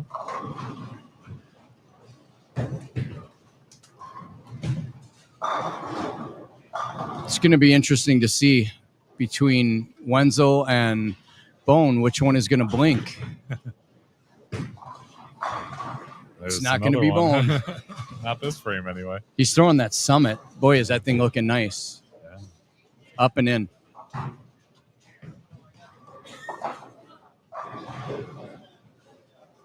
Flat 10 for Holmes.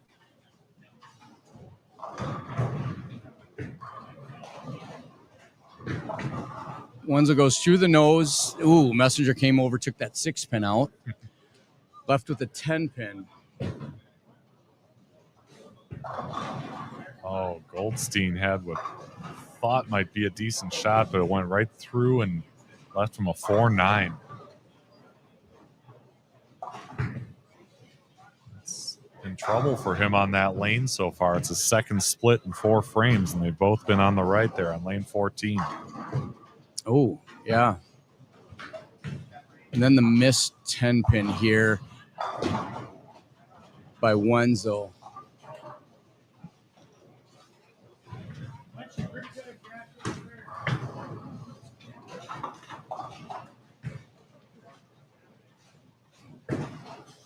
Okay, so Nelson trying to get back in this match with Words. And this is his good lane. Ooh, little nosy on it. Yeah, but got out of trouble. He'll just have the 4-pin. See how Mike responds. 7-pin again.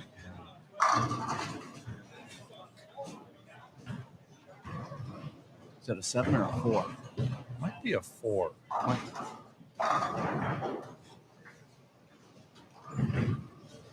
That's on the corner. It's hard to see. It's hard to see. Yeah. You have to understand that we're with a small display. Yeah. Staring at an image from a cell phone, and we're about 5 lanes away. Right. But Words makes the spare. Actually, yeah, that's all the 4 pairs over. So, I mean, we're 8 lanes away. Yeah, 8 lanes away.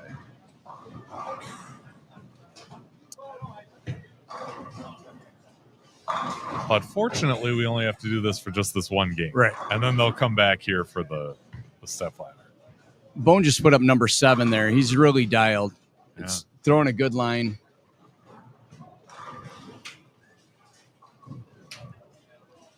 He came into this game in 19th. So he'll gain some ground. You think, yeah.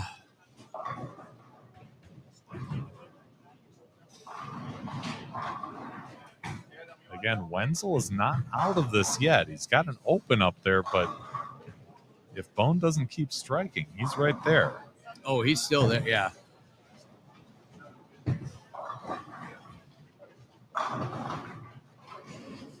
Almost an A10 leave on 9 there. Got lucky, kicked out that 10. Not a bad Jim ball. says it's a lefty house. I disagree. You're hearing from a guy who's tried it both ways. I've thrown this out both ways. And right-handed, I do score better. All right, so stayed out of trouble there. Wurs left a 2-5.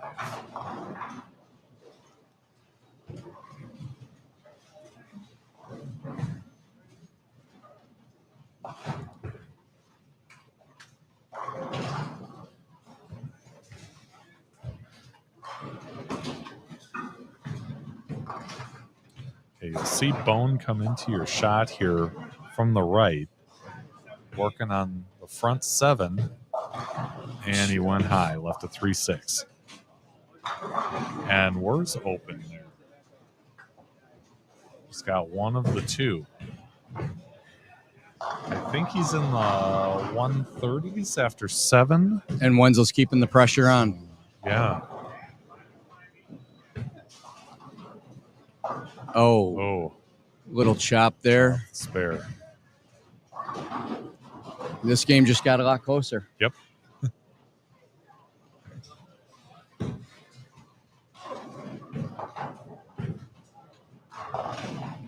They both strike out. It's going to be a 1-pin game. Yep. And they both have the ability to strike out. Sure. Oh, yeah. All right. Let's see if Goldstein can get right on this right lane. And he does.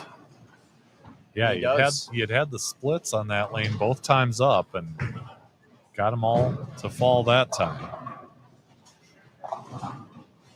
So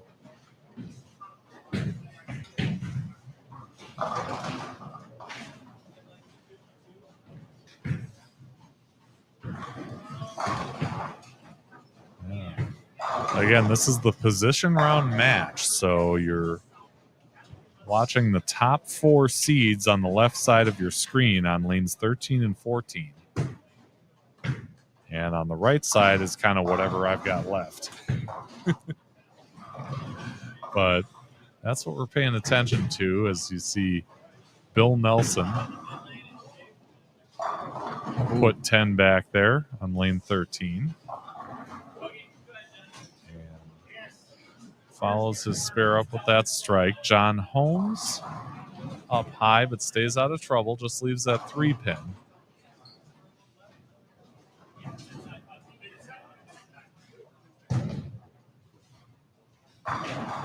And on the left, Goldstein coming off a double. He's had those 2 splits, but they've both been on the right lane. Wenzel just struck in the 9th. This game is really tight.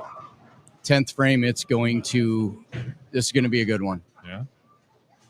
Okay, Goldstein stays out of trouble on a high hit, but just left the is that a 10-pin or a 6-pin? That looks like a 6 from here. Yeah.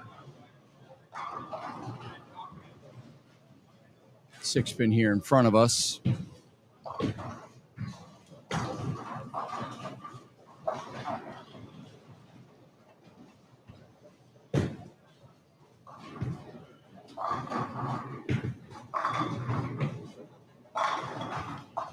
Okay, covers that up.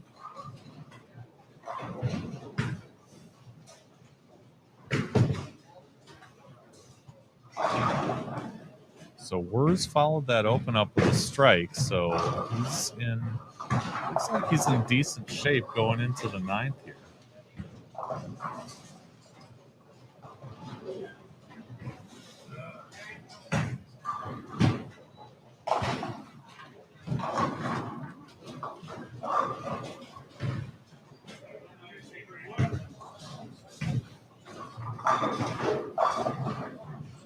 10 down. That's a big double. It is.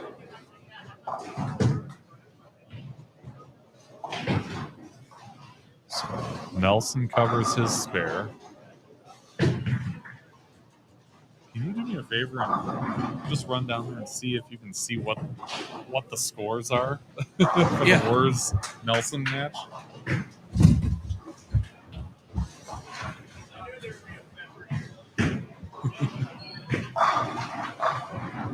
How's it going? What's that? How's it going? Good. How you doing? Good. So Jim's checking the score here just so we can find out exactly where this match is at. Jim says 5 through 8 can put up big scores and move. Yeah. I went from 8th to 5th. And yeah. Oh, certainly. Especially If they with both bonus strike points. out, they'll tie. Okay. So here's Nelson in his 10th frame. Up high and trips a 4. What a big spot for that to happen in. So Wurs is working on a double. And with that first strike, count is not quite as important for Nelson. But if Wurs keeps striking, and he hits the first one. Did you yell at Bone and tell him he needs to pick up his spares to win matches? Nelson with his second shot gets 10 down, so that's going to force Wurs to double now too. Right. Yeah. Back and forth we go in this match between our top 2 seeds to grab that 40 bonus pin haul for a win here. Here's Wurs in the second shot in the 10th. Oh, and he leaves an 8-10. Boy. That's the danger when you fire it through the heads like that. Still has the win. What's that? He still has the win? Yeah, because I see he's up.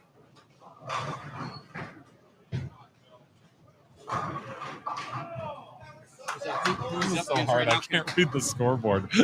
Right.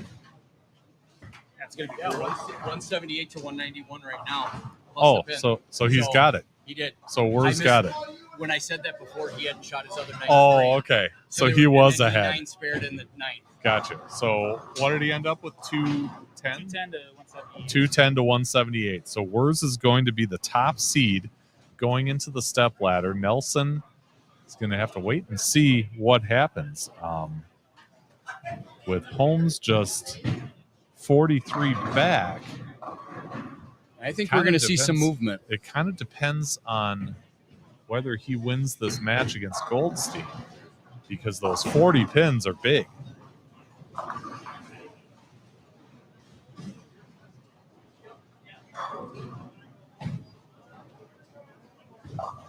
And Goldstein puts it right through the face for a big split. Looks like a church. 4, 6, 7, 9, 10. Let's see what Holmes does coming off the strike in his 10th frame.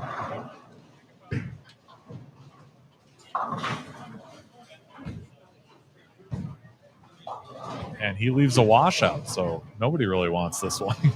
No. All right.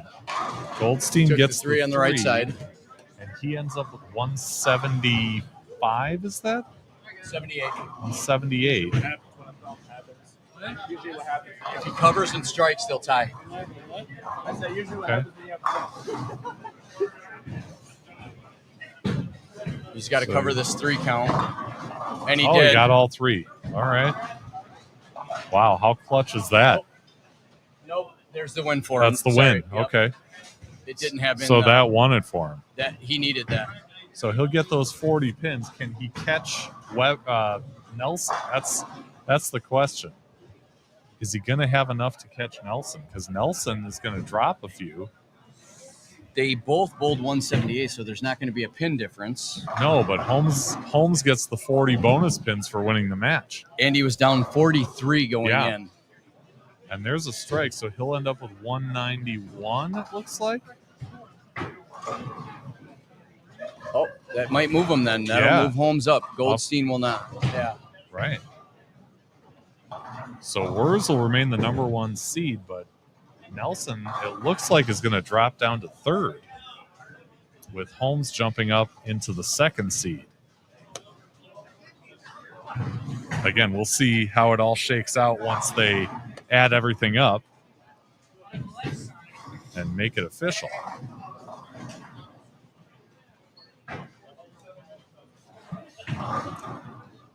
But there we go. So we've got that all taken care of. Here's how they're finishing up over here on 7 and 8. Joe Norrie hits a double here and forces Fred Schassau to stay with him.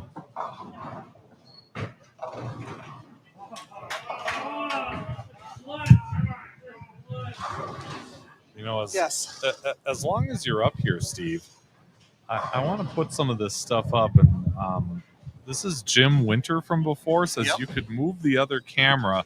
Nobody wants to watch Bone anyway. I wouldn't either. And I'm supposed to tell you that The Rock said it. Oh, I'm sure he did. Denied. How'd it go out there in that last game for you? You had a big string to start. Yeah. Wenzel at 256. I had 254. Okay. Yeah. All right. So. Yeah. Other than that, it was pretty good. Yeah. Left side was finally opening up the last game. Okay. Which good time for that to happen, right? Yeah. Yeah. Yeah. And Schassau gets a 1-pin win there over Norrie. Yeah. But yeah. What do you think about your teammate wrapping up the top seed? Mike Weirs. Yeah. House shot hero. But this isn't a house shot. I know. Yeah, he grew up here and he bowls well here. Yeah. Yeah, he does. He won every match. That's the key. Yeah. MSC, if you win matches, that's all it takes. Right. Yep. Yeah. Who are you traveling with today? Today, I was with Bill Nelson, who actually lost to Weirs. Yeah. He bowled good all day. He really did. Then the last game, what did he shoot? 180? Something like that, maybe? 70? Yeah. Yeah. But he had a good day. I think he's still the fine. 3 seed. Yep. He's still fine. Yep. And I don't think we have any. Do we have any really old guys in that mix? No. A couple super seniors, but Silver would be Clark. Yeah. And then next one would be Jeff Segerstrom, who is only 28 behind Clark going into that game. Okay. So the chances of them factoring into the top 5 not great. There's enough of them, so then one of them automatically goes in the top 5. One of them goes in. Yes. Okay, gotcha. Yep. Okay. Yep, one's automatically seated, and they'll bowl the guy that's 5th. Okay. So we'll have an extra match for stepladder. Correct. Right. Okay. Yep. And Holmes had a nice finish there to jump up into 2nd. Okay. Because he was +8 after the 8th frame, I think it was. He was, and he was 43 behind. Okay. So he made that up and then a few. But and then you got a cluster right here between Sure. 224, which was Derek, and actually 23 pins between 9th and 3rd. Yeah. So we'll see. Yes. It's hard to make heads and tails of it until. Yep. Because you could have a guy that's down here in that 60 back, shoot 270. And get 40. Yeah, and get 40. All of a sudden, that's a 110 pin swing. He gains 10 spots in the standings. Yep. Okay. What did the shot do for you today? What was the transition like? To start, I started in 7-8. 7, it just hooked right away. 8 was fine. Got off that pair with a 170 or 180. Went to 3 and 4. I go strike on 3, 8 pin on 4, strike on 3, another 8 pin on 5 or on 4. Okay. Then I go to the high end and shoot 260 against Todd Savoy, who was the whipping child today. He had a lot of big scores on him against him. Yeah. All right. Then after that, I kind of like fished around a little bit, a couple of 170, 180s, and I lost a couple games, and that's going to happen. Yep. So that's where. Sure. Then Ron Cleveland, of course, whooped me in Game 7. Okay. Beat me by a teammate. He's supposed to let me win one every once in a while. Sure. But this was something that was scoreable at times. So. And the carry, I think, was really good here today. Yeah. If you hit the pocket, there's like a couple. I didn't leave that many 7 pins, which you come in that. I was coming in a little flatter than normal, but yeah, I left more 8 pins than 7 pins, I think, today. Okay. Yeah. All right. A couple of buckets, but yeah, that'll happen. Yeah. Yep. For sure. Cool. Well, I'm glad that position round game was the only one where I have to try and translate what the score is way down there and looking at a little, little display from a cell phone camera. Oh yes, there you go. Yep. It's all downhill from here. Yep. Yeah. Everything's in front of you now. Yeah. But that's kind of interesting that they're letting the higher seed choose which pair. Yeah, which we're going to be on these pairs in front of the cameras. Which the semifinal game, you would think the top seed will probably want the other pair. Depends how that person. If that guy shoots 180 and wins, maybe you want to be on that pair again. Sure. But yeah, it's up to Weirs. Yep. It is. Yeah, he will have one match to win to take this whole thing. Yep. And then you get John Holmes and maybe Bill Nelson after that. Bill should be in. Holmes, whoever won the, Tim Mayer, Schiffler, and then I think Gene might have been beaten. Okay. Ron, but I don't know. Oh, okay. That's exactly what I said. That's exactly what come up. Yeah, I'm not sure where I think Schiffler might have beaten Tim Mayer the way Tim is walking away, but you never know. Yeah. And Schiffler is talking to Weirs way down, about as far away as they can get from me. It's story time. We actually got Weirs to come over here before that last match, and then they started turning lanes on, and he ran away like an Olympic sprinter. Yep.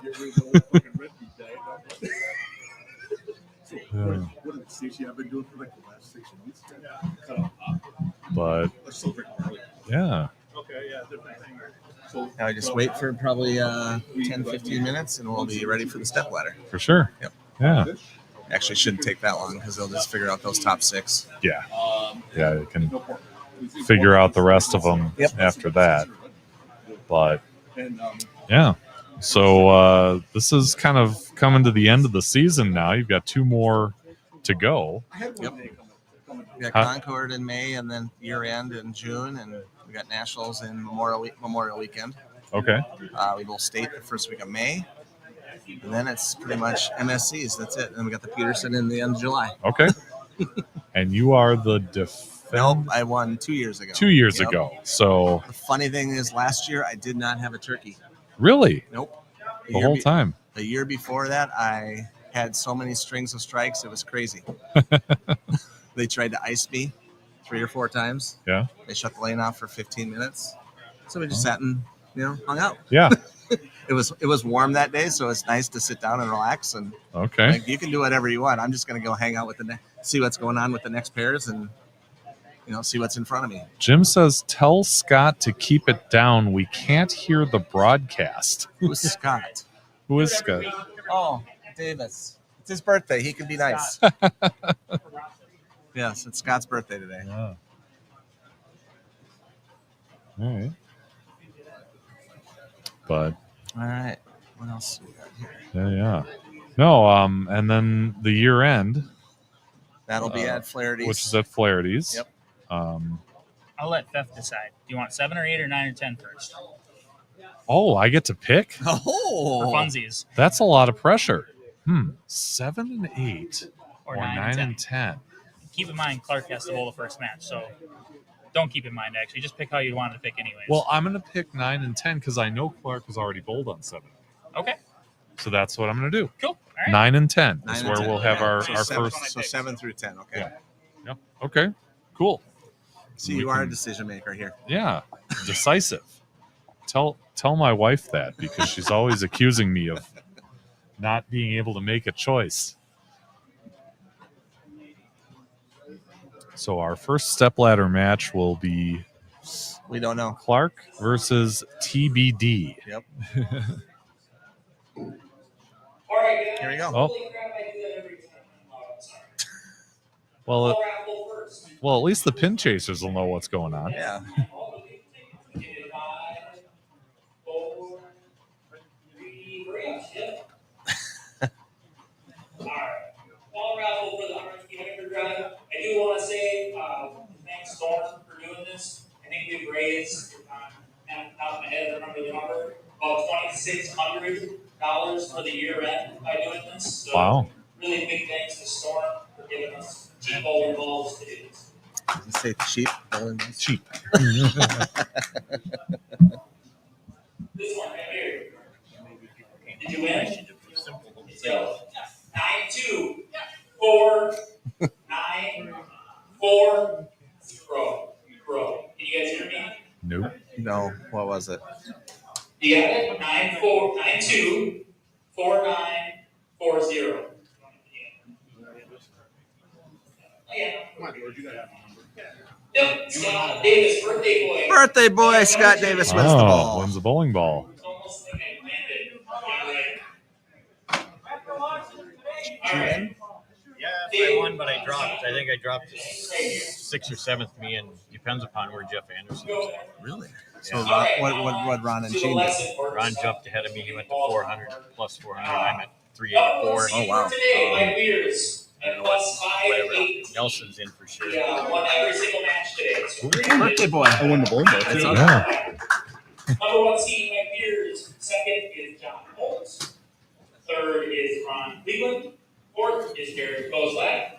And Three of our fifth top is Bill guys. Nelson. Either the bowling against Clark Polzer, as we do not have ROG in the step ladder. So that will be Here. 9 and 10. Is that it? Oh, you knew. That's before. That's before position. I need another couple strikes. What did Oh. 80 something? Soundwaves and Melrose Bowl. Fred and Schindler, thank you guys so very much. But we're going to do a little different. 9 and 10 are just going to go between 9 and 10 and 7 and 8 with the 5 pairs of the step ladder. So if you're planning on watching, it's going to go there. All right. So the first match will be Clark Polzer and Bill Nelson on 9 and 10. So Polzer versus Nelson on 9 and 10 to really determine You want to sit who down? advances here. I gotta go. No, I gotta. I'm gonna go grab my cell phone before we start this thing. Get that out of the way.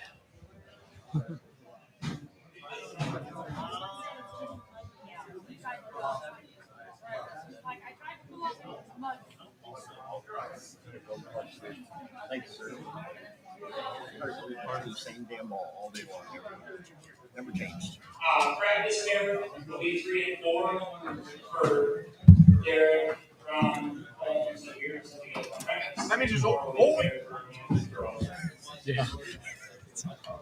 All right. Yes, Clark, Bill. I don't think they're going to allow open. They won't allow open. Yeah, they're open. During the step ladder with Over there. 26. Yeah, you could probably go all the way down to 17 or 18. Yeah, they could Okay. Yeah. Yeah, they'll probably do. There's the overalls final. Yep, you're good. So- What's up? I didn't do it. It's not my That's fault. okay. So 5 is it? He's bowling, so he'd be like the 6th seed technically. Gotcha. So if he wins, Bill would drop down to 5, and obviously everybody subsequently would drop down. I see. Based on that as well. So this is kind of the play-in match to get into because if Clark step wins, he ladder. gets to stay in the step ladder and gets points for the step ladder match. Right. If he loses, he goes back down to his 14th position. Okay. Yep. So there is an extra match. Right. So this is either Polzer or Bill, right? Or Nelson.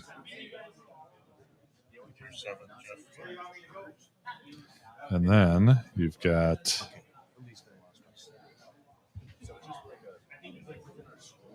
Ozlak.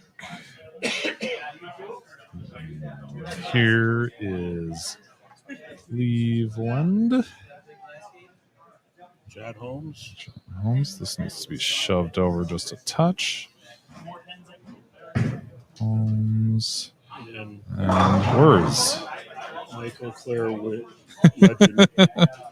Where's I'm just gonna put some dots in there. So yeah, I'm trying to make a little graphic to kind of illustrate this a little better. Hopefully this all works out.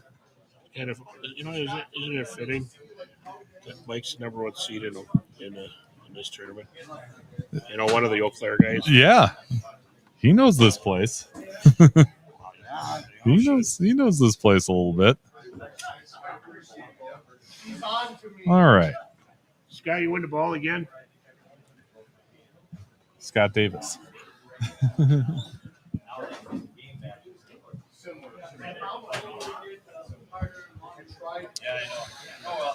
All right. So Bill, is this your first ladder? Bill. Here's what ladder? the ladder kind of looks like. ladder? You've got, and I misspelled Clark's name, so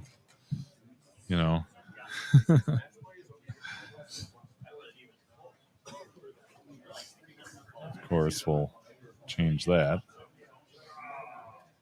He is Poelzer.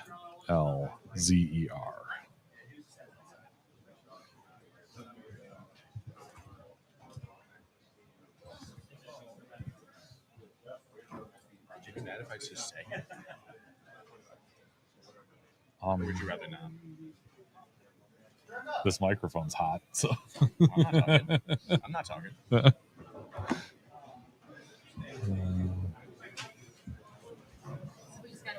just want to go see for match play.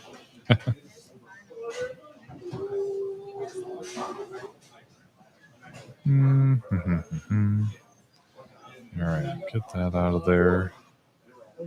And we are warming up here. Here, I'll do. Take that. All right, so these guys are going to warm up for 5 minutes while I get my ducks in a row here. Get you a graphic with Clark's name spelled correctly. So this is the match between Clark Poelzer and Bill Nelson. Oh, okay. Perfect. Thank you. The winner will get Derek Kozlak. That winner takes on Ron Cleveland. The winner of that match takes on John Holmes. And the winner of all that goes against Mike Wurz for the title. So that's how this stepladder is going to shape up.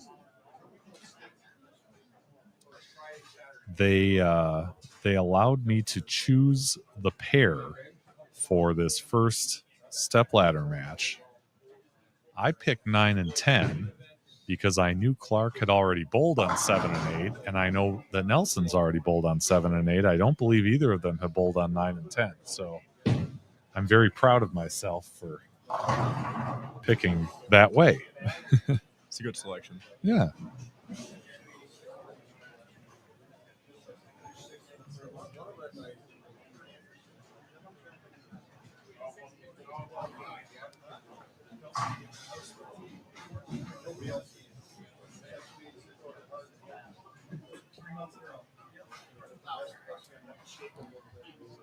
All of these stepladder matches will be right here in front of us on lanes 7 and 8 or 9 and 10.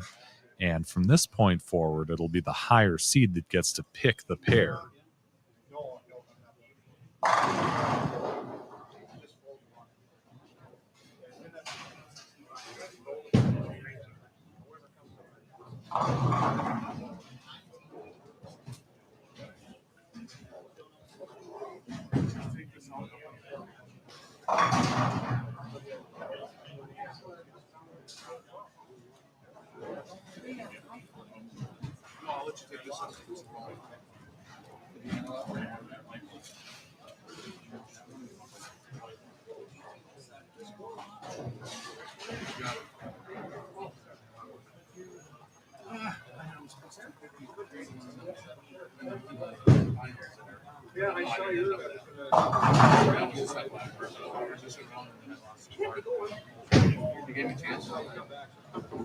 Once we get done and a winner has been declared, hopefully we can get him over here and chat him up, get a little insight on this thing.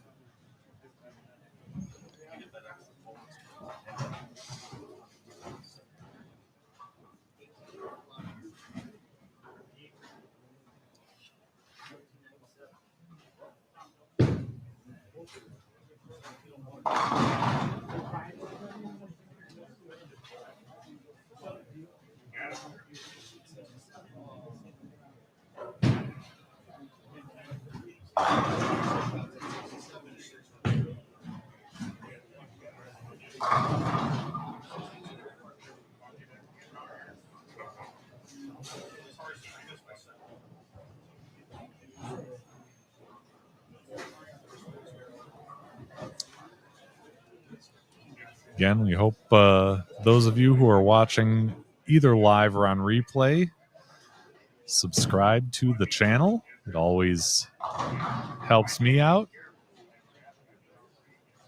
And click the thumbs up button on this video too. That helps too.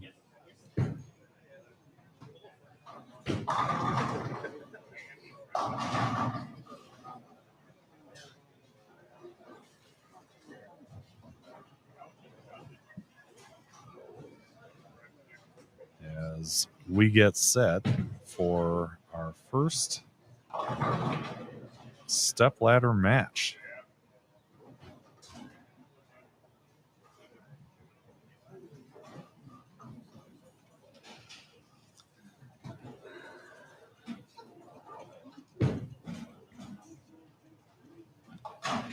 I can already tell I'm going to need to make another graphic for this, which is always fun to do on the fly, but I am up for the challenge.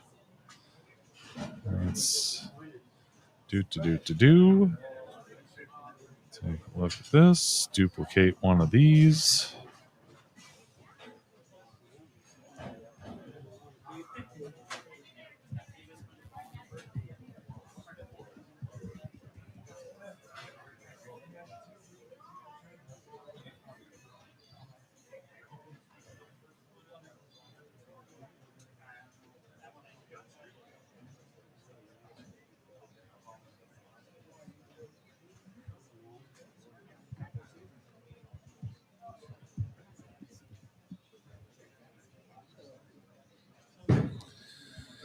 So here we go. Bill Nelson up through the face, leaving 6'10". The fifth seed coming into this, he was up in second going into our position round match, which was the 8th match of the morning into the afternoon. And that one went off into the channel on the right side. He took a loss to Mike Wurz in that position round, and got leapfrogged by both Kozlak, Cleveland, and Holmes. So 3 of them went right past him. Hey, if you're gonna open, you want to do it in the first frame anyways. Right, yeah. Take it with a little grain of salt. Pulser with a wrap 10. And he was our ROG qualifier, 14th overall, but really old guy with the most total pins after this thing.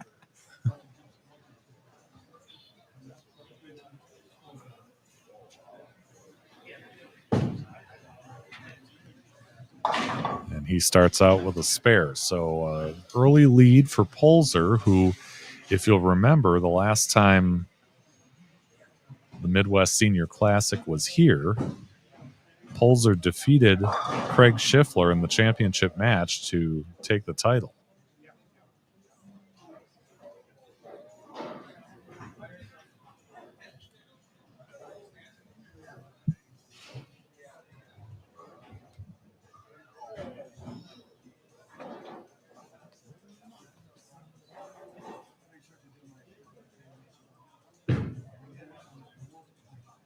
Wow, great shot, and did not get the benefit of good carry on that one.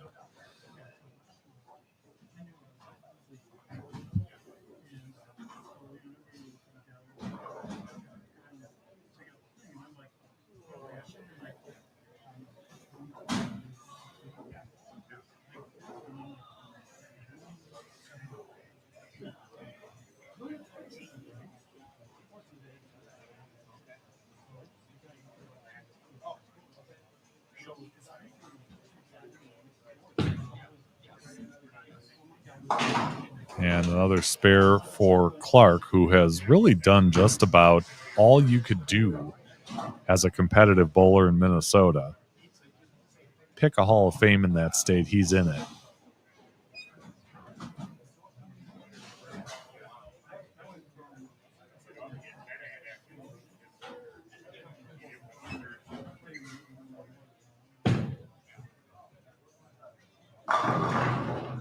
And Nelson with a flat 10. So not the best carry for either of these guys in the early going.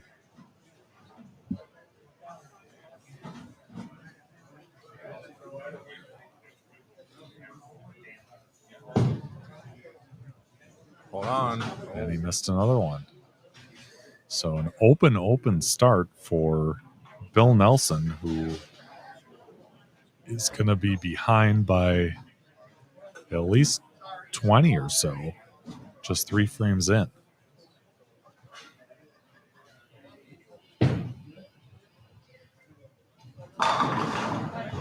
It's a nice recovery as he strikes on the left.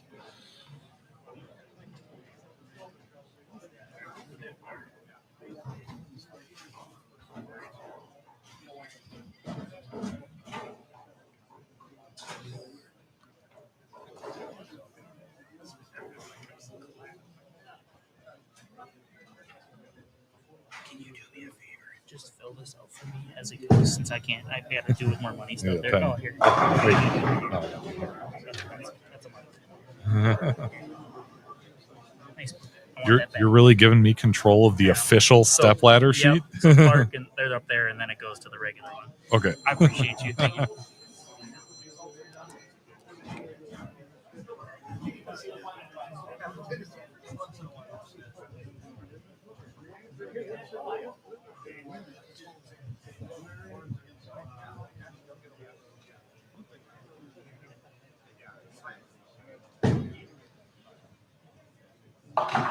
Okay, so spare is enough for Polzer to keep the lead in the early going here.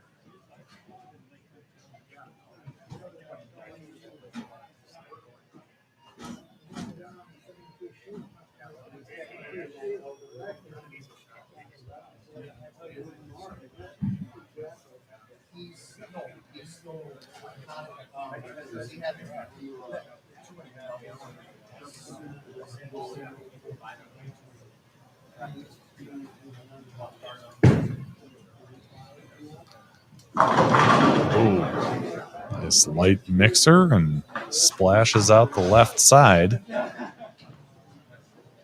And he has found some carry 4 frames in. You can hear that pin fall and maybe even see the movement off to the left. That's Kozlak on the practice pair, which is 3 and 4 right now. A little high for Nelson, leaving the 6-10.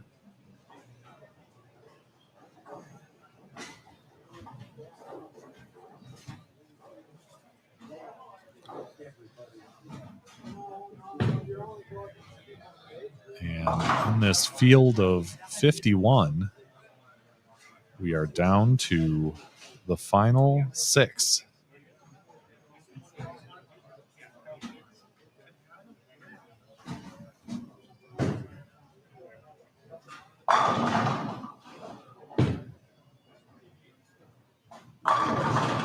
And another 10 pin for Nelson on the left, and he was really hoping to get it out of there.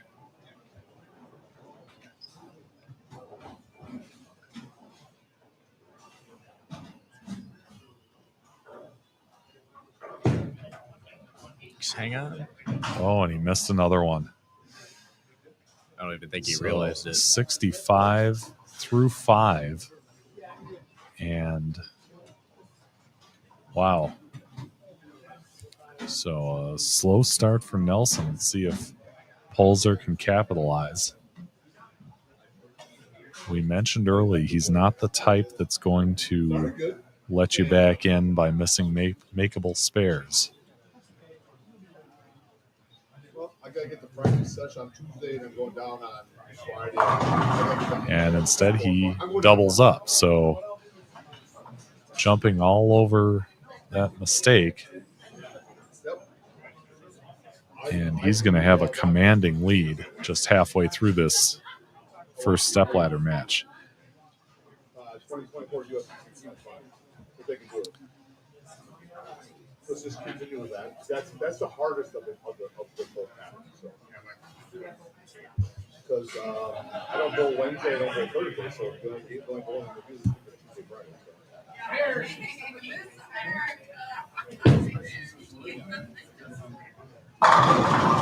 And a third strike in a row. So Pulser tightening the screws in this first stepladder match. 6 competitors left. Craig Schiffler was the odd man out of the stepladder.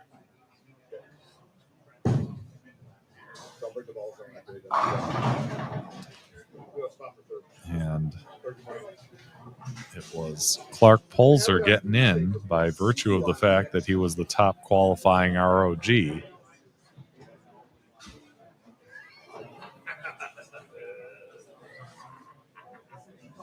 That's what we call treatment.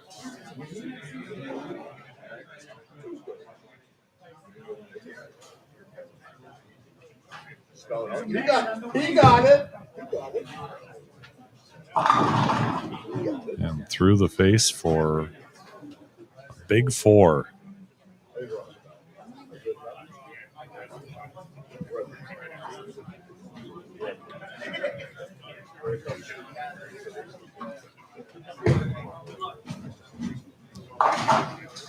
And he gets 2 out of there, and wow.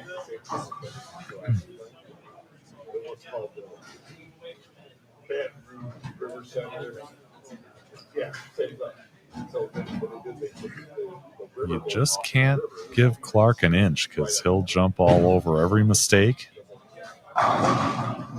He knows this sport forwards and backwards. And he's been in this position so many times that it's just his nature to perform on the big stage like this.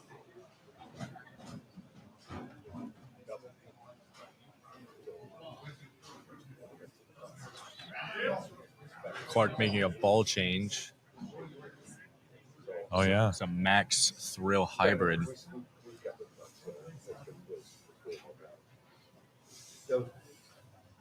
Just saw Ethan Fiore win the Players' Championship with that ball. Oh. So.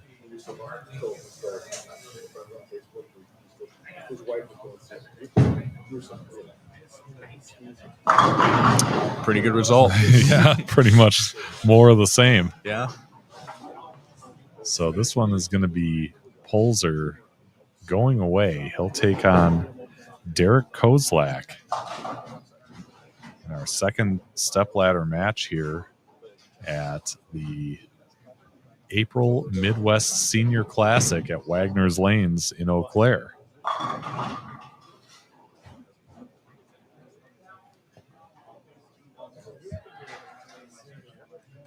Keep going.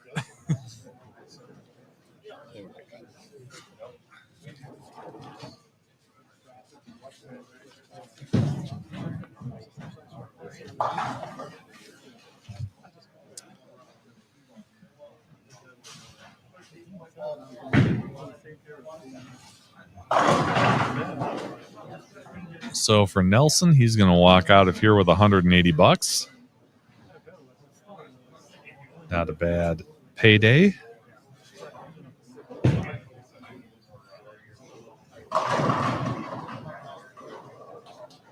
as he gets him to fall in the 9th. But those early opens really put him in a bad spot right away.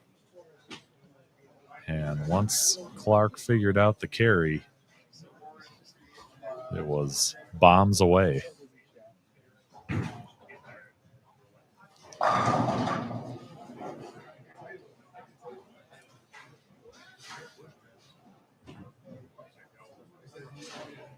Now, I think that Clark's going to look at another ball, too. Thanks, man. I believe Clark's throwing Appreciate a nuclear forge now, just to get another look. Thank you. I'm glad you know the names of these bowling Well, balls, 'cause I'm pretty knowledgeable, I'd say. And just a 3-10 baby split, but there is quite a difference between the cover stocks still. Okay.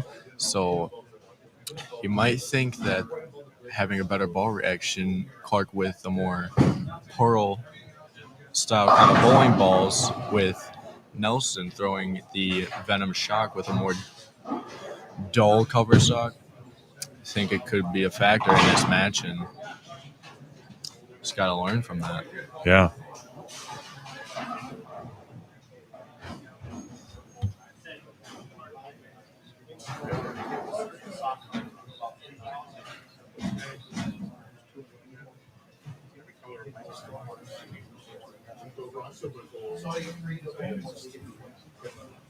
No.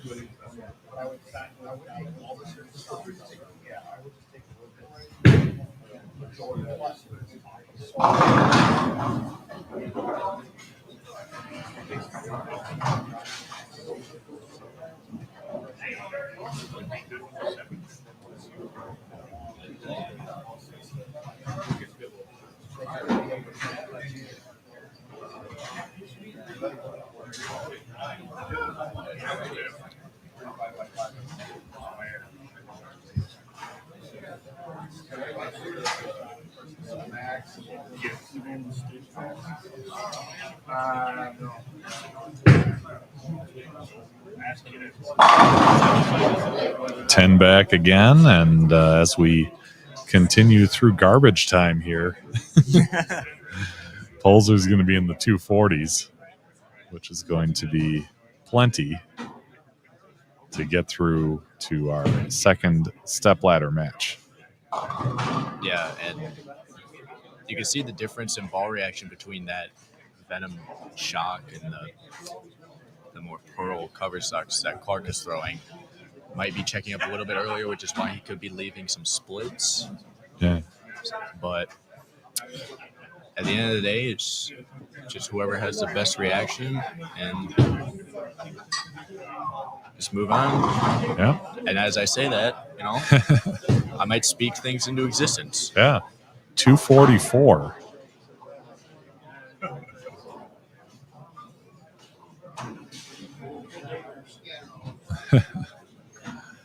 So 244 to 139.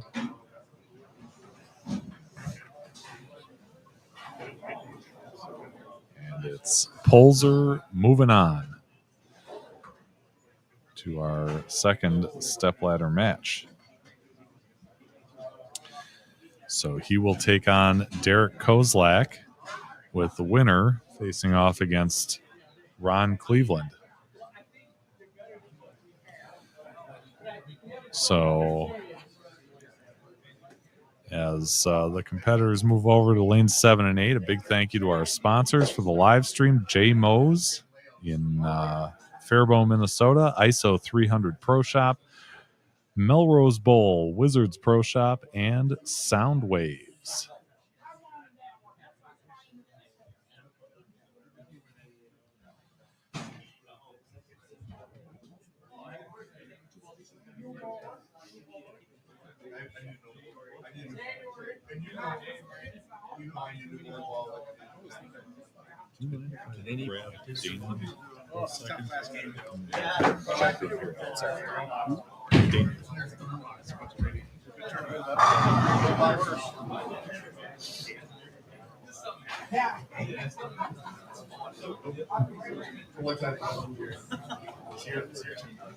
My turn. Get in here, Dana. Yeah, let's go. Dana Wright joining us for this second stepladder match here. Well, I got to bowl with Clark all day. He, at the beginning, he started off a little slow. Then all of a sudden, Clark found the right part of his lane, and he won like 6 or 7 matches in a row. He did the Clark thing. Yeah. All he does is pick Does up his Clark spares things. and go to the next thing. But yeah, he bowled very well after the first 2 games, and now he's here in the second match of the stepladder. Yeah. He might be an ROG, but don't let him kid you. He's probably one of the better top 4 or 5 guys in this MSC events. He makes many step ladders. The last time we were here, he won the whole thing. He's won plenty more. CBA, I mean, you name it. Clark succeeded in everything he's actually ever did. I mean, probably the most premier older guys in the upper Midwest. Yeah. And coaches, too.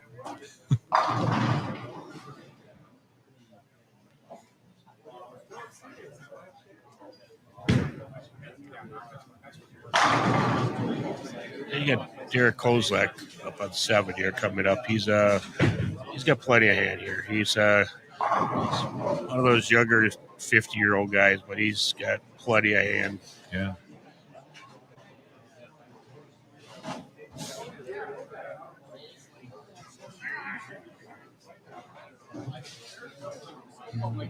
I believe Derek's from the lacrosse area, if I'm not mistaken. Yeah. He's got that Nicholas J's jersey, which is out of Playmore Lanes in lacrosse.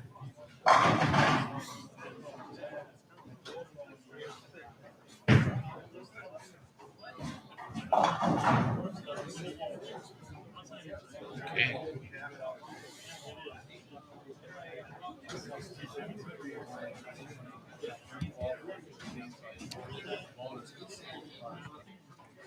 They gave me control of the official stepladder sheet. Yeah, there's times that we have with a stepladder, we not always put up say the super senior part. There might be 5 of them and no regulars, so we got to always push somebody up. In this case, Clark's the ROG in this over 68, I believe. But yeah, it's there's always probably 6 guys majority of the time that bowl not your normal stepladder. You get an extra guy always. But sure. Yeah, this is Clark's one of his first stepladders in a while, a couple months now. He hasn't bowled. He's kind of being nice and letting the other guys in his division finally help out. Yeah. Not by choice, I'm sure.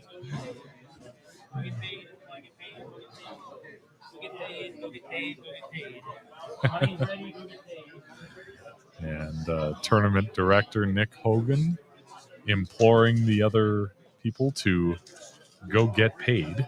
Derek, who started? Derek, you started? Clark?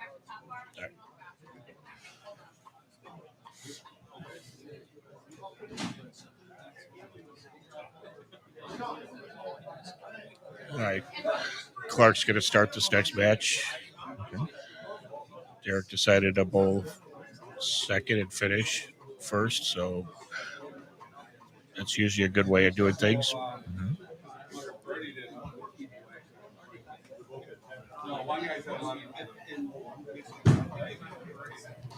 It's pretty good. Yeah, he's high at the end there. He's definitely been kind of flip-flopping between a couple bowling balls during the practice, during the latter half of that last match, trying to figure out which one's going to give him the best chance. Well, he was trying to. I think he was trying to see the last couple of shots he threw in the match here, he was trying to get the ball to push a little further and not check up so early. You know, and you can see that those couple light shots that he left at the end where he carried. That's what I believe he's trying to find that shape.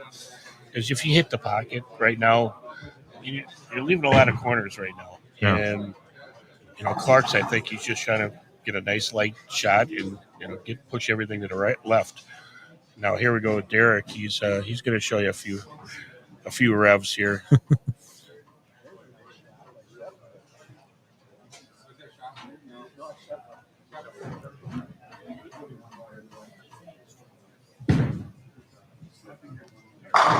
That's plenty good there. Yeah. No thumb. No thumb. No thumb. Just kind of cradles that thing, kind of like if you remember Mike Miller used to do on the PBA Tour. Mike Miller, yep. And just shreds racks. I kind of used to do that when the first 10 years of me bowling. I always had it back on my wrist. Yeah. You know, but I had my thumb in it. Okay. But it was, you could, you know, it's almost like the Tom Smallwood. You just, you know, lay it off and just, you know, roll it back out. And Derek just does with 2 fingers. I know I'd probably drop the ball if I had to.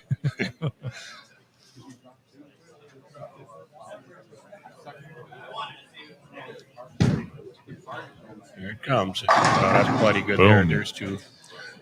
He double start here. definitely kind of holds it out away from his body on that, you know, before pushing it off. And almost like he's being a server at the restaurant. He's got his hand out there, you know, with the tray. I'm sure he's heard that a time or two. But boy, when it all comes together. Right, dude. His push away power. And he rolls the ball. As soon as he gets through he starts to roll the ball back. Mm-hmm. And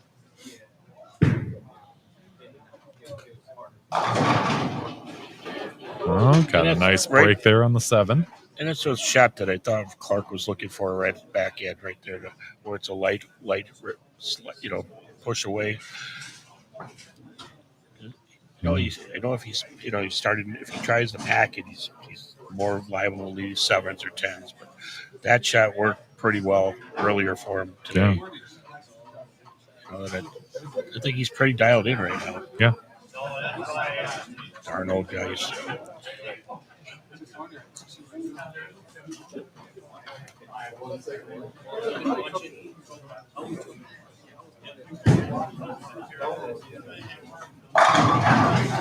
Looked like he jumped in a little bit on that lane. Jumped in and caught a little bit on the bottom. And yeah, people watch it out there. If you want to watch somebody that has absolutely the perfect walk up with everything flowing, great arm swing. Nuclear forge? He's throwing a nuclear forge. What? He's throwing a nuclear forge. Clark is. For stats, if you want to know, Clark has 22 titles. Just cool little stat. Oh, yeah. Never heard of him.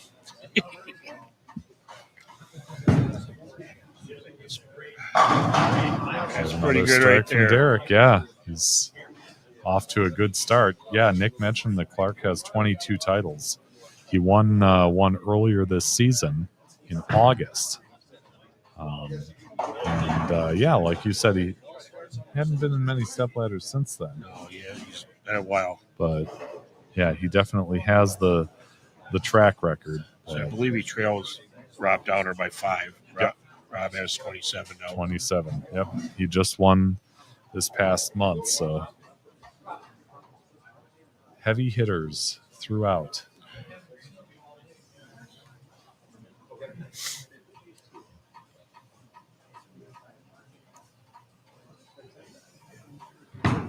Oh, boy, that's a little right, but oh, boy, he got all that. Oh, yep.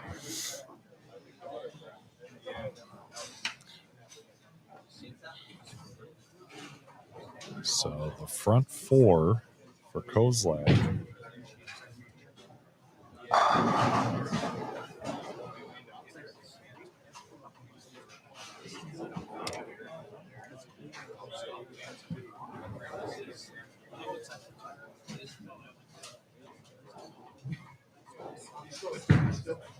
Derek has 0. Okay. Has not won one yet. Oh, come on, messenger. Okay. So Derek is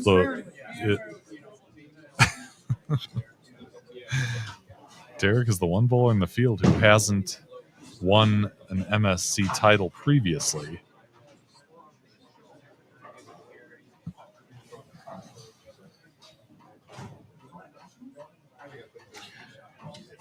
Just Derek's time will come. It's just a matter of time. He's a pretty good player. Sure. Never know. Might be today. Never know.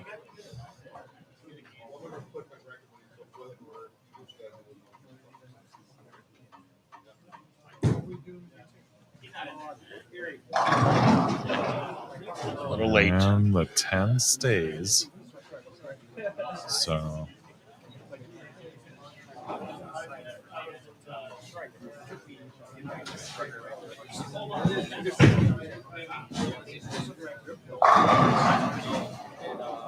that pinfall you hear is off to the left. That's Ron Cleveland, who is our 3rd seed, practicing, getting ready for his match against the winner of this I'm one. not going to skip the line. I know. Once they're all done, I can grab it. All right. And makes quick work of the 10 pin. It'll be there when you're done, I promise.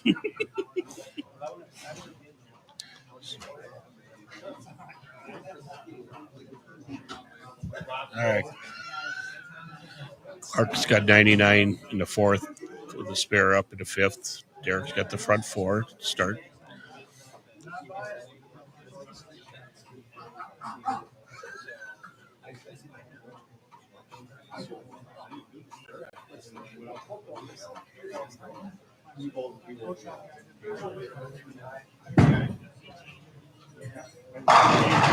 Bang. And these have been no doubt strikes. I mean, he's not shaking anything out of there. It's just 10 back. In the words of Rob Stone, that's Yahtzee, baby.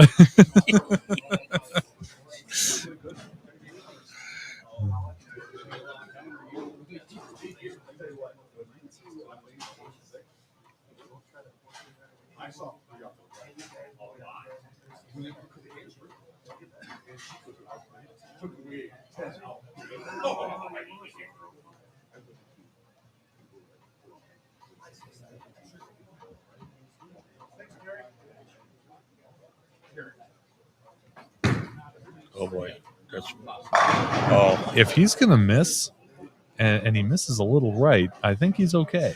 Yeah, that looked like it was no man's land. It just came off the pattern so hard. Yeah. So Derek's got a little room out there. Mm-hmm. That's a good when you're covering that many boards.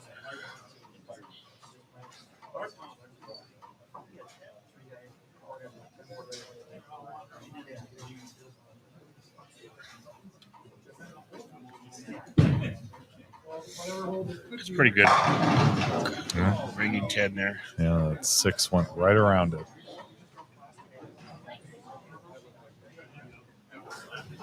So Clark is going to need some help. Like people talking while you're doing this too. You know, the online people watching. Oh, yeah, people can chat. Yep. Yeah, nothing's come through in a while, though. Dana's saying, chat, people, chat. Yeah.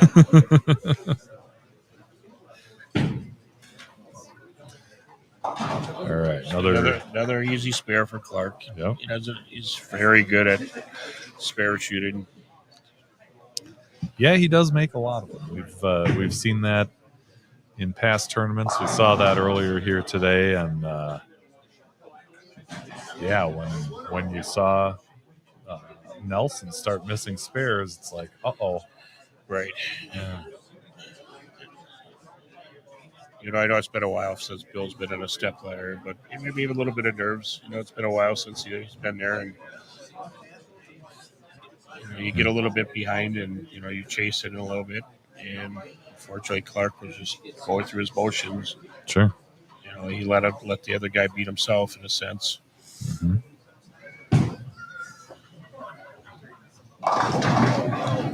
A little bit light, left a 2.45. So he's going to need some help for sure. As Clark just said, that was pretty ugly. Kind of pushed a little bit to the right. Nothing did recover.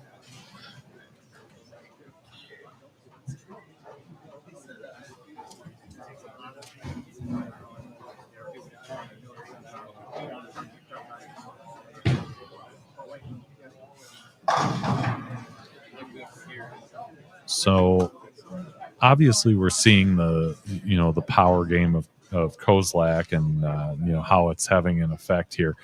Are there a lot of no thumb guys that are coming up into MSC? Have you seen a lot of them? No. No. Okay. I think he's the only one that I know of. Okay. I had asked Lyle Kuhlman today. He lives out in western Wisconsin. I told him to come today because he's in kind of a no thumber. But he was bowling the PBA 50 at Bill Fabian's place out of Ripon. Okay. I don't know if he had made the cut, but I told him if he didn't make the cut, come and see. But I mean, I think we have like one, maybe two-handers. Otherwise, everybody's just conventional bowling. Okay. At its best. Sure. I'm not going to get into that debate. Nope. It's up here in the upper Midwest. Hey, most of the people throw with one arm. But the next three guys are pretty down and in. You're not going to see a lot of hook out of the next three guys. Nope. Probably Cleveland covering the most boards out of the three of them.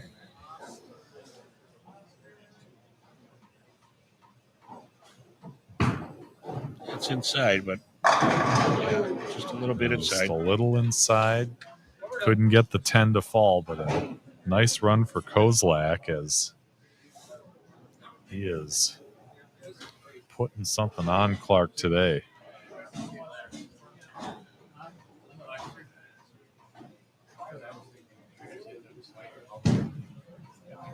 Whoopsie. Well, let that one go.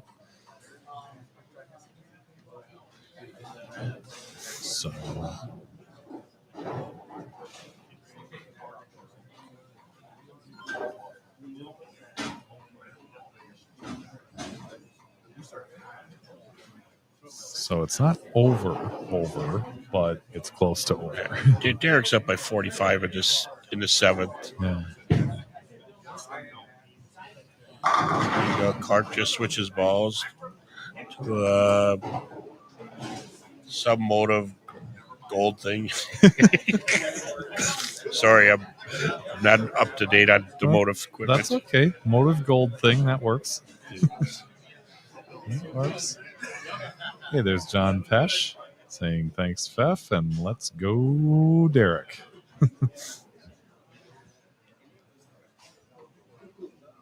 Well, he's been doing a good job of going so far. So Clark would have to strike out for 245. Derek's pacing at 247. Right there, so probably did Clark in there. Yeah. Thanks for everything you do. Thank you. I appreciate you coming out.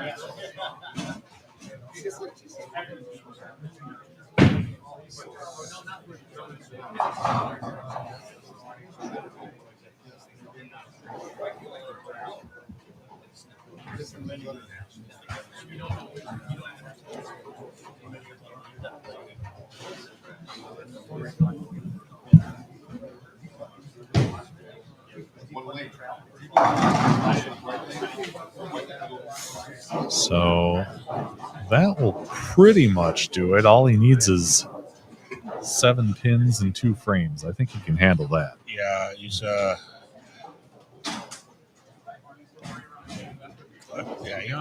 he only needs 6 pins. Clark could go off for 213. And Derek's already pacing it. He's at 207 in the 8th. So any 7 pins, and it's this second match is over. Mm-hmm. So that'll do. And it'll be Derek Kozlak moving on to take on Ron Cleveland. third stepladder match.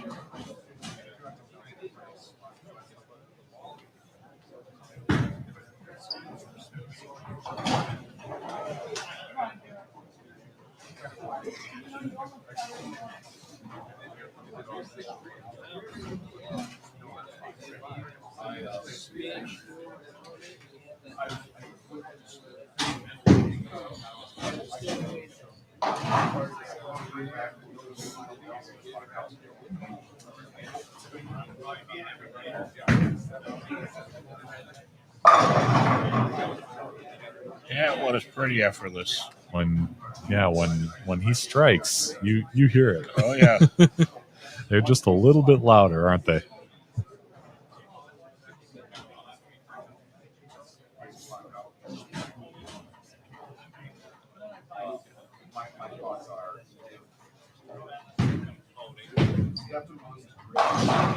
So took that low friction ball and tried to guess at the outside, but it checked up pretty early. The outsides are kind of fried up right now, so it's worth taking a chance. You already have the match in hand. Yep.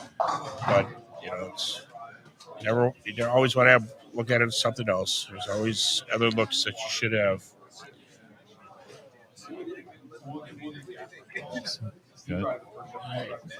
We'll go back to 9 and 10 on this next match, and Ron Cleveland coming up.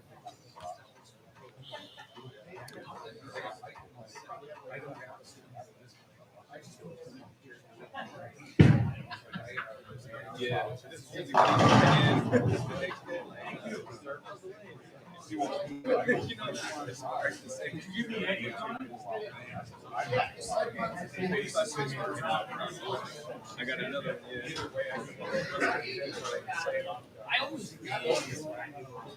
No, so you know it.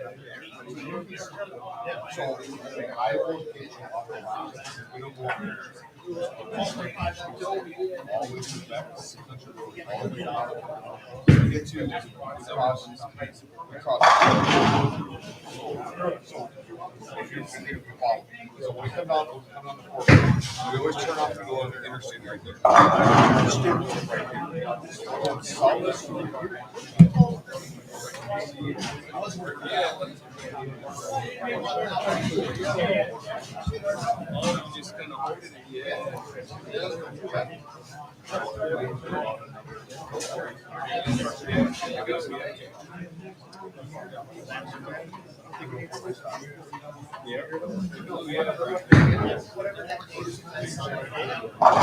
So a strong finish from Clark for 213, but it's Derek Kozlak moving on. As they shake hands, it'll be Kozlak versus Ron Cleveland.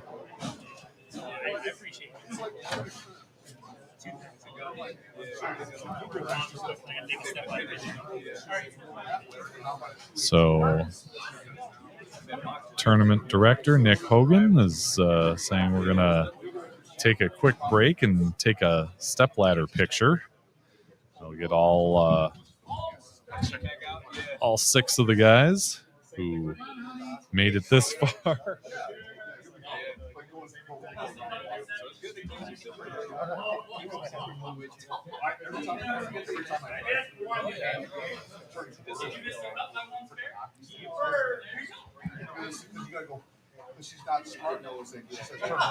Clark will take home $190 for his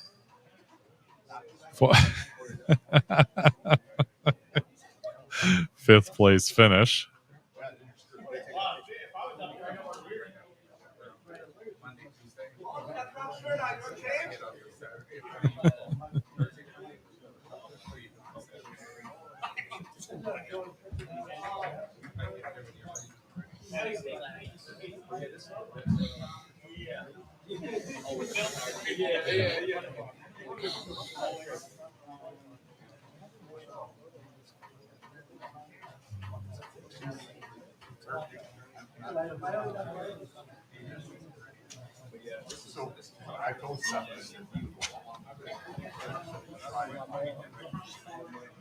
All right, so here is where we stand so far. It's Derek Kozlak taking care of Clark Polzer, 247, 213. They will warm up on 9 and 10. It's Kozlak versus Ron Cleveland. And I don't remember Mr. Cleveland being on our live stream pairs today. Maybe he was on 9 and 10 later on. But one of the beneficiaries of Bill Nelson kind of having a rough game in the position round because he was one of, I think, 3 different guys that leapfrogged him.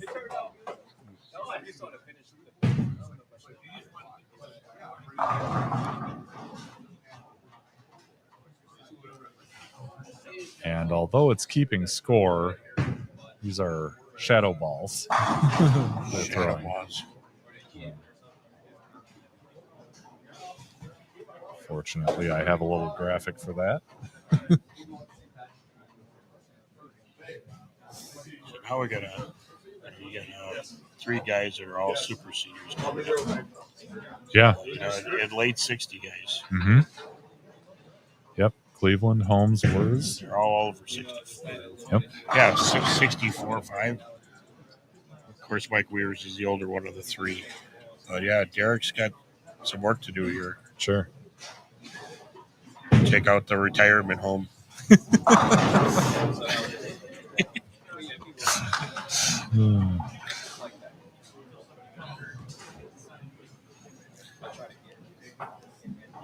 Yeah, it's nice to see Ron Cleveland up here because he's been bowling. He's been struggling a lot lately bowling. So yeah, real positive in his game now, and we'll see hopefully he bowls well here. Sure.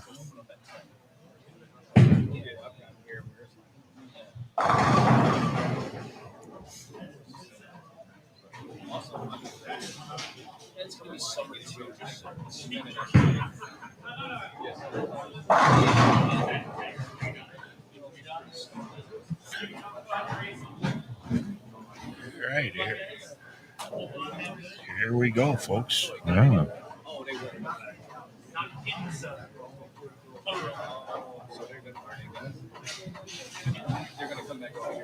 They will clear out the scores, get ready to get underway here in the 3rd match of our stepladder.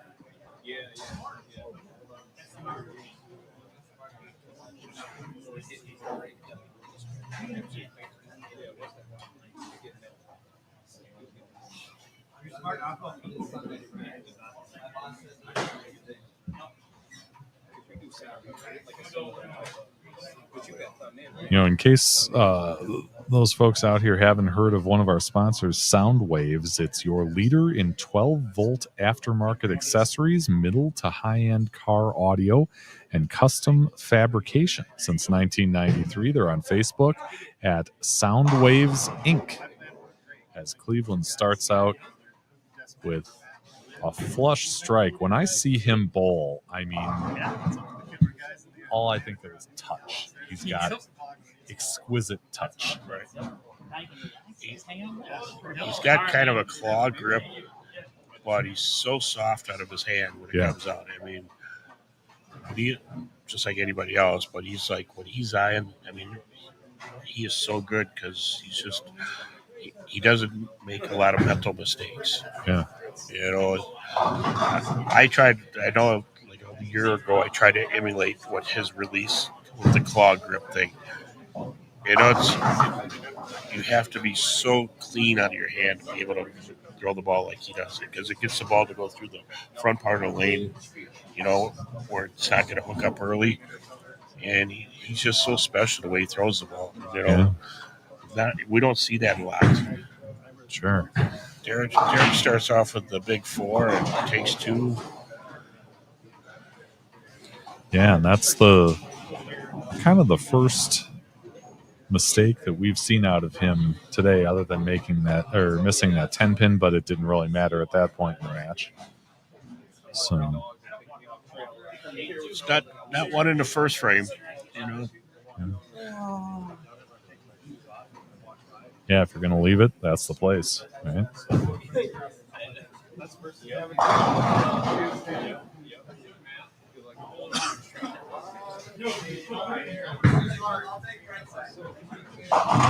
And that one jumped up a little high too, but just left him a 4-pin.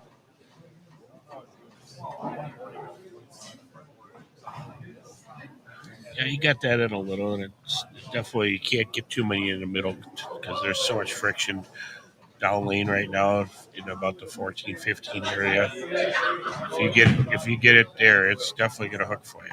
Yeah. Covers up the spare. And let's see if Ron Cleveland can turn that first frame strike into a double.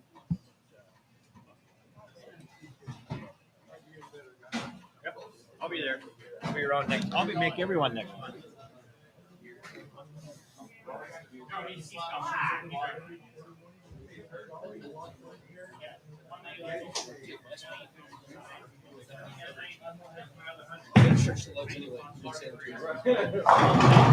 Ron carries the world. Got that balance too. Along with the touch. He's won 5 times out here on the Midwest Senior Classic Tour. So strong mentally, battle tested, and just a great physical game. Yeah, his mechanics are so good. You know, his follow through is perfect. I mean, it's hard to teach the way he throws the ball, but he's such a solid player. And there's the result. Right. Shaking out the left side of the rack, and he's off and running with the front 3. It looks like he's throwing a Rotogrip RST3, I guess. All right, maybe Derek can recover here. He's down about 40 to start here.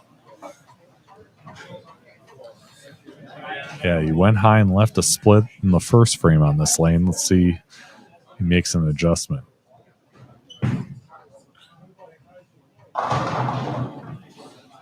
That one was a little light, only has the 7-pin.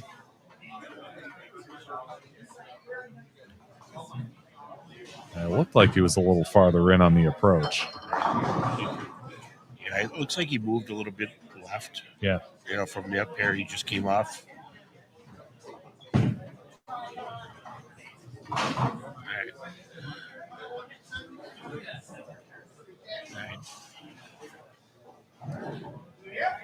It's always interesting to see when you have someone who really just destroys a pair like he did on 7 and 8, and then you move to a different pair. What are you going to do? Right.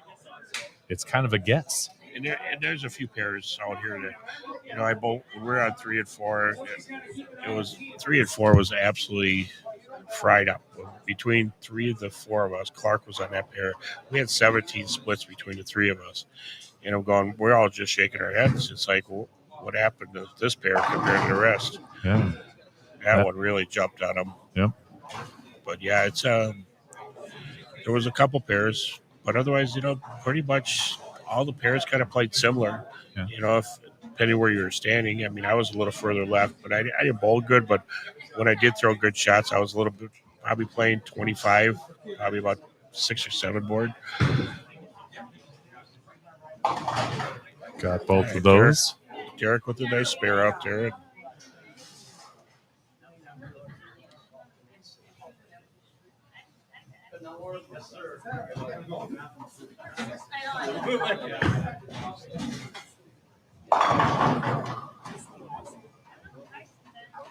That pinfall you hear off to the left is John Holmes on the practice pair, 3 and 4. He'll take on the winner of this match, and Cleveland hits his 4th in a row.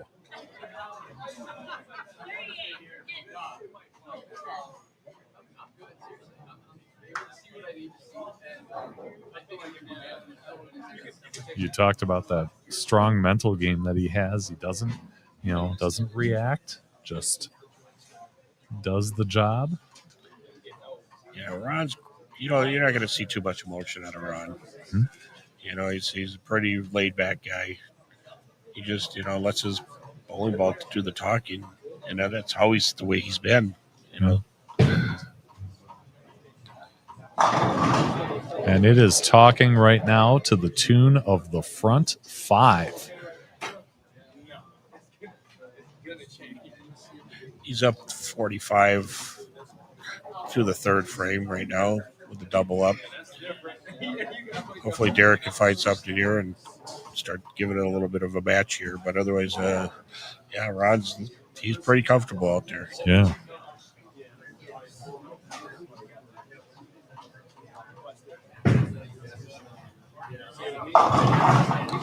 And another one going high, just the 4-pin, but yeah, we're getting to that point in the match where he's going to need some help to. And it looks like this pair is definitely hooking more than the last pair. Mhm. Every ball's jumped on him. Maybe move a little bit more left.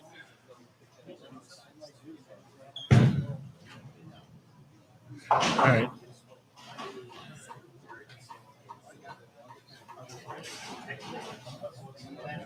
And the one thing about, throwing it with that much power, you don't have to worry about moving in too far because you're going to be able to get it back. It's just a matter of, finding the point Great in the lane coverage, that carries. guys. Great coverage. Thanks. Great coverage. Did you get enough beer today? Oh, boy. Yes. Not enough strikes, but enough beer. You bowled well today. Yeah, I had a good start. Really nice start. Nice start, just not a good finish. Not the finish I wanted. I think when I moved in, I lost all my carry and just I tried to ball up, ball down, move left, right, and just couldn't quite line up. Yeah. And Derek, he had 2 160s today, and he's still in the finals. But he had a lot of really nice big games. Nice shot, Derek. And of course, he's my ride home. So Okay. You got to come out more. I know. I was going to say, Gene, what should we know about him? Derek, he's a guy that's very committed to the game of bowling. He actually takes notes, and he wants to learn more and more and more. And every year, his game just seems to be getting better and better and better. A better spare shooter. He throws one hell of a strike ball. So when you average 6, 7, 8 strikes a game, you don't have to shoot a lot of spares. But he's gotten better and better since I've known him. It's just been a short 4 or 5 years, and hell of a competitor. Super guy on the lanes, gentleman.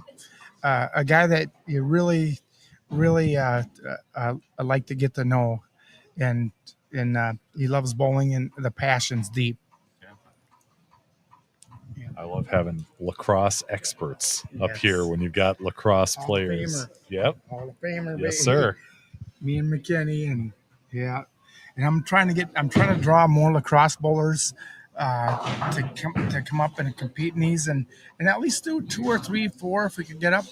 And even though this is my first one, I'd like to get up here and do a few more, and with TJ a little bit earlier in the season, but golf and softball kind of get in the way of that. But it's just the fields they get, just tough competition. I'll tell you, these guys can bowl, man. They just come out to win. They show up and they expect to win, that's what makes these so special. These tournaments like this, it's there's incredible. There's not a lot of pushovers in this field. There really isn't. We miss Terry, but Terry's, he's got the college thing. We talk a lot.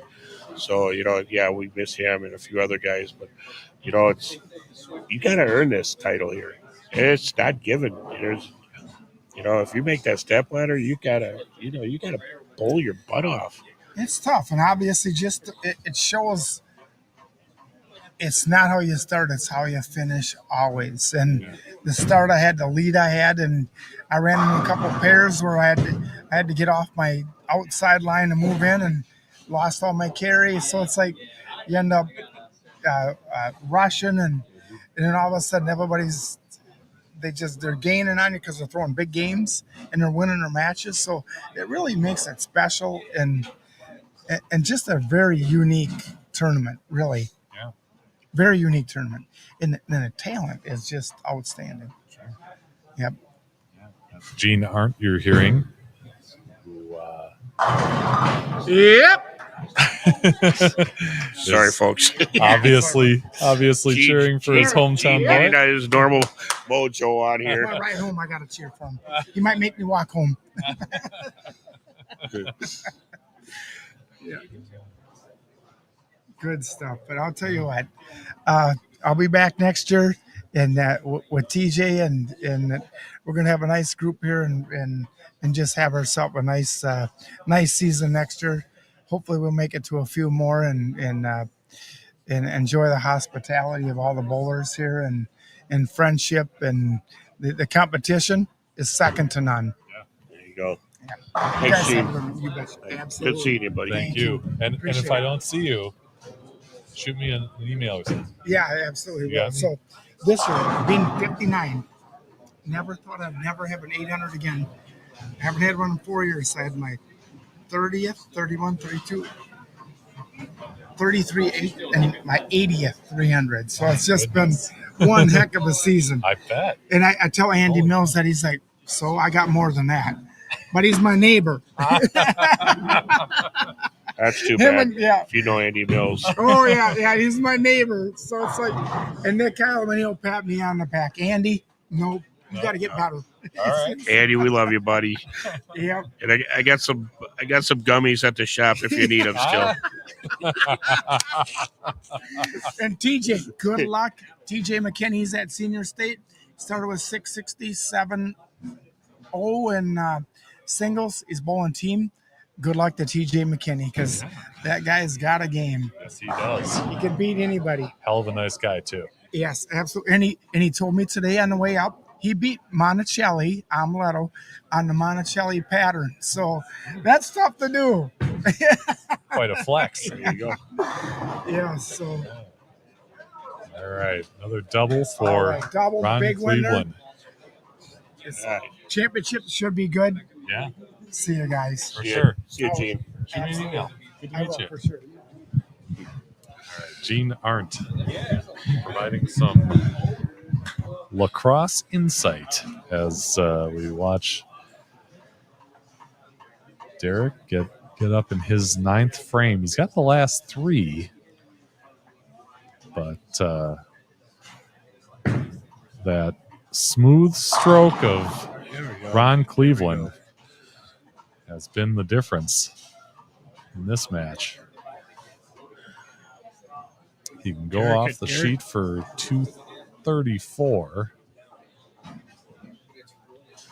He's going to need it.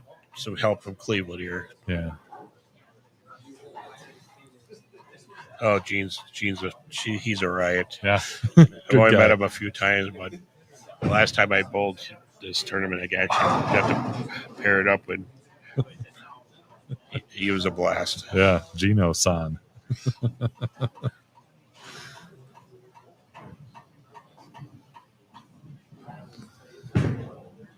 That's pretty close. Oh, good Ooh, shot. great shot.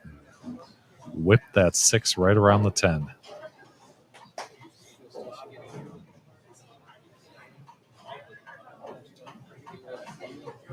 Derek had a very good day, other than a couple, like you said, a couple with 60 games in there. But, finishing fourth is very good. Hey, if you can recover from a couple 160s to make the step ladder, Correct. you're doing something right.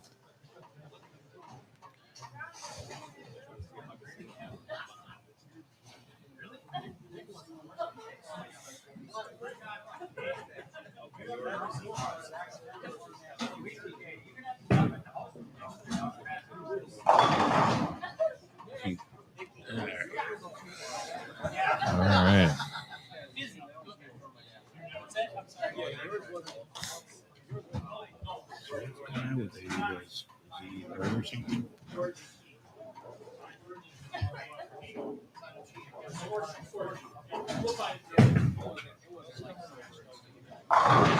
Boom.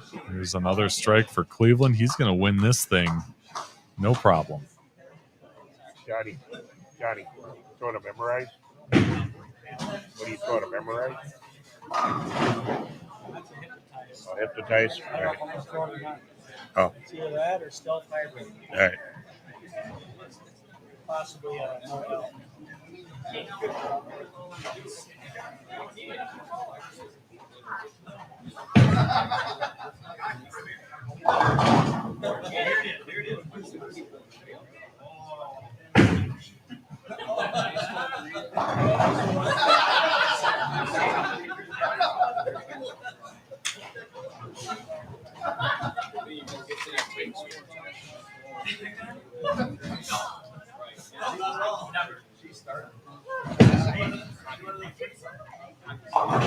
All right, so misses that spare, but it doesn't matter any because Ron Cleveland came in here and tore up 9 and 10. That's for sure. 253. And he will move on to face John Holmes, our semifinal match. Kozlak will go home with $200 and a pretty nice performance here in Eau Claire.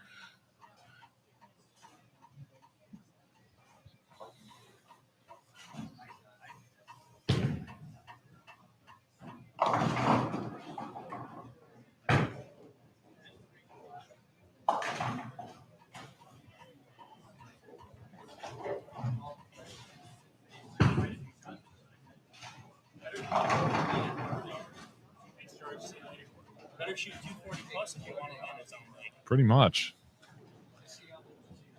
You kind of think? You kind of think? Yeah, all each winning score has been 240 or under.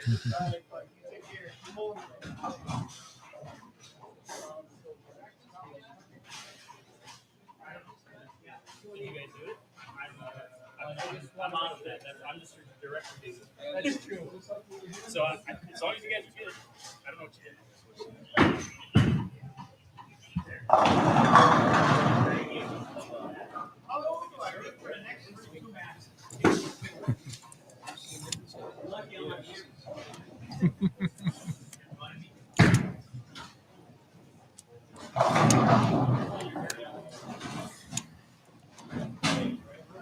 All right, so what should we know about Mr. Holmes? Oh, we know John and Ron are teammates bowling on Thursday nights at Plainbrook. Okay. Johnny's kind of more of a down-ended player. Got a real simple game.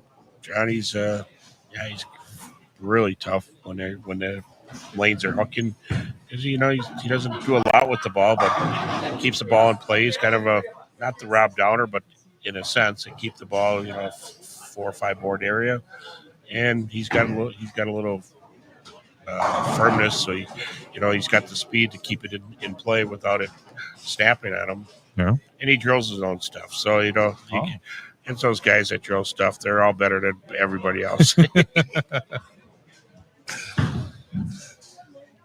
Yeah. Well, every guy left in our stepladder field has won before. They've gotten 4, 5, and 8 titles in the MSC. Have Holmes, Cleveland, and Wurz. And yeah, Ron coming off that big 253 is in our semifinal match. And remember, we have switched pairs here, so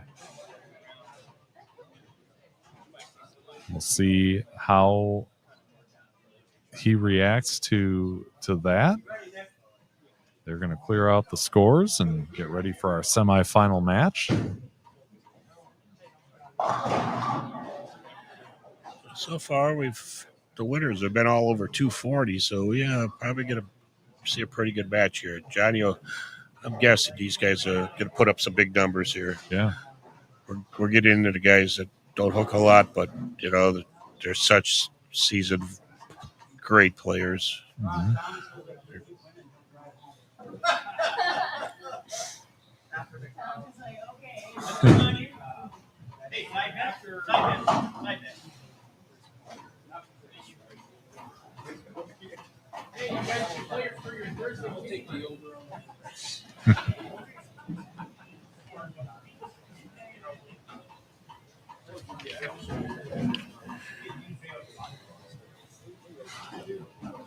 All right, Ron Cleveland's going to start this match.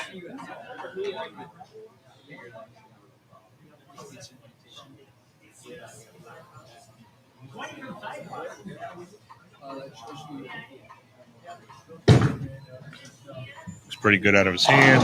Oh boy, did it push A down the little bit lane. light, yeah.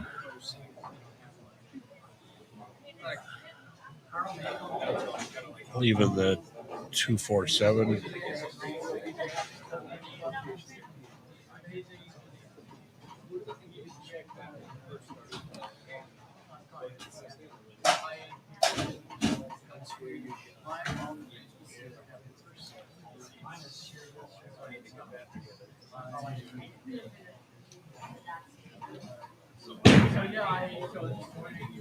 All right, Ron. Nice pickup. All right, so we'll get our first look at John Holmes, who qualified second. Again, you have those guys who were able to leapfrog Nelson after the position round, and he was the big recipient of that, as he, I believe, threw about 2-0 or 210 and got himself right into the thick of things here.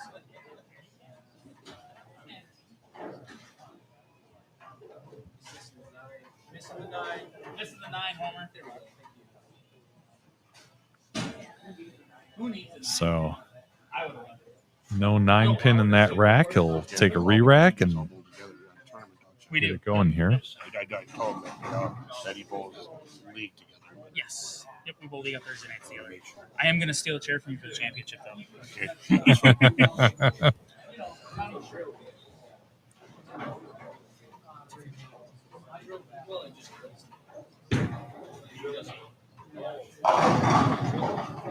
Okay, light hit. Took out the 4 and 5, but left the 7 there.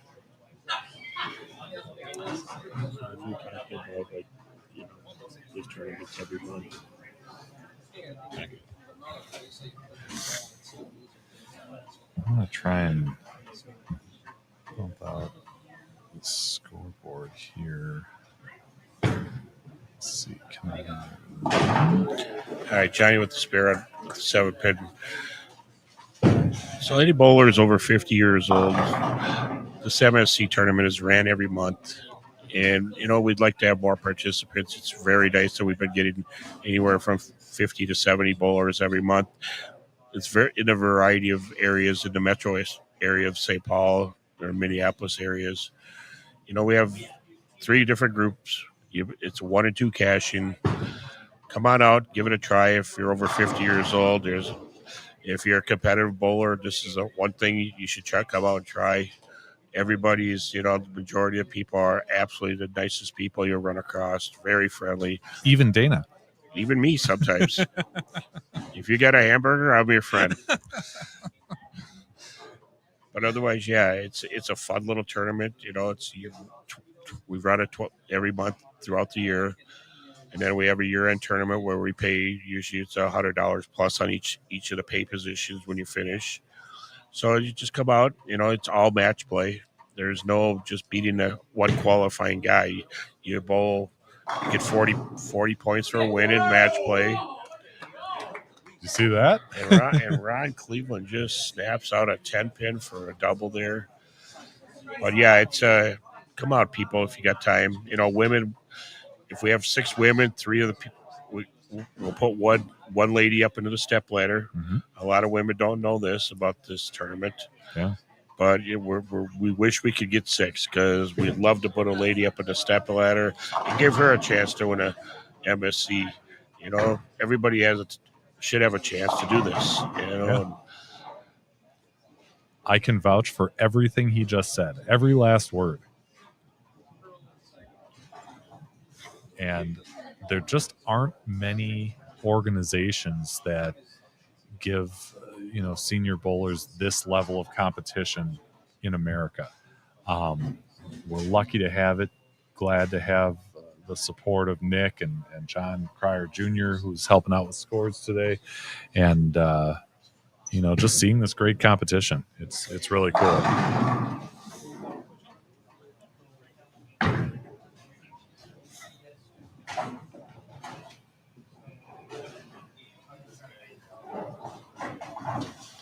I'm hoping that's a little easier to see the scores. I kind of blew them up a little bit.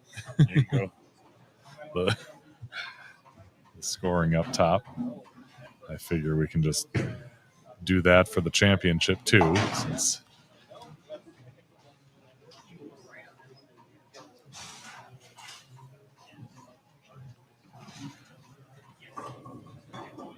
a couple pins just fell over when that rack set him up on 7, so Ron will take the liberty of clearing that rack before he gets up in the 4th, trying to hit 3 strikes in a row.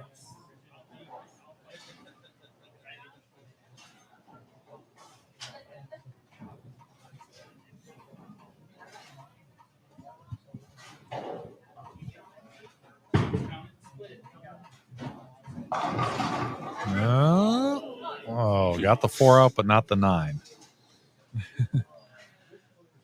It's got a few people on this side.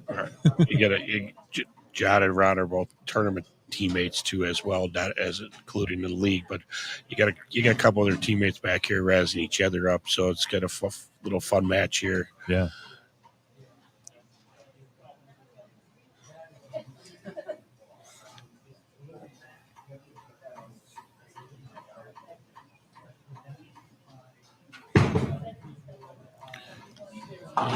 Makes easy work out of that 9 pin. Off to the left, you've got tournament leader and top seed Mike Wurz getting loose.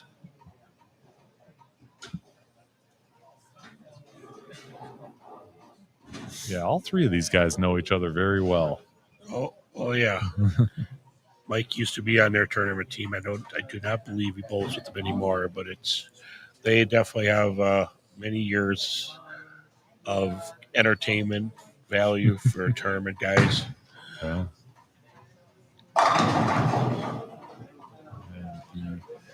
Gets all 10 to fall on the left. So 89 through 4 with that strike up in the 5th.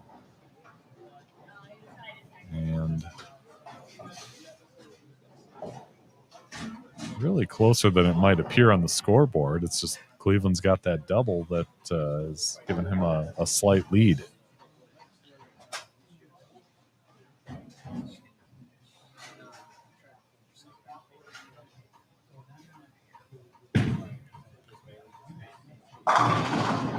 Great shot. There you go. Holmes has got that right lane down. It's the left lane that he's got that Dutchman score going right now. Yeah.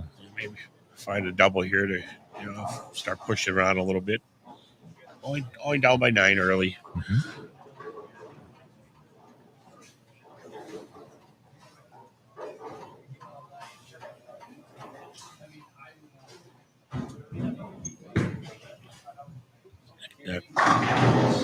That one went sailing. Yep.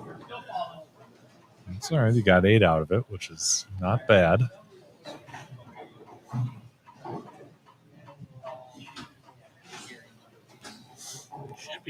Should be an easy spare for John.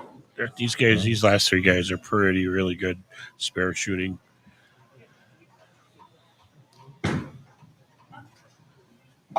Yep, no problem.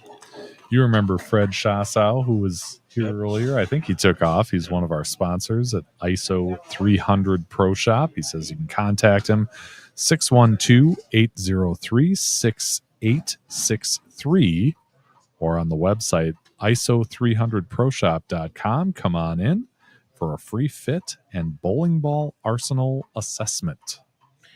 He happens to be my Pro Shop guy, so nice tag there. He's probably one of the funniest guys if you ever get in his shop and have stuff drilled. expect to be there an hour if it's a 20-minute job. Okay. Fred has some of the best one-liners. Just a super, super nice guy. Oh, my God. It's so much fun to be around him when he's drilling up stuff and just being around him in general. So, yeah, if you get a chance to go up to ISO 300. ISO 300 up in Big Lake, Minnesota. Yeah. And thank you, Fred, for your support of the Midwest Senior Classic and Bowling with the FEF.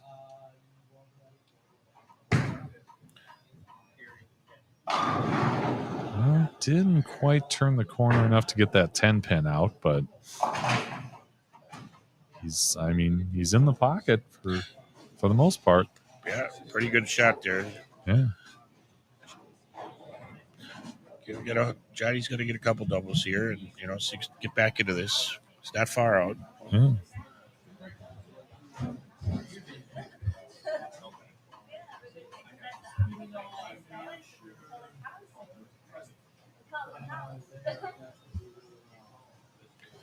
It's kind of funny is all those guys are tournament guys together.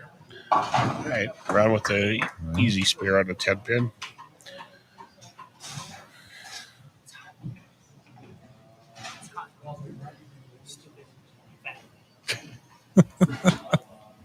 Did you just say he was fat? Yeah.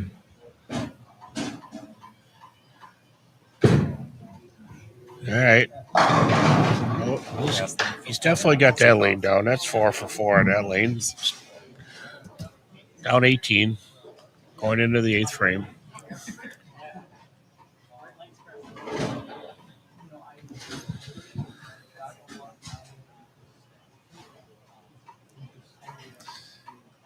Yeah, it's going to be a close one coming down the stretch here.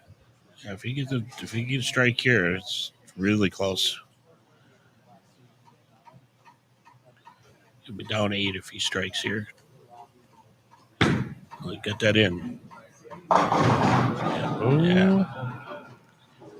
Yikes. He did not want that.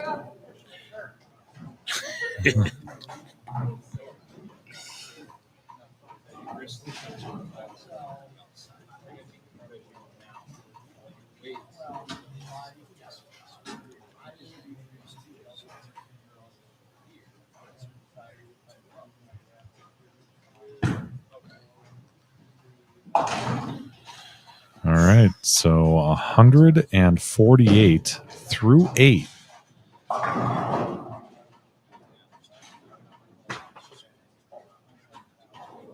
And Cleveland just needs to stay clean.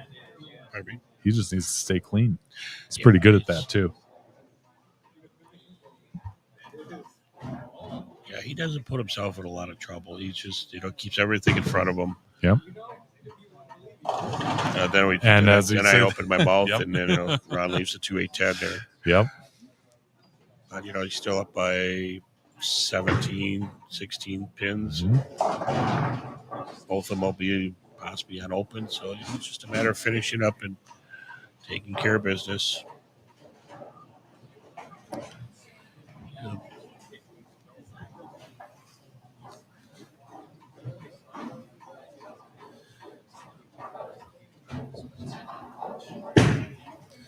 See, Jim says that maybe John should have worn his Melrose shirt, but his shirt does have Melrose on the sleeve. Yeah. So, it is kind of a Melrose shirt. Yeah, it says Melrose on his arm. That's one of the old shirts that they have right there. The purple one. These are newer the ones that just within the last year or two.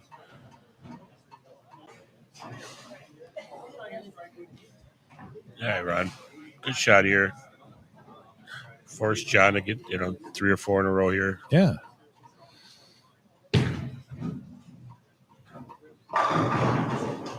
Nice shot, but again with that 10 pin, it's been tough going trying to get that 10 out on the left lane for Mr. Cleveland.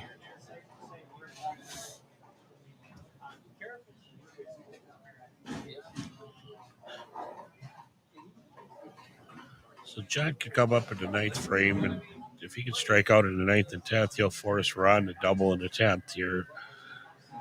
But John's got the right lane. He's had the problem on the left lane, but Ron doesn't miss too many spares. Yeah. All right. Should be a fun finish here. Yeah.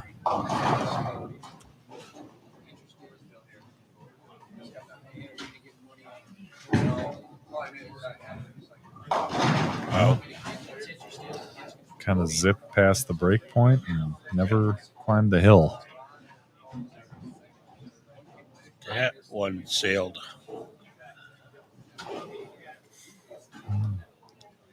All right, John, get your spare here and see what happens. Mm-hmm.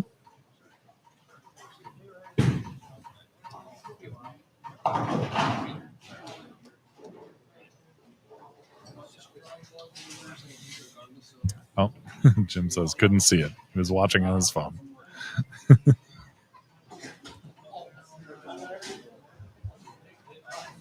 Yeah, John is kind of a different release than a lot of these guys out here. He kind of opens up that hand in the backswing, and he's so accurate. I mean, it's crazy how straight he can actually throw the ball. Yeah.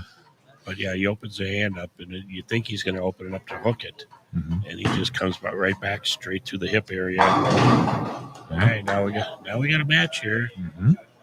It's not over yet. Right.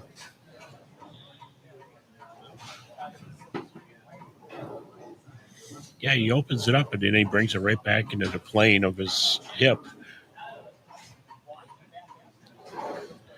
He's done this as long as I can remember.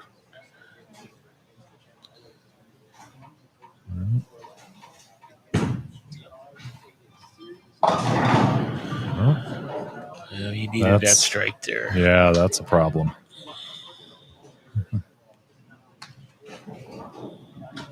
Hey, that's nice to see. Don King says, great day watching and listening to you guys. Ken's been watching all afternoon. Our friends from Wizards Pro Shop. We appreciate it. Appreciate your support and your viewership. So 187 for Holmes. Ron's going to need some count, and he is headed to the championship match. How's that for count? That looks pretty I think good. that'll do. Yeah. So Ron Cleveland is going to be taking on Mike Wurz for the... He wants 7 and 8, so we're going to stay on the same pair. And both guys with the aforementioned Melrose Bowl shirts, which is, just a little 8-lane center in central Minnesota. Been in Craig Schiffler's family for 50 years. And in 2010, they added a dining room for meals. Melrose, Minnesota. If you're heading up 94 on the way to Alexandria, check them out. Check them out if you're not heading up 94 on the way to Alexandria. All those little towns going north after St. Cloud. Yeah. Sure that's the pair you want still? He's not done yet. You can change. All right.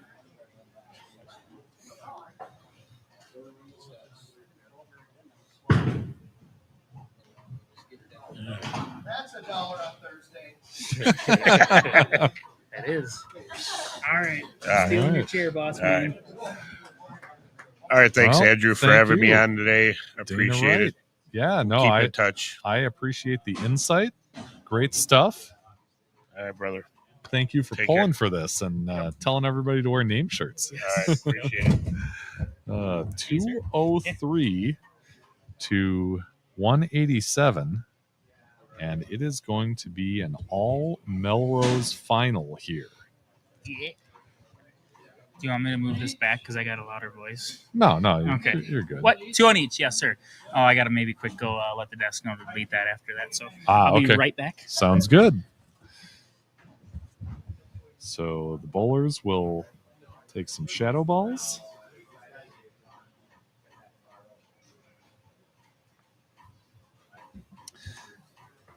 And I'm going to try and move that camera a little bit so we can get ourselves a little more centered up. Sorry.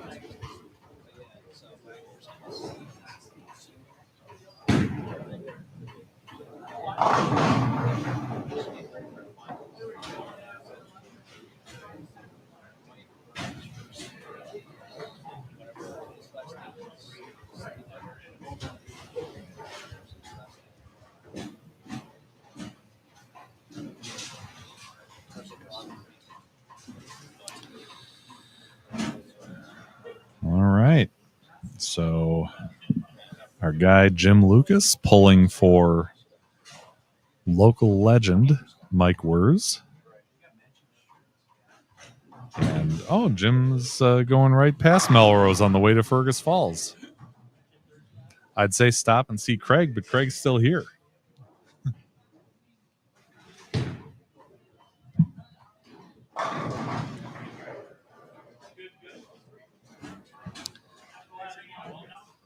And these guys both representing Melrose Bowl.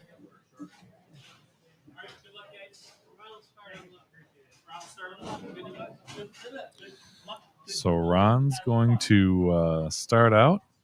After we're done here, the MSC heads to suburban St. Paul, May 18th, Concord Lanes, where they'll be bowling on the PBA Roth pattern from last year. And ending things up on June 22nd at Flaherty's Arden Bowl for their year-end event on Chromium. See, that's how I know you're from Wisconsin, is I say Concord. Concord? You say Concord. Concord. I say Concord. That's just... Okay. Just give you a little crap. Potato. Yeah. Yeah. Tournament director Nick Hogan with here. me here for the last match, the championship. So, Weers, as he said it to me, said he picked this pair because it's the crap pair. Okay. Whatever that means in his book, he picked this pair because of that reason. Hey, if you're looking for someone who can grind out a win, right? Well, I think it's around here. They have the champion. Ron has 5 titles and Mike has 8. Mm-hmm. So I mean, both these guys know how to win. Yes, sir.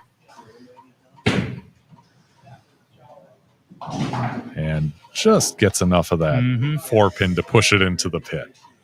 So now we get our first look at Mike Wers. He's our top seed. I think that's the updated. No, that's one ago. We'll try that again later.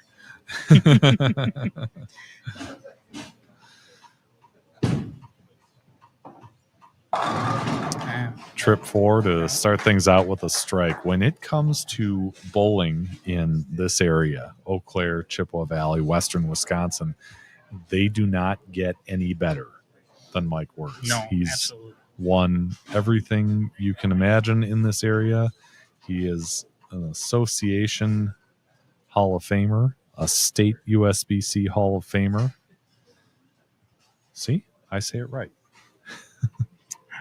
Whatever. I say Concord. Like a cheese curd. Didn't look like he liked that one off his hand, but stayed out of trouble just to tuggy, 6-10. Yeah.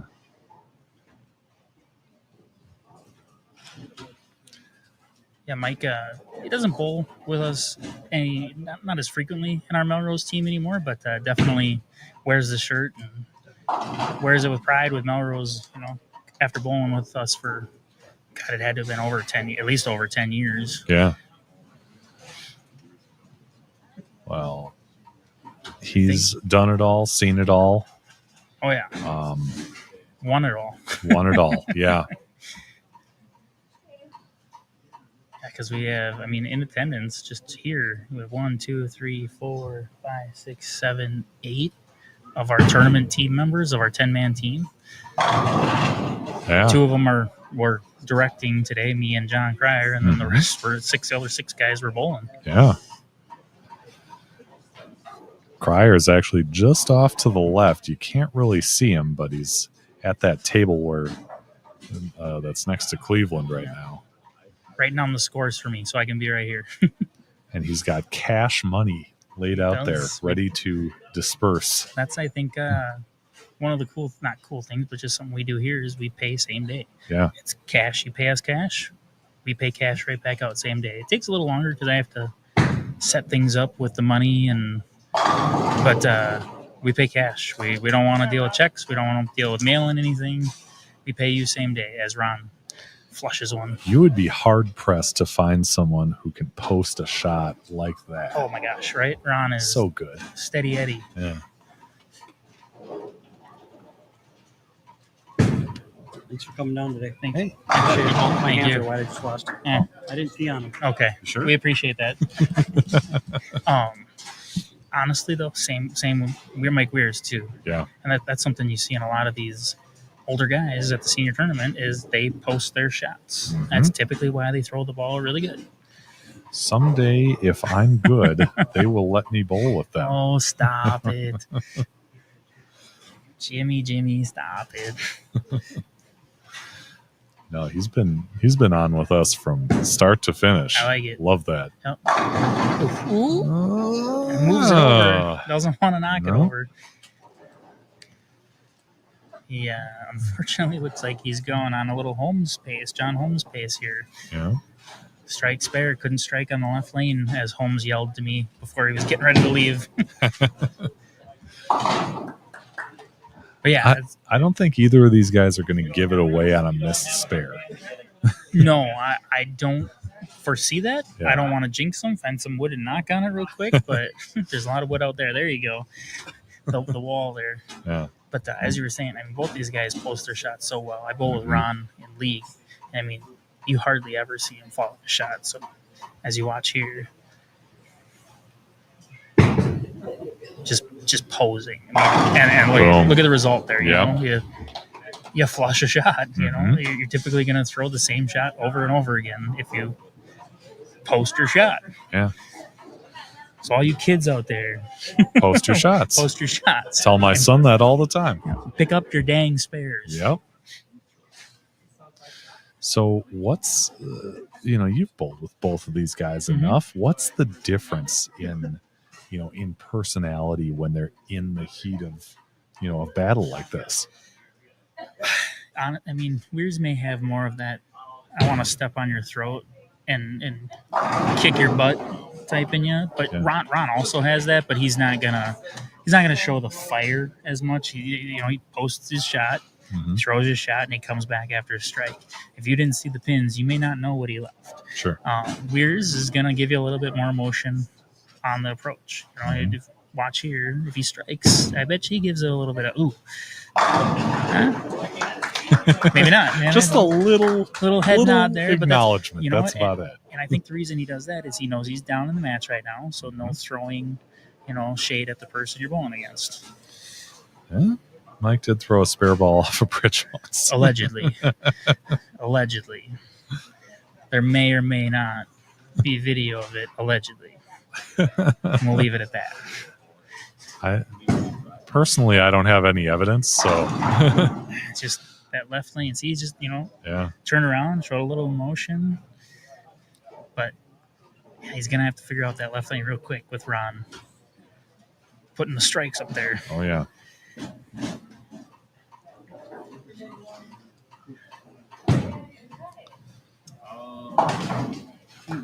you go. So Mike Weir's unfortunately on a Dutch pace. We all have bad spare days.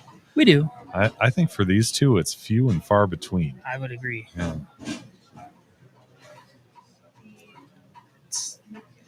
Definitely, we all have those bad spare days. Yeah. So Ron looking to go 5 in a row here.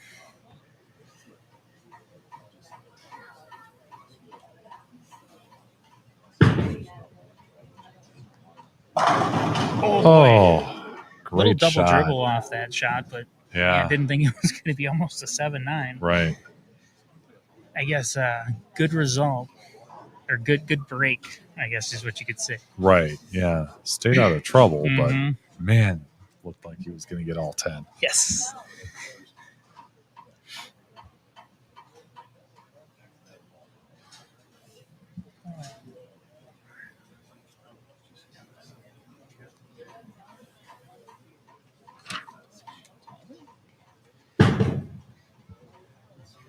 I think, what was it? Mike was plus 515 is what I said earlier. Do you have that piece of paper over there, maybe? I've got a lot of them Yeah, sitting you do. around. Yeah, so- there's game 8. Yep. So, game 8. Yeah, Mike Weir's was plus 518, and he led the field by 110. I mean, so That'll do. Yeah, if anybody's going to get back in this match, it's going to be Mike. You know, Mhm. he scored well all day. He won every single match he bowled. So this would be the only one he loses if Ron can find a way to continue to strike and not give him a chance. Yeah. And we saw him pretty early on. I want to say maybe 2 or 3 games in. Bowled a nice game here on 7 and 8. And we'll see what he's got in the second half of this championship match. Oh, boy. He did not like that off his hand. Missed a little right. Yeah. Not looking good for No. Mr. Weir's. No, he's probably going to need some help. He's going to need some help. Yeah. He's going to have to find a way to strike on the left lane, which he hasn't done yet. Oh, we got another teammate behind us here. You want to know what we're going to ask you? No, you don't do that on live. Really? Yep, because I know what you're going to ask me. What are you going to ask? Don't worry about it. Really? Yep. I know exactly what you're going to ask me. I'd bet some significant amount of money. I know what you're going to ask me. Why, did you see my text? No, did you message something on here? No, we're trying to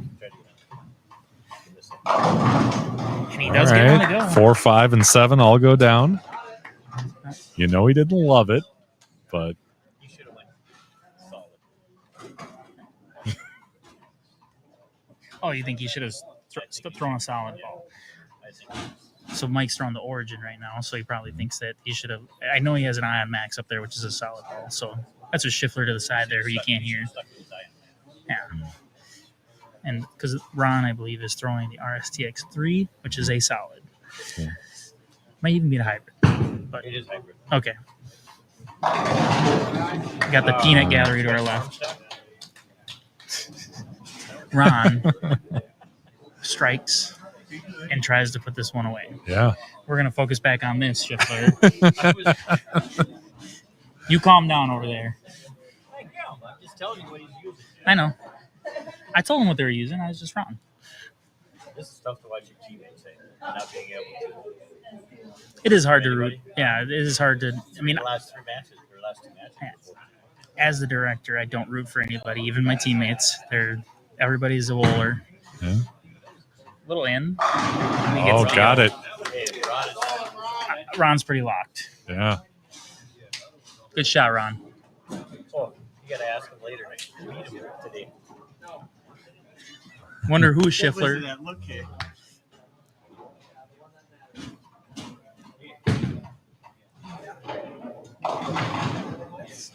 Well, I think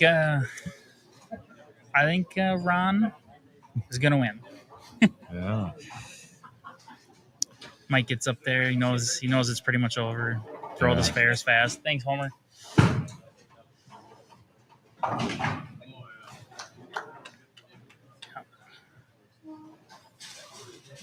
So we did shift. I don't know. You probably told people about the prize list, but we did shift it a little bit, $5 here or there. So Okay. Ron will end up winning $310. Oh, And, okay. Yep. Weirs will still take home $250. So.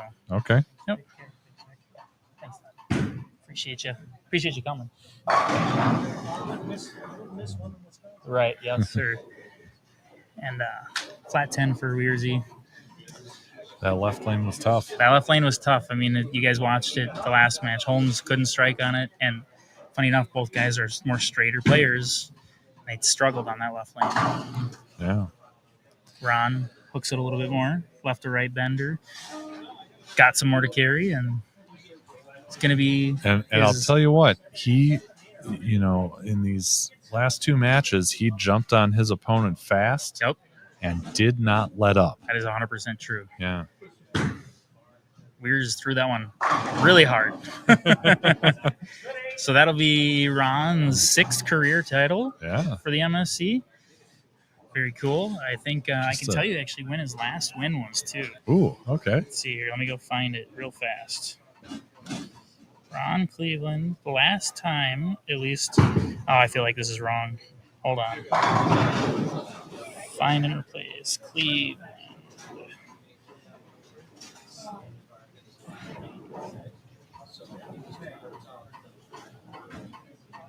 So his last win, I've got as May 21st, 2017. Oh, okay. I don't think he's double checking here. Yeah, so it's been 8 years since his last title. Wow. Okay. Yeah, very cool. Yeah. Good moment for him. His son is here. Yep, Thomas Cleveland. Hi, Thomas. Thomas is over there. I'm waving at him.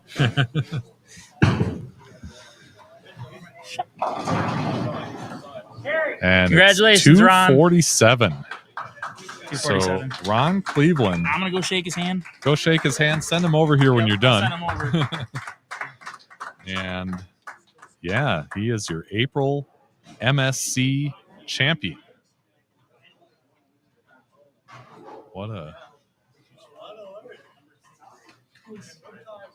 That's a great performance.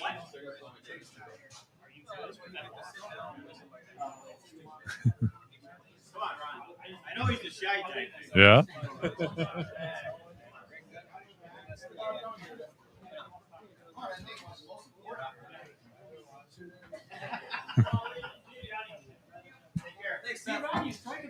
You betcha.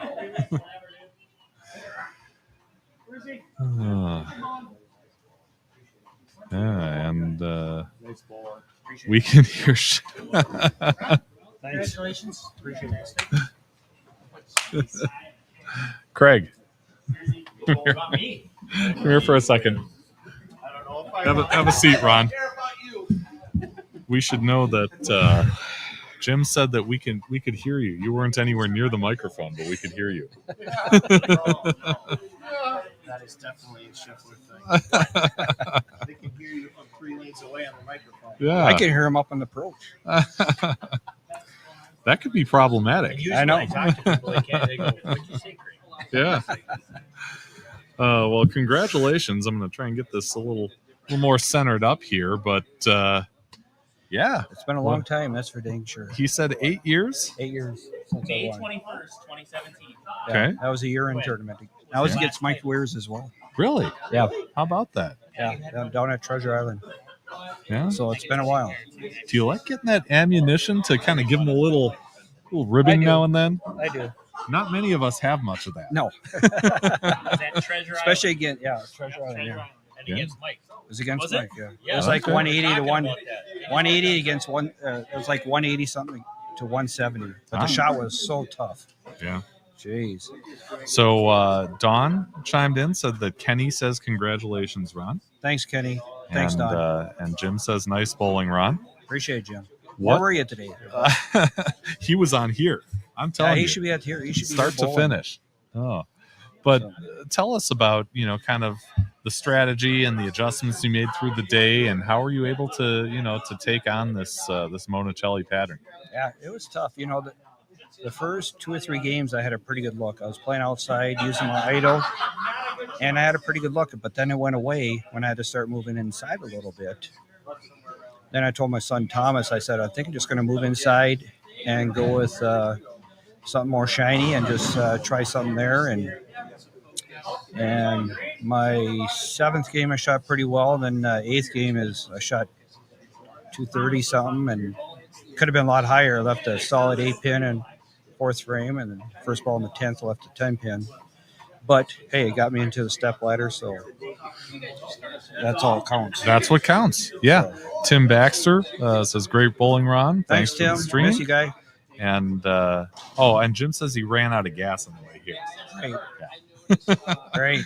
Thankful for that though, because you caught the Yeah. stream the whole time. That's right.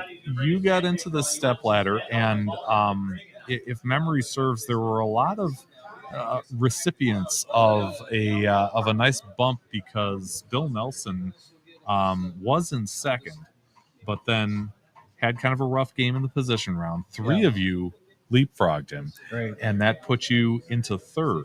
Right. So you get into this step ladder, and you're getting loose off to the left. What are you thinking as you get into this semifinal match?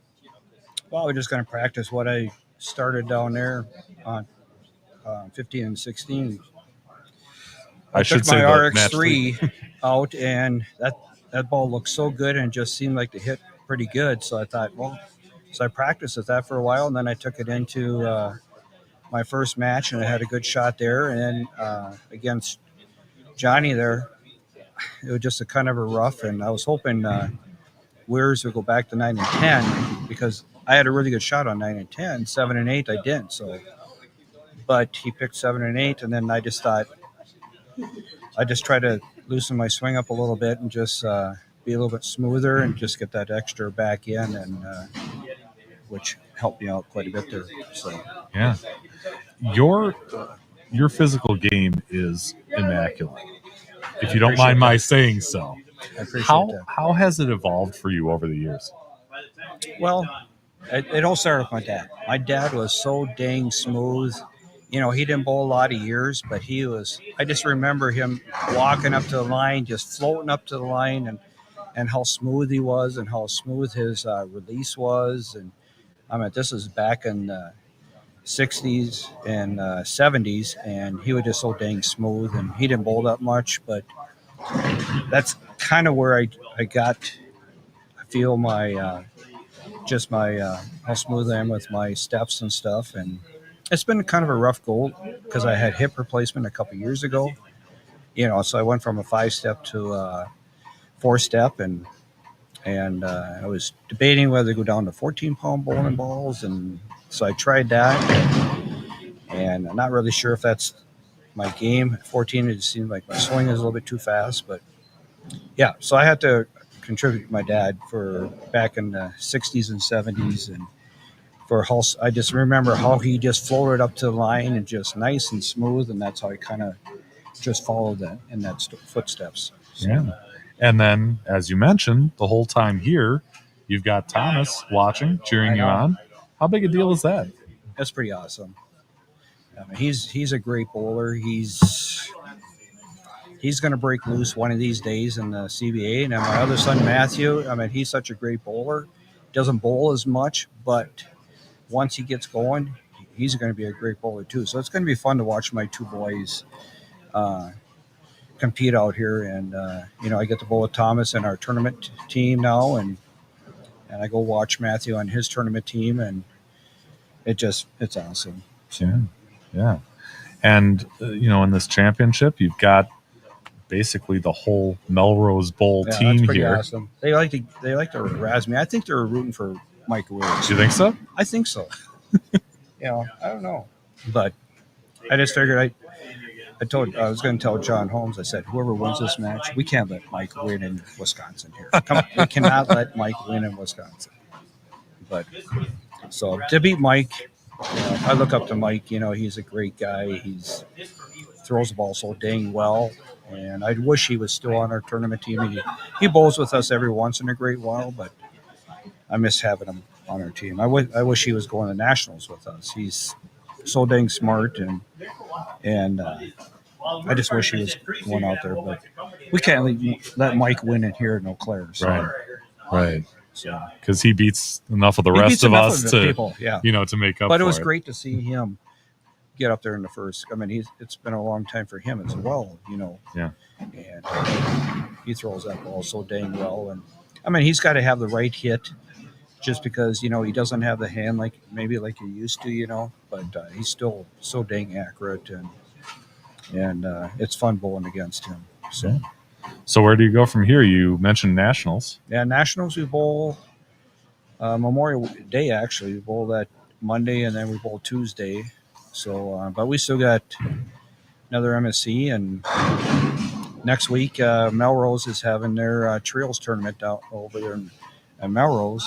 So that'd be kind of fun to go out there. I bowl with my two boys, so that's always fun. Yeah. So.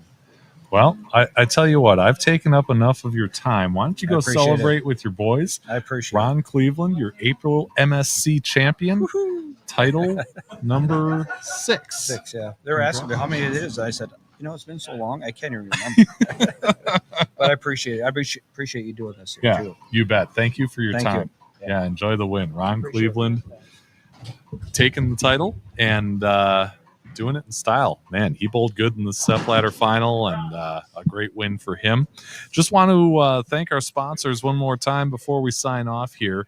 JMO's in Faribault, Minnesota, ISO 300 Pro Shop, Big Lake, Melrose Bowl, Melrose, Minnesota, runs teammate Craig, who's still around. That's his and his family's place. Wizards Pro Shop with Don King and Kenny Hollitz. And Soundwaves from CJ Boyer. Thank you so much. Really appreciate the support, everyone. It's certainly allowed me to do this, and I hope you enjoyed the live stream. Maybe we'll do it again sometime, but for now, this is Andrew Pfeffer, Bowling with the Pfeff at Wagner's Lanes in Eau Claire, signing off. Have a great week, everyone. Thank you for watching Bowling with the Pfeff. Pound the like button and subscribe button. It's the easiest way to support the channel, and it's free. Bowling with the Pfeff is brought to you by Chip Magnet. Raise your snack standards. Jerry's Score More Bowling Supply inside Wagner's Lane. So Eau Claire, Wisconsin area's leader in bowling products and services since 1988. And Visionary Video Hub. Video with impact. Email bowlingwiththepfeff@yahoo.com with questions or to appear on the show. You can also reach out on your favorite social media platform.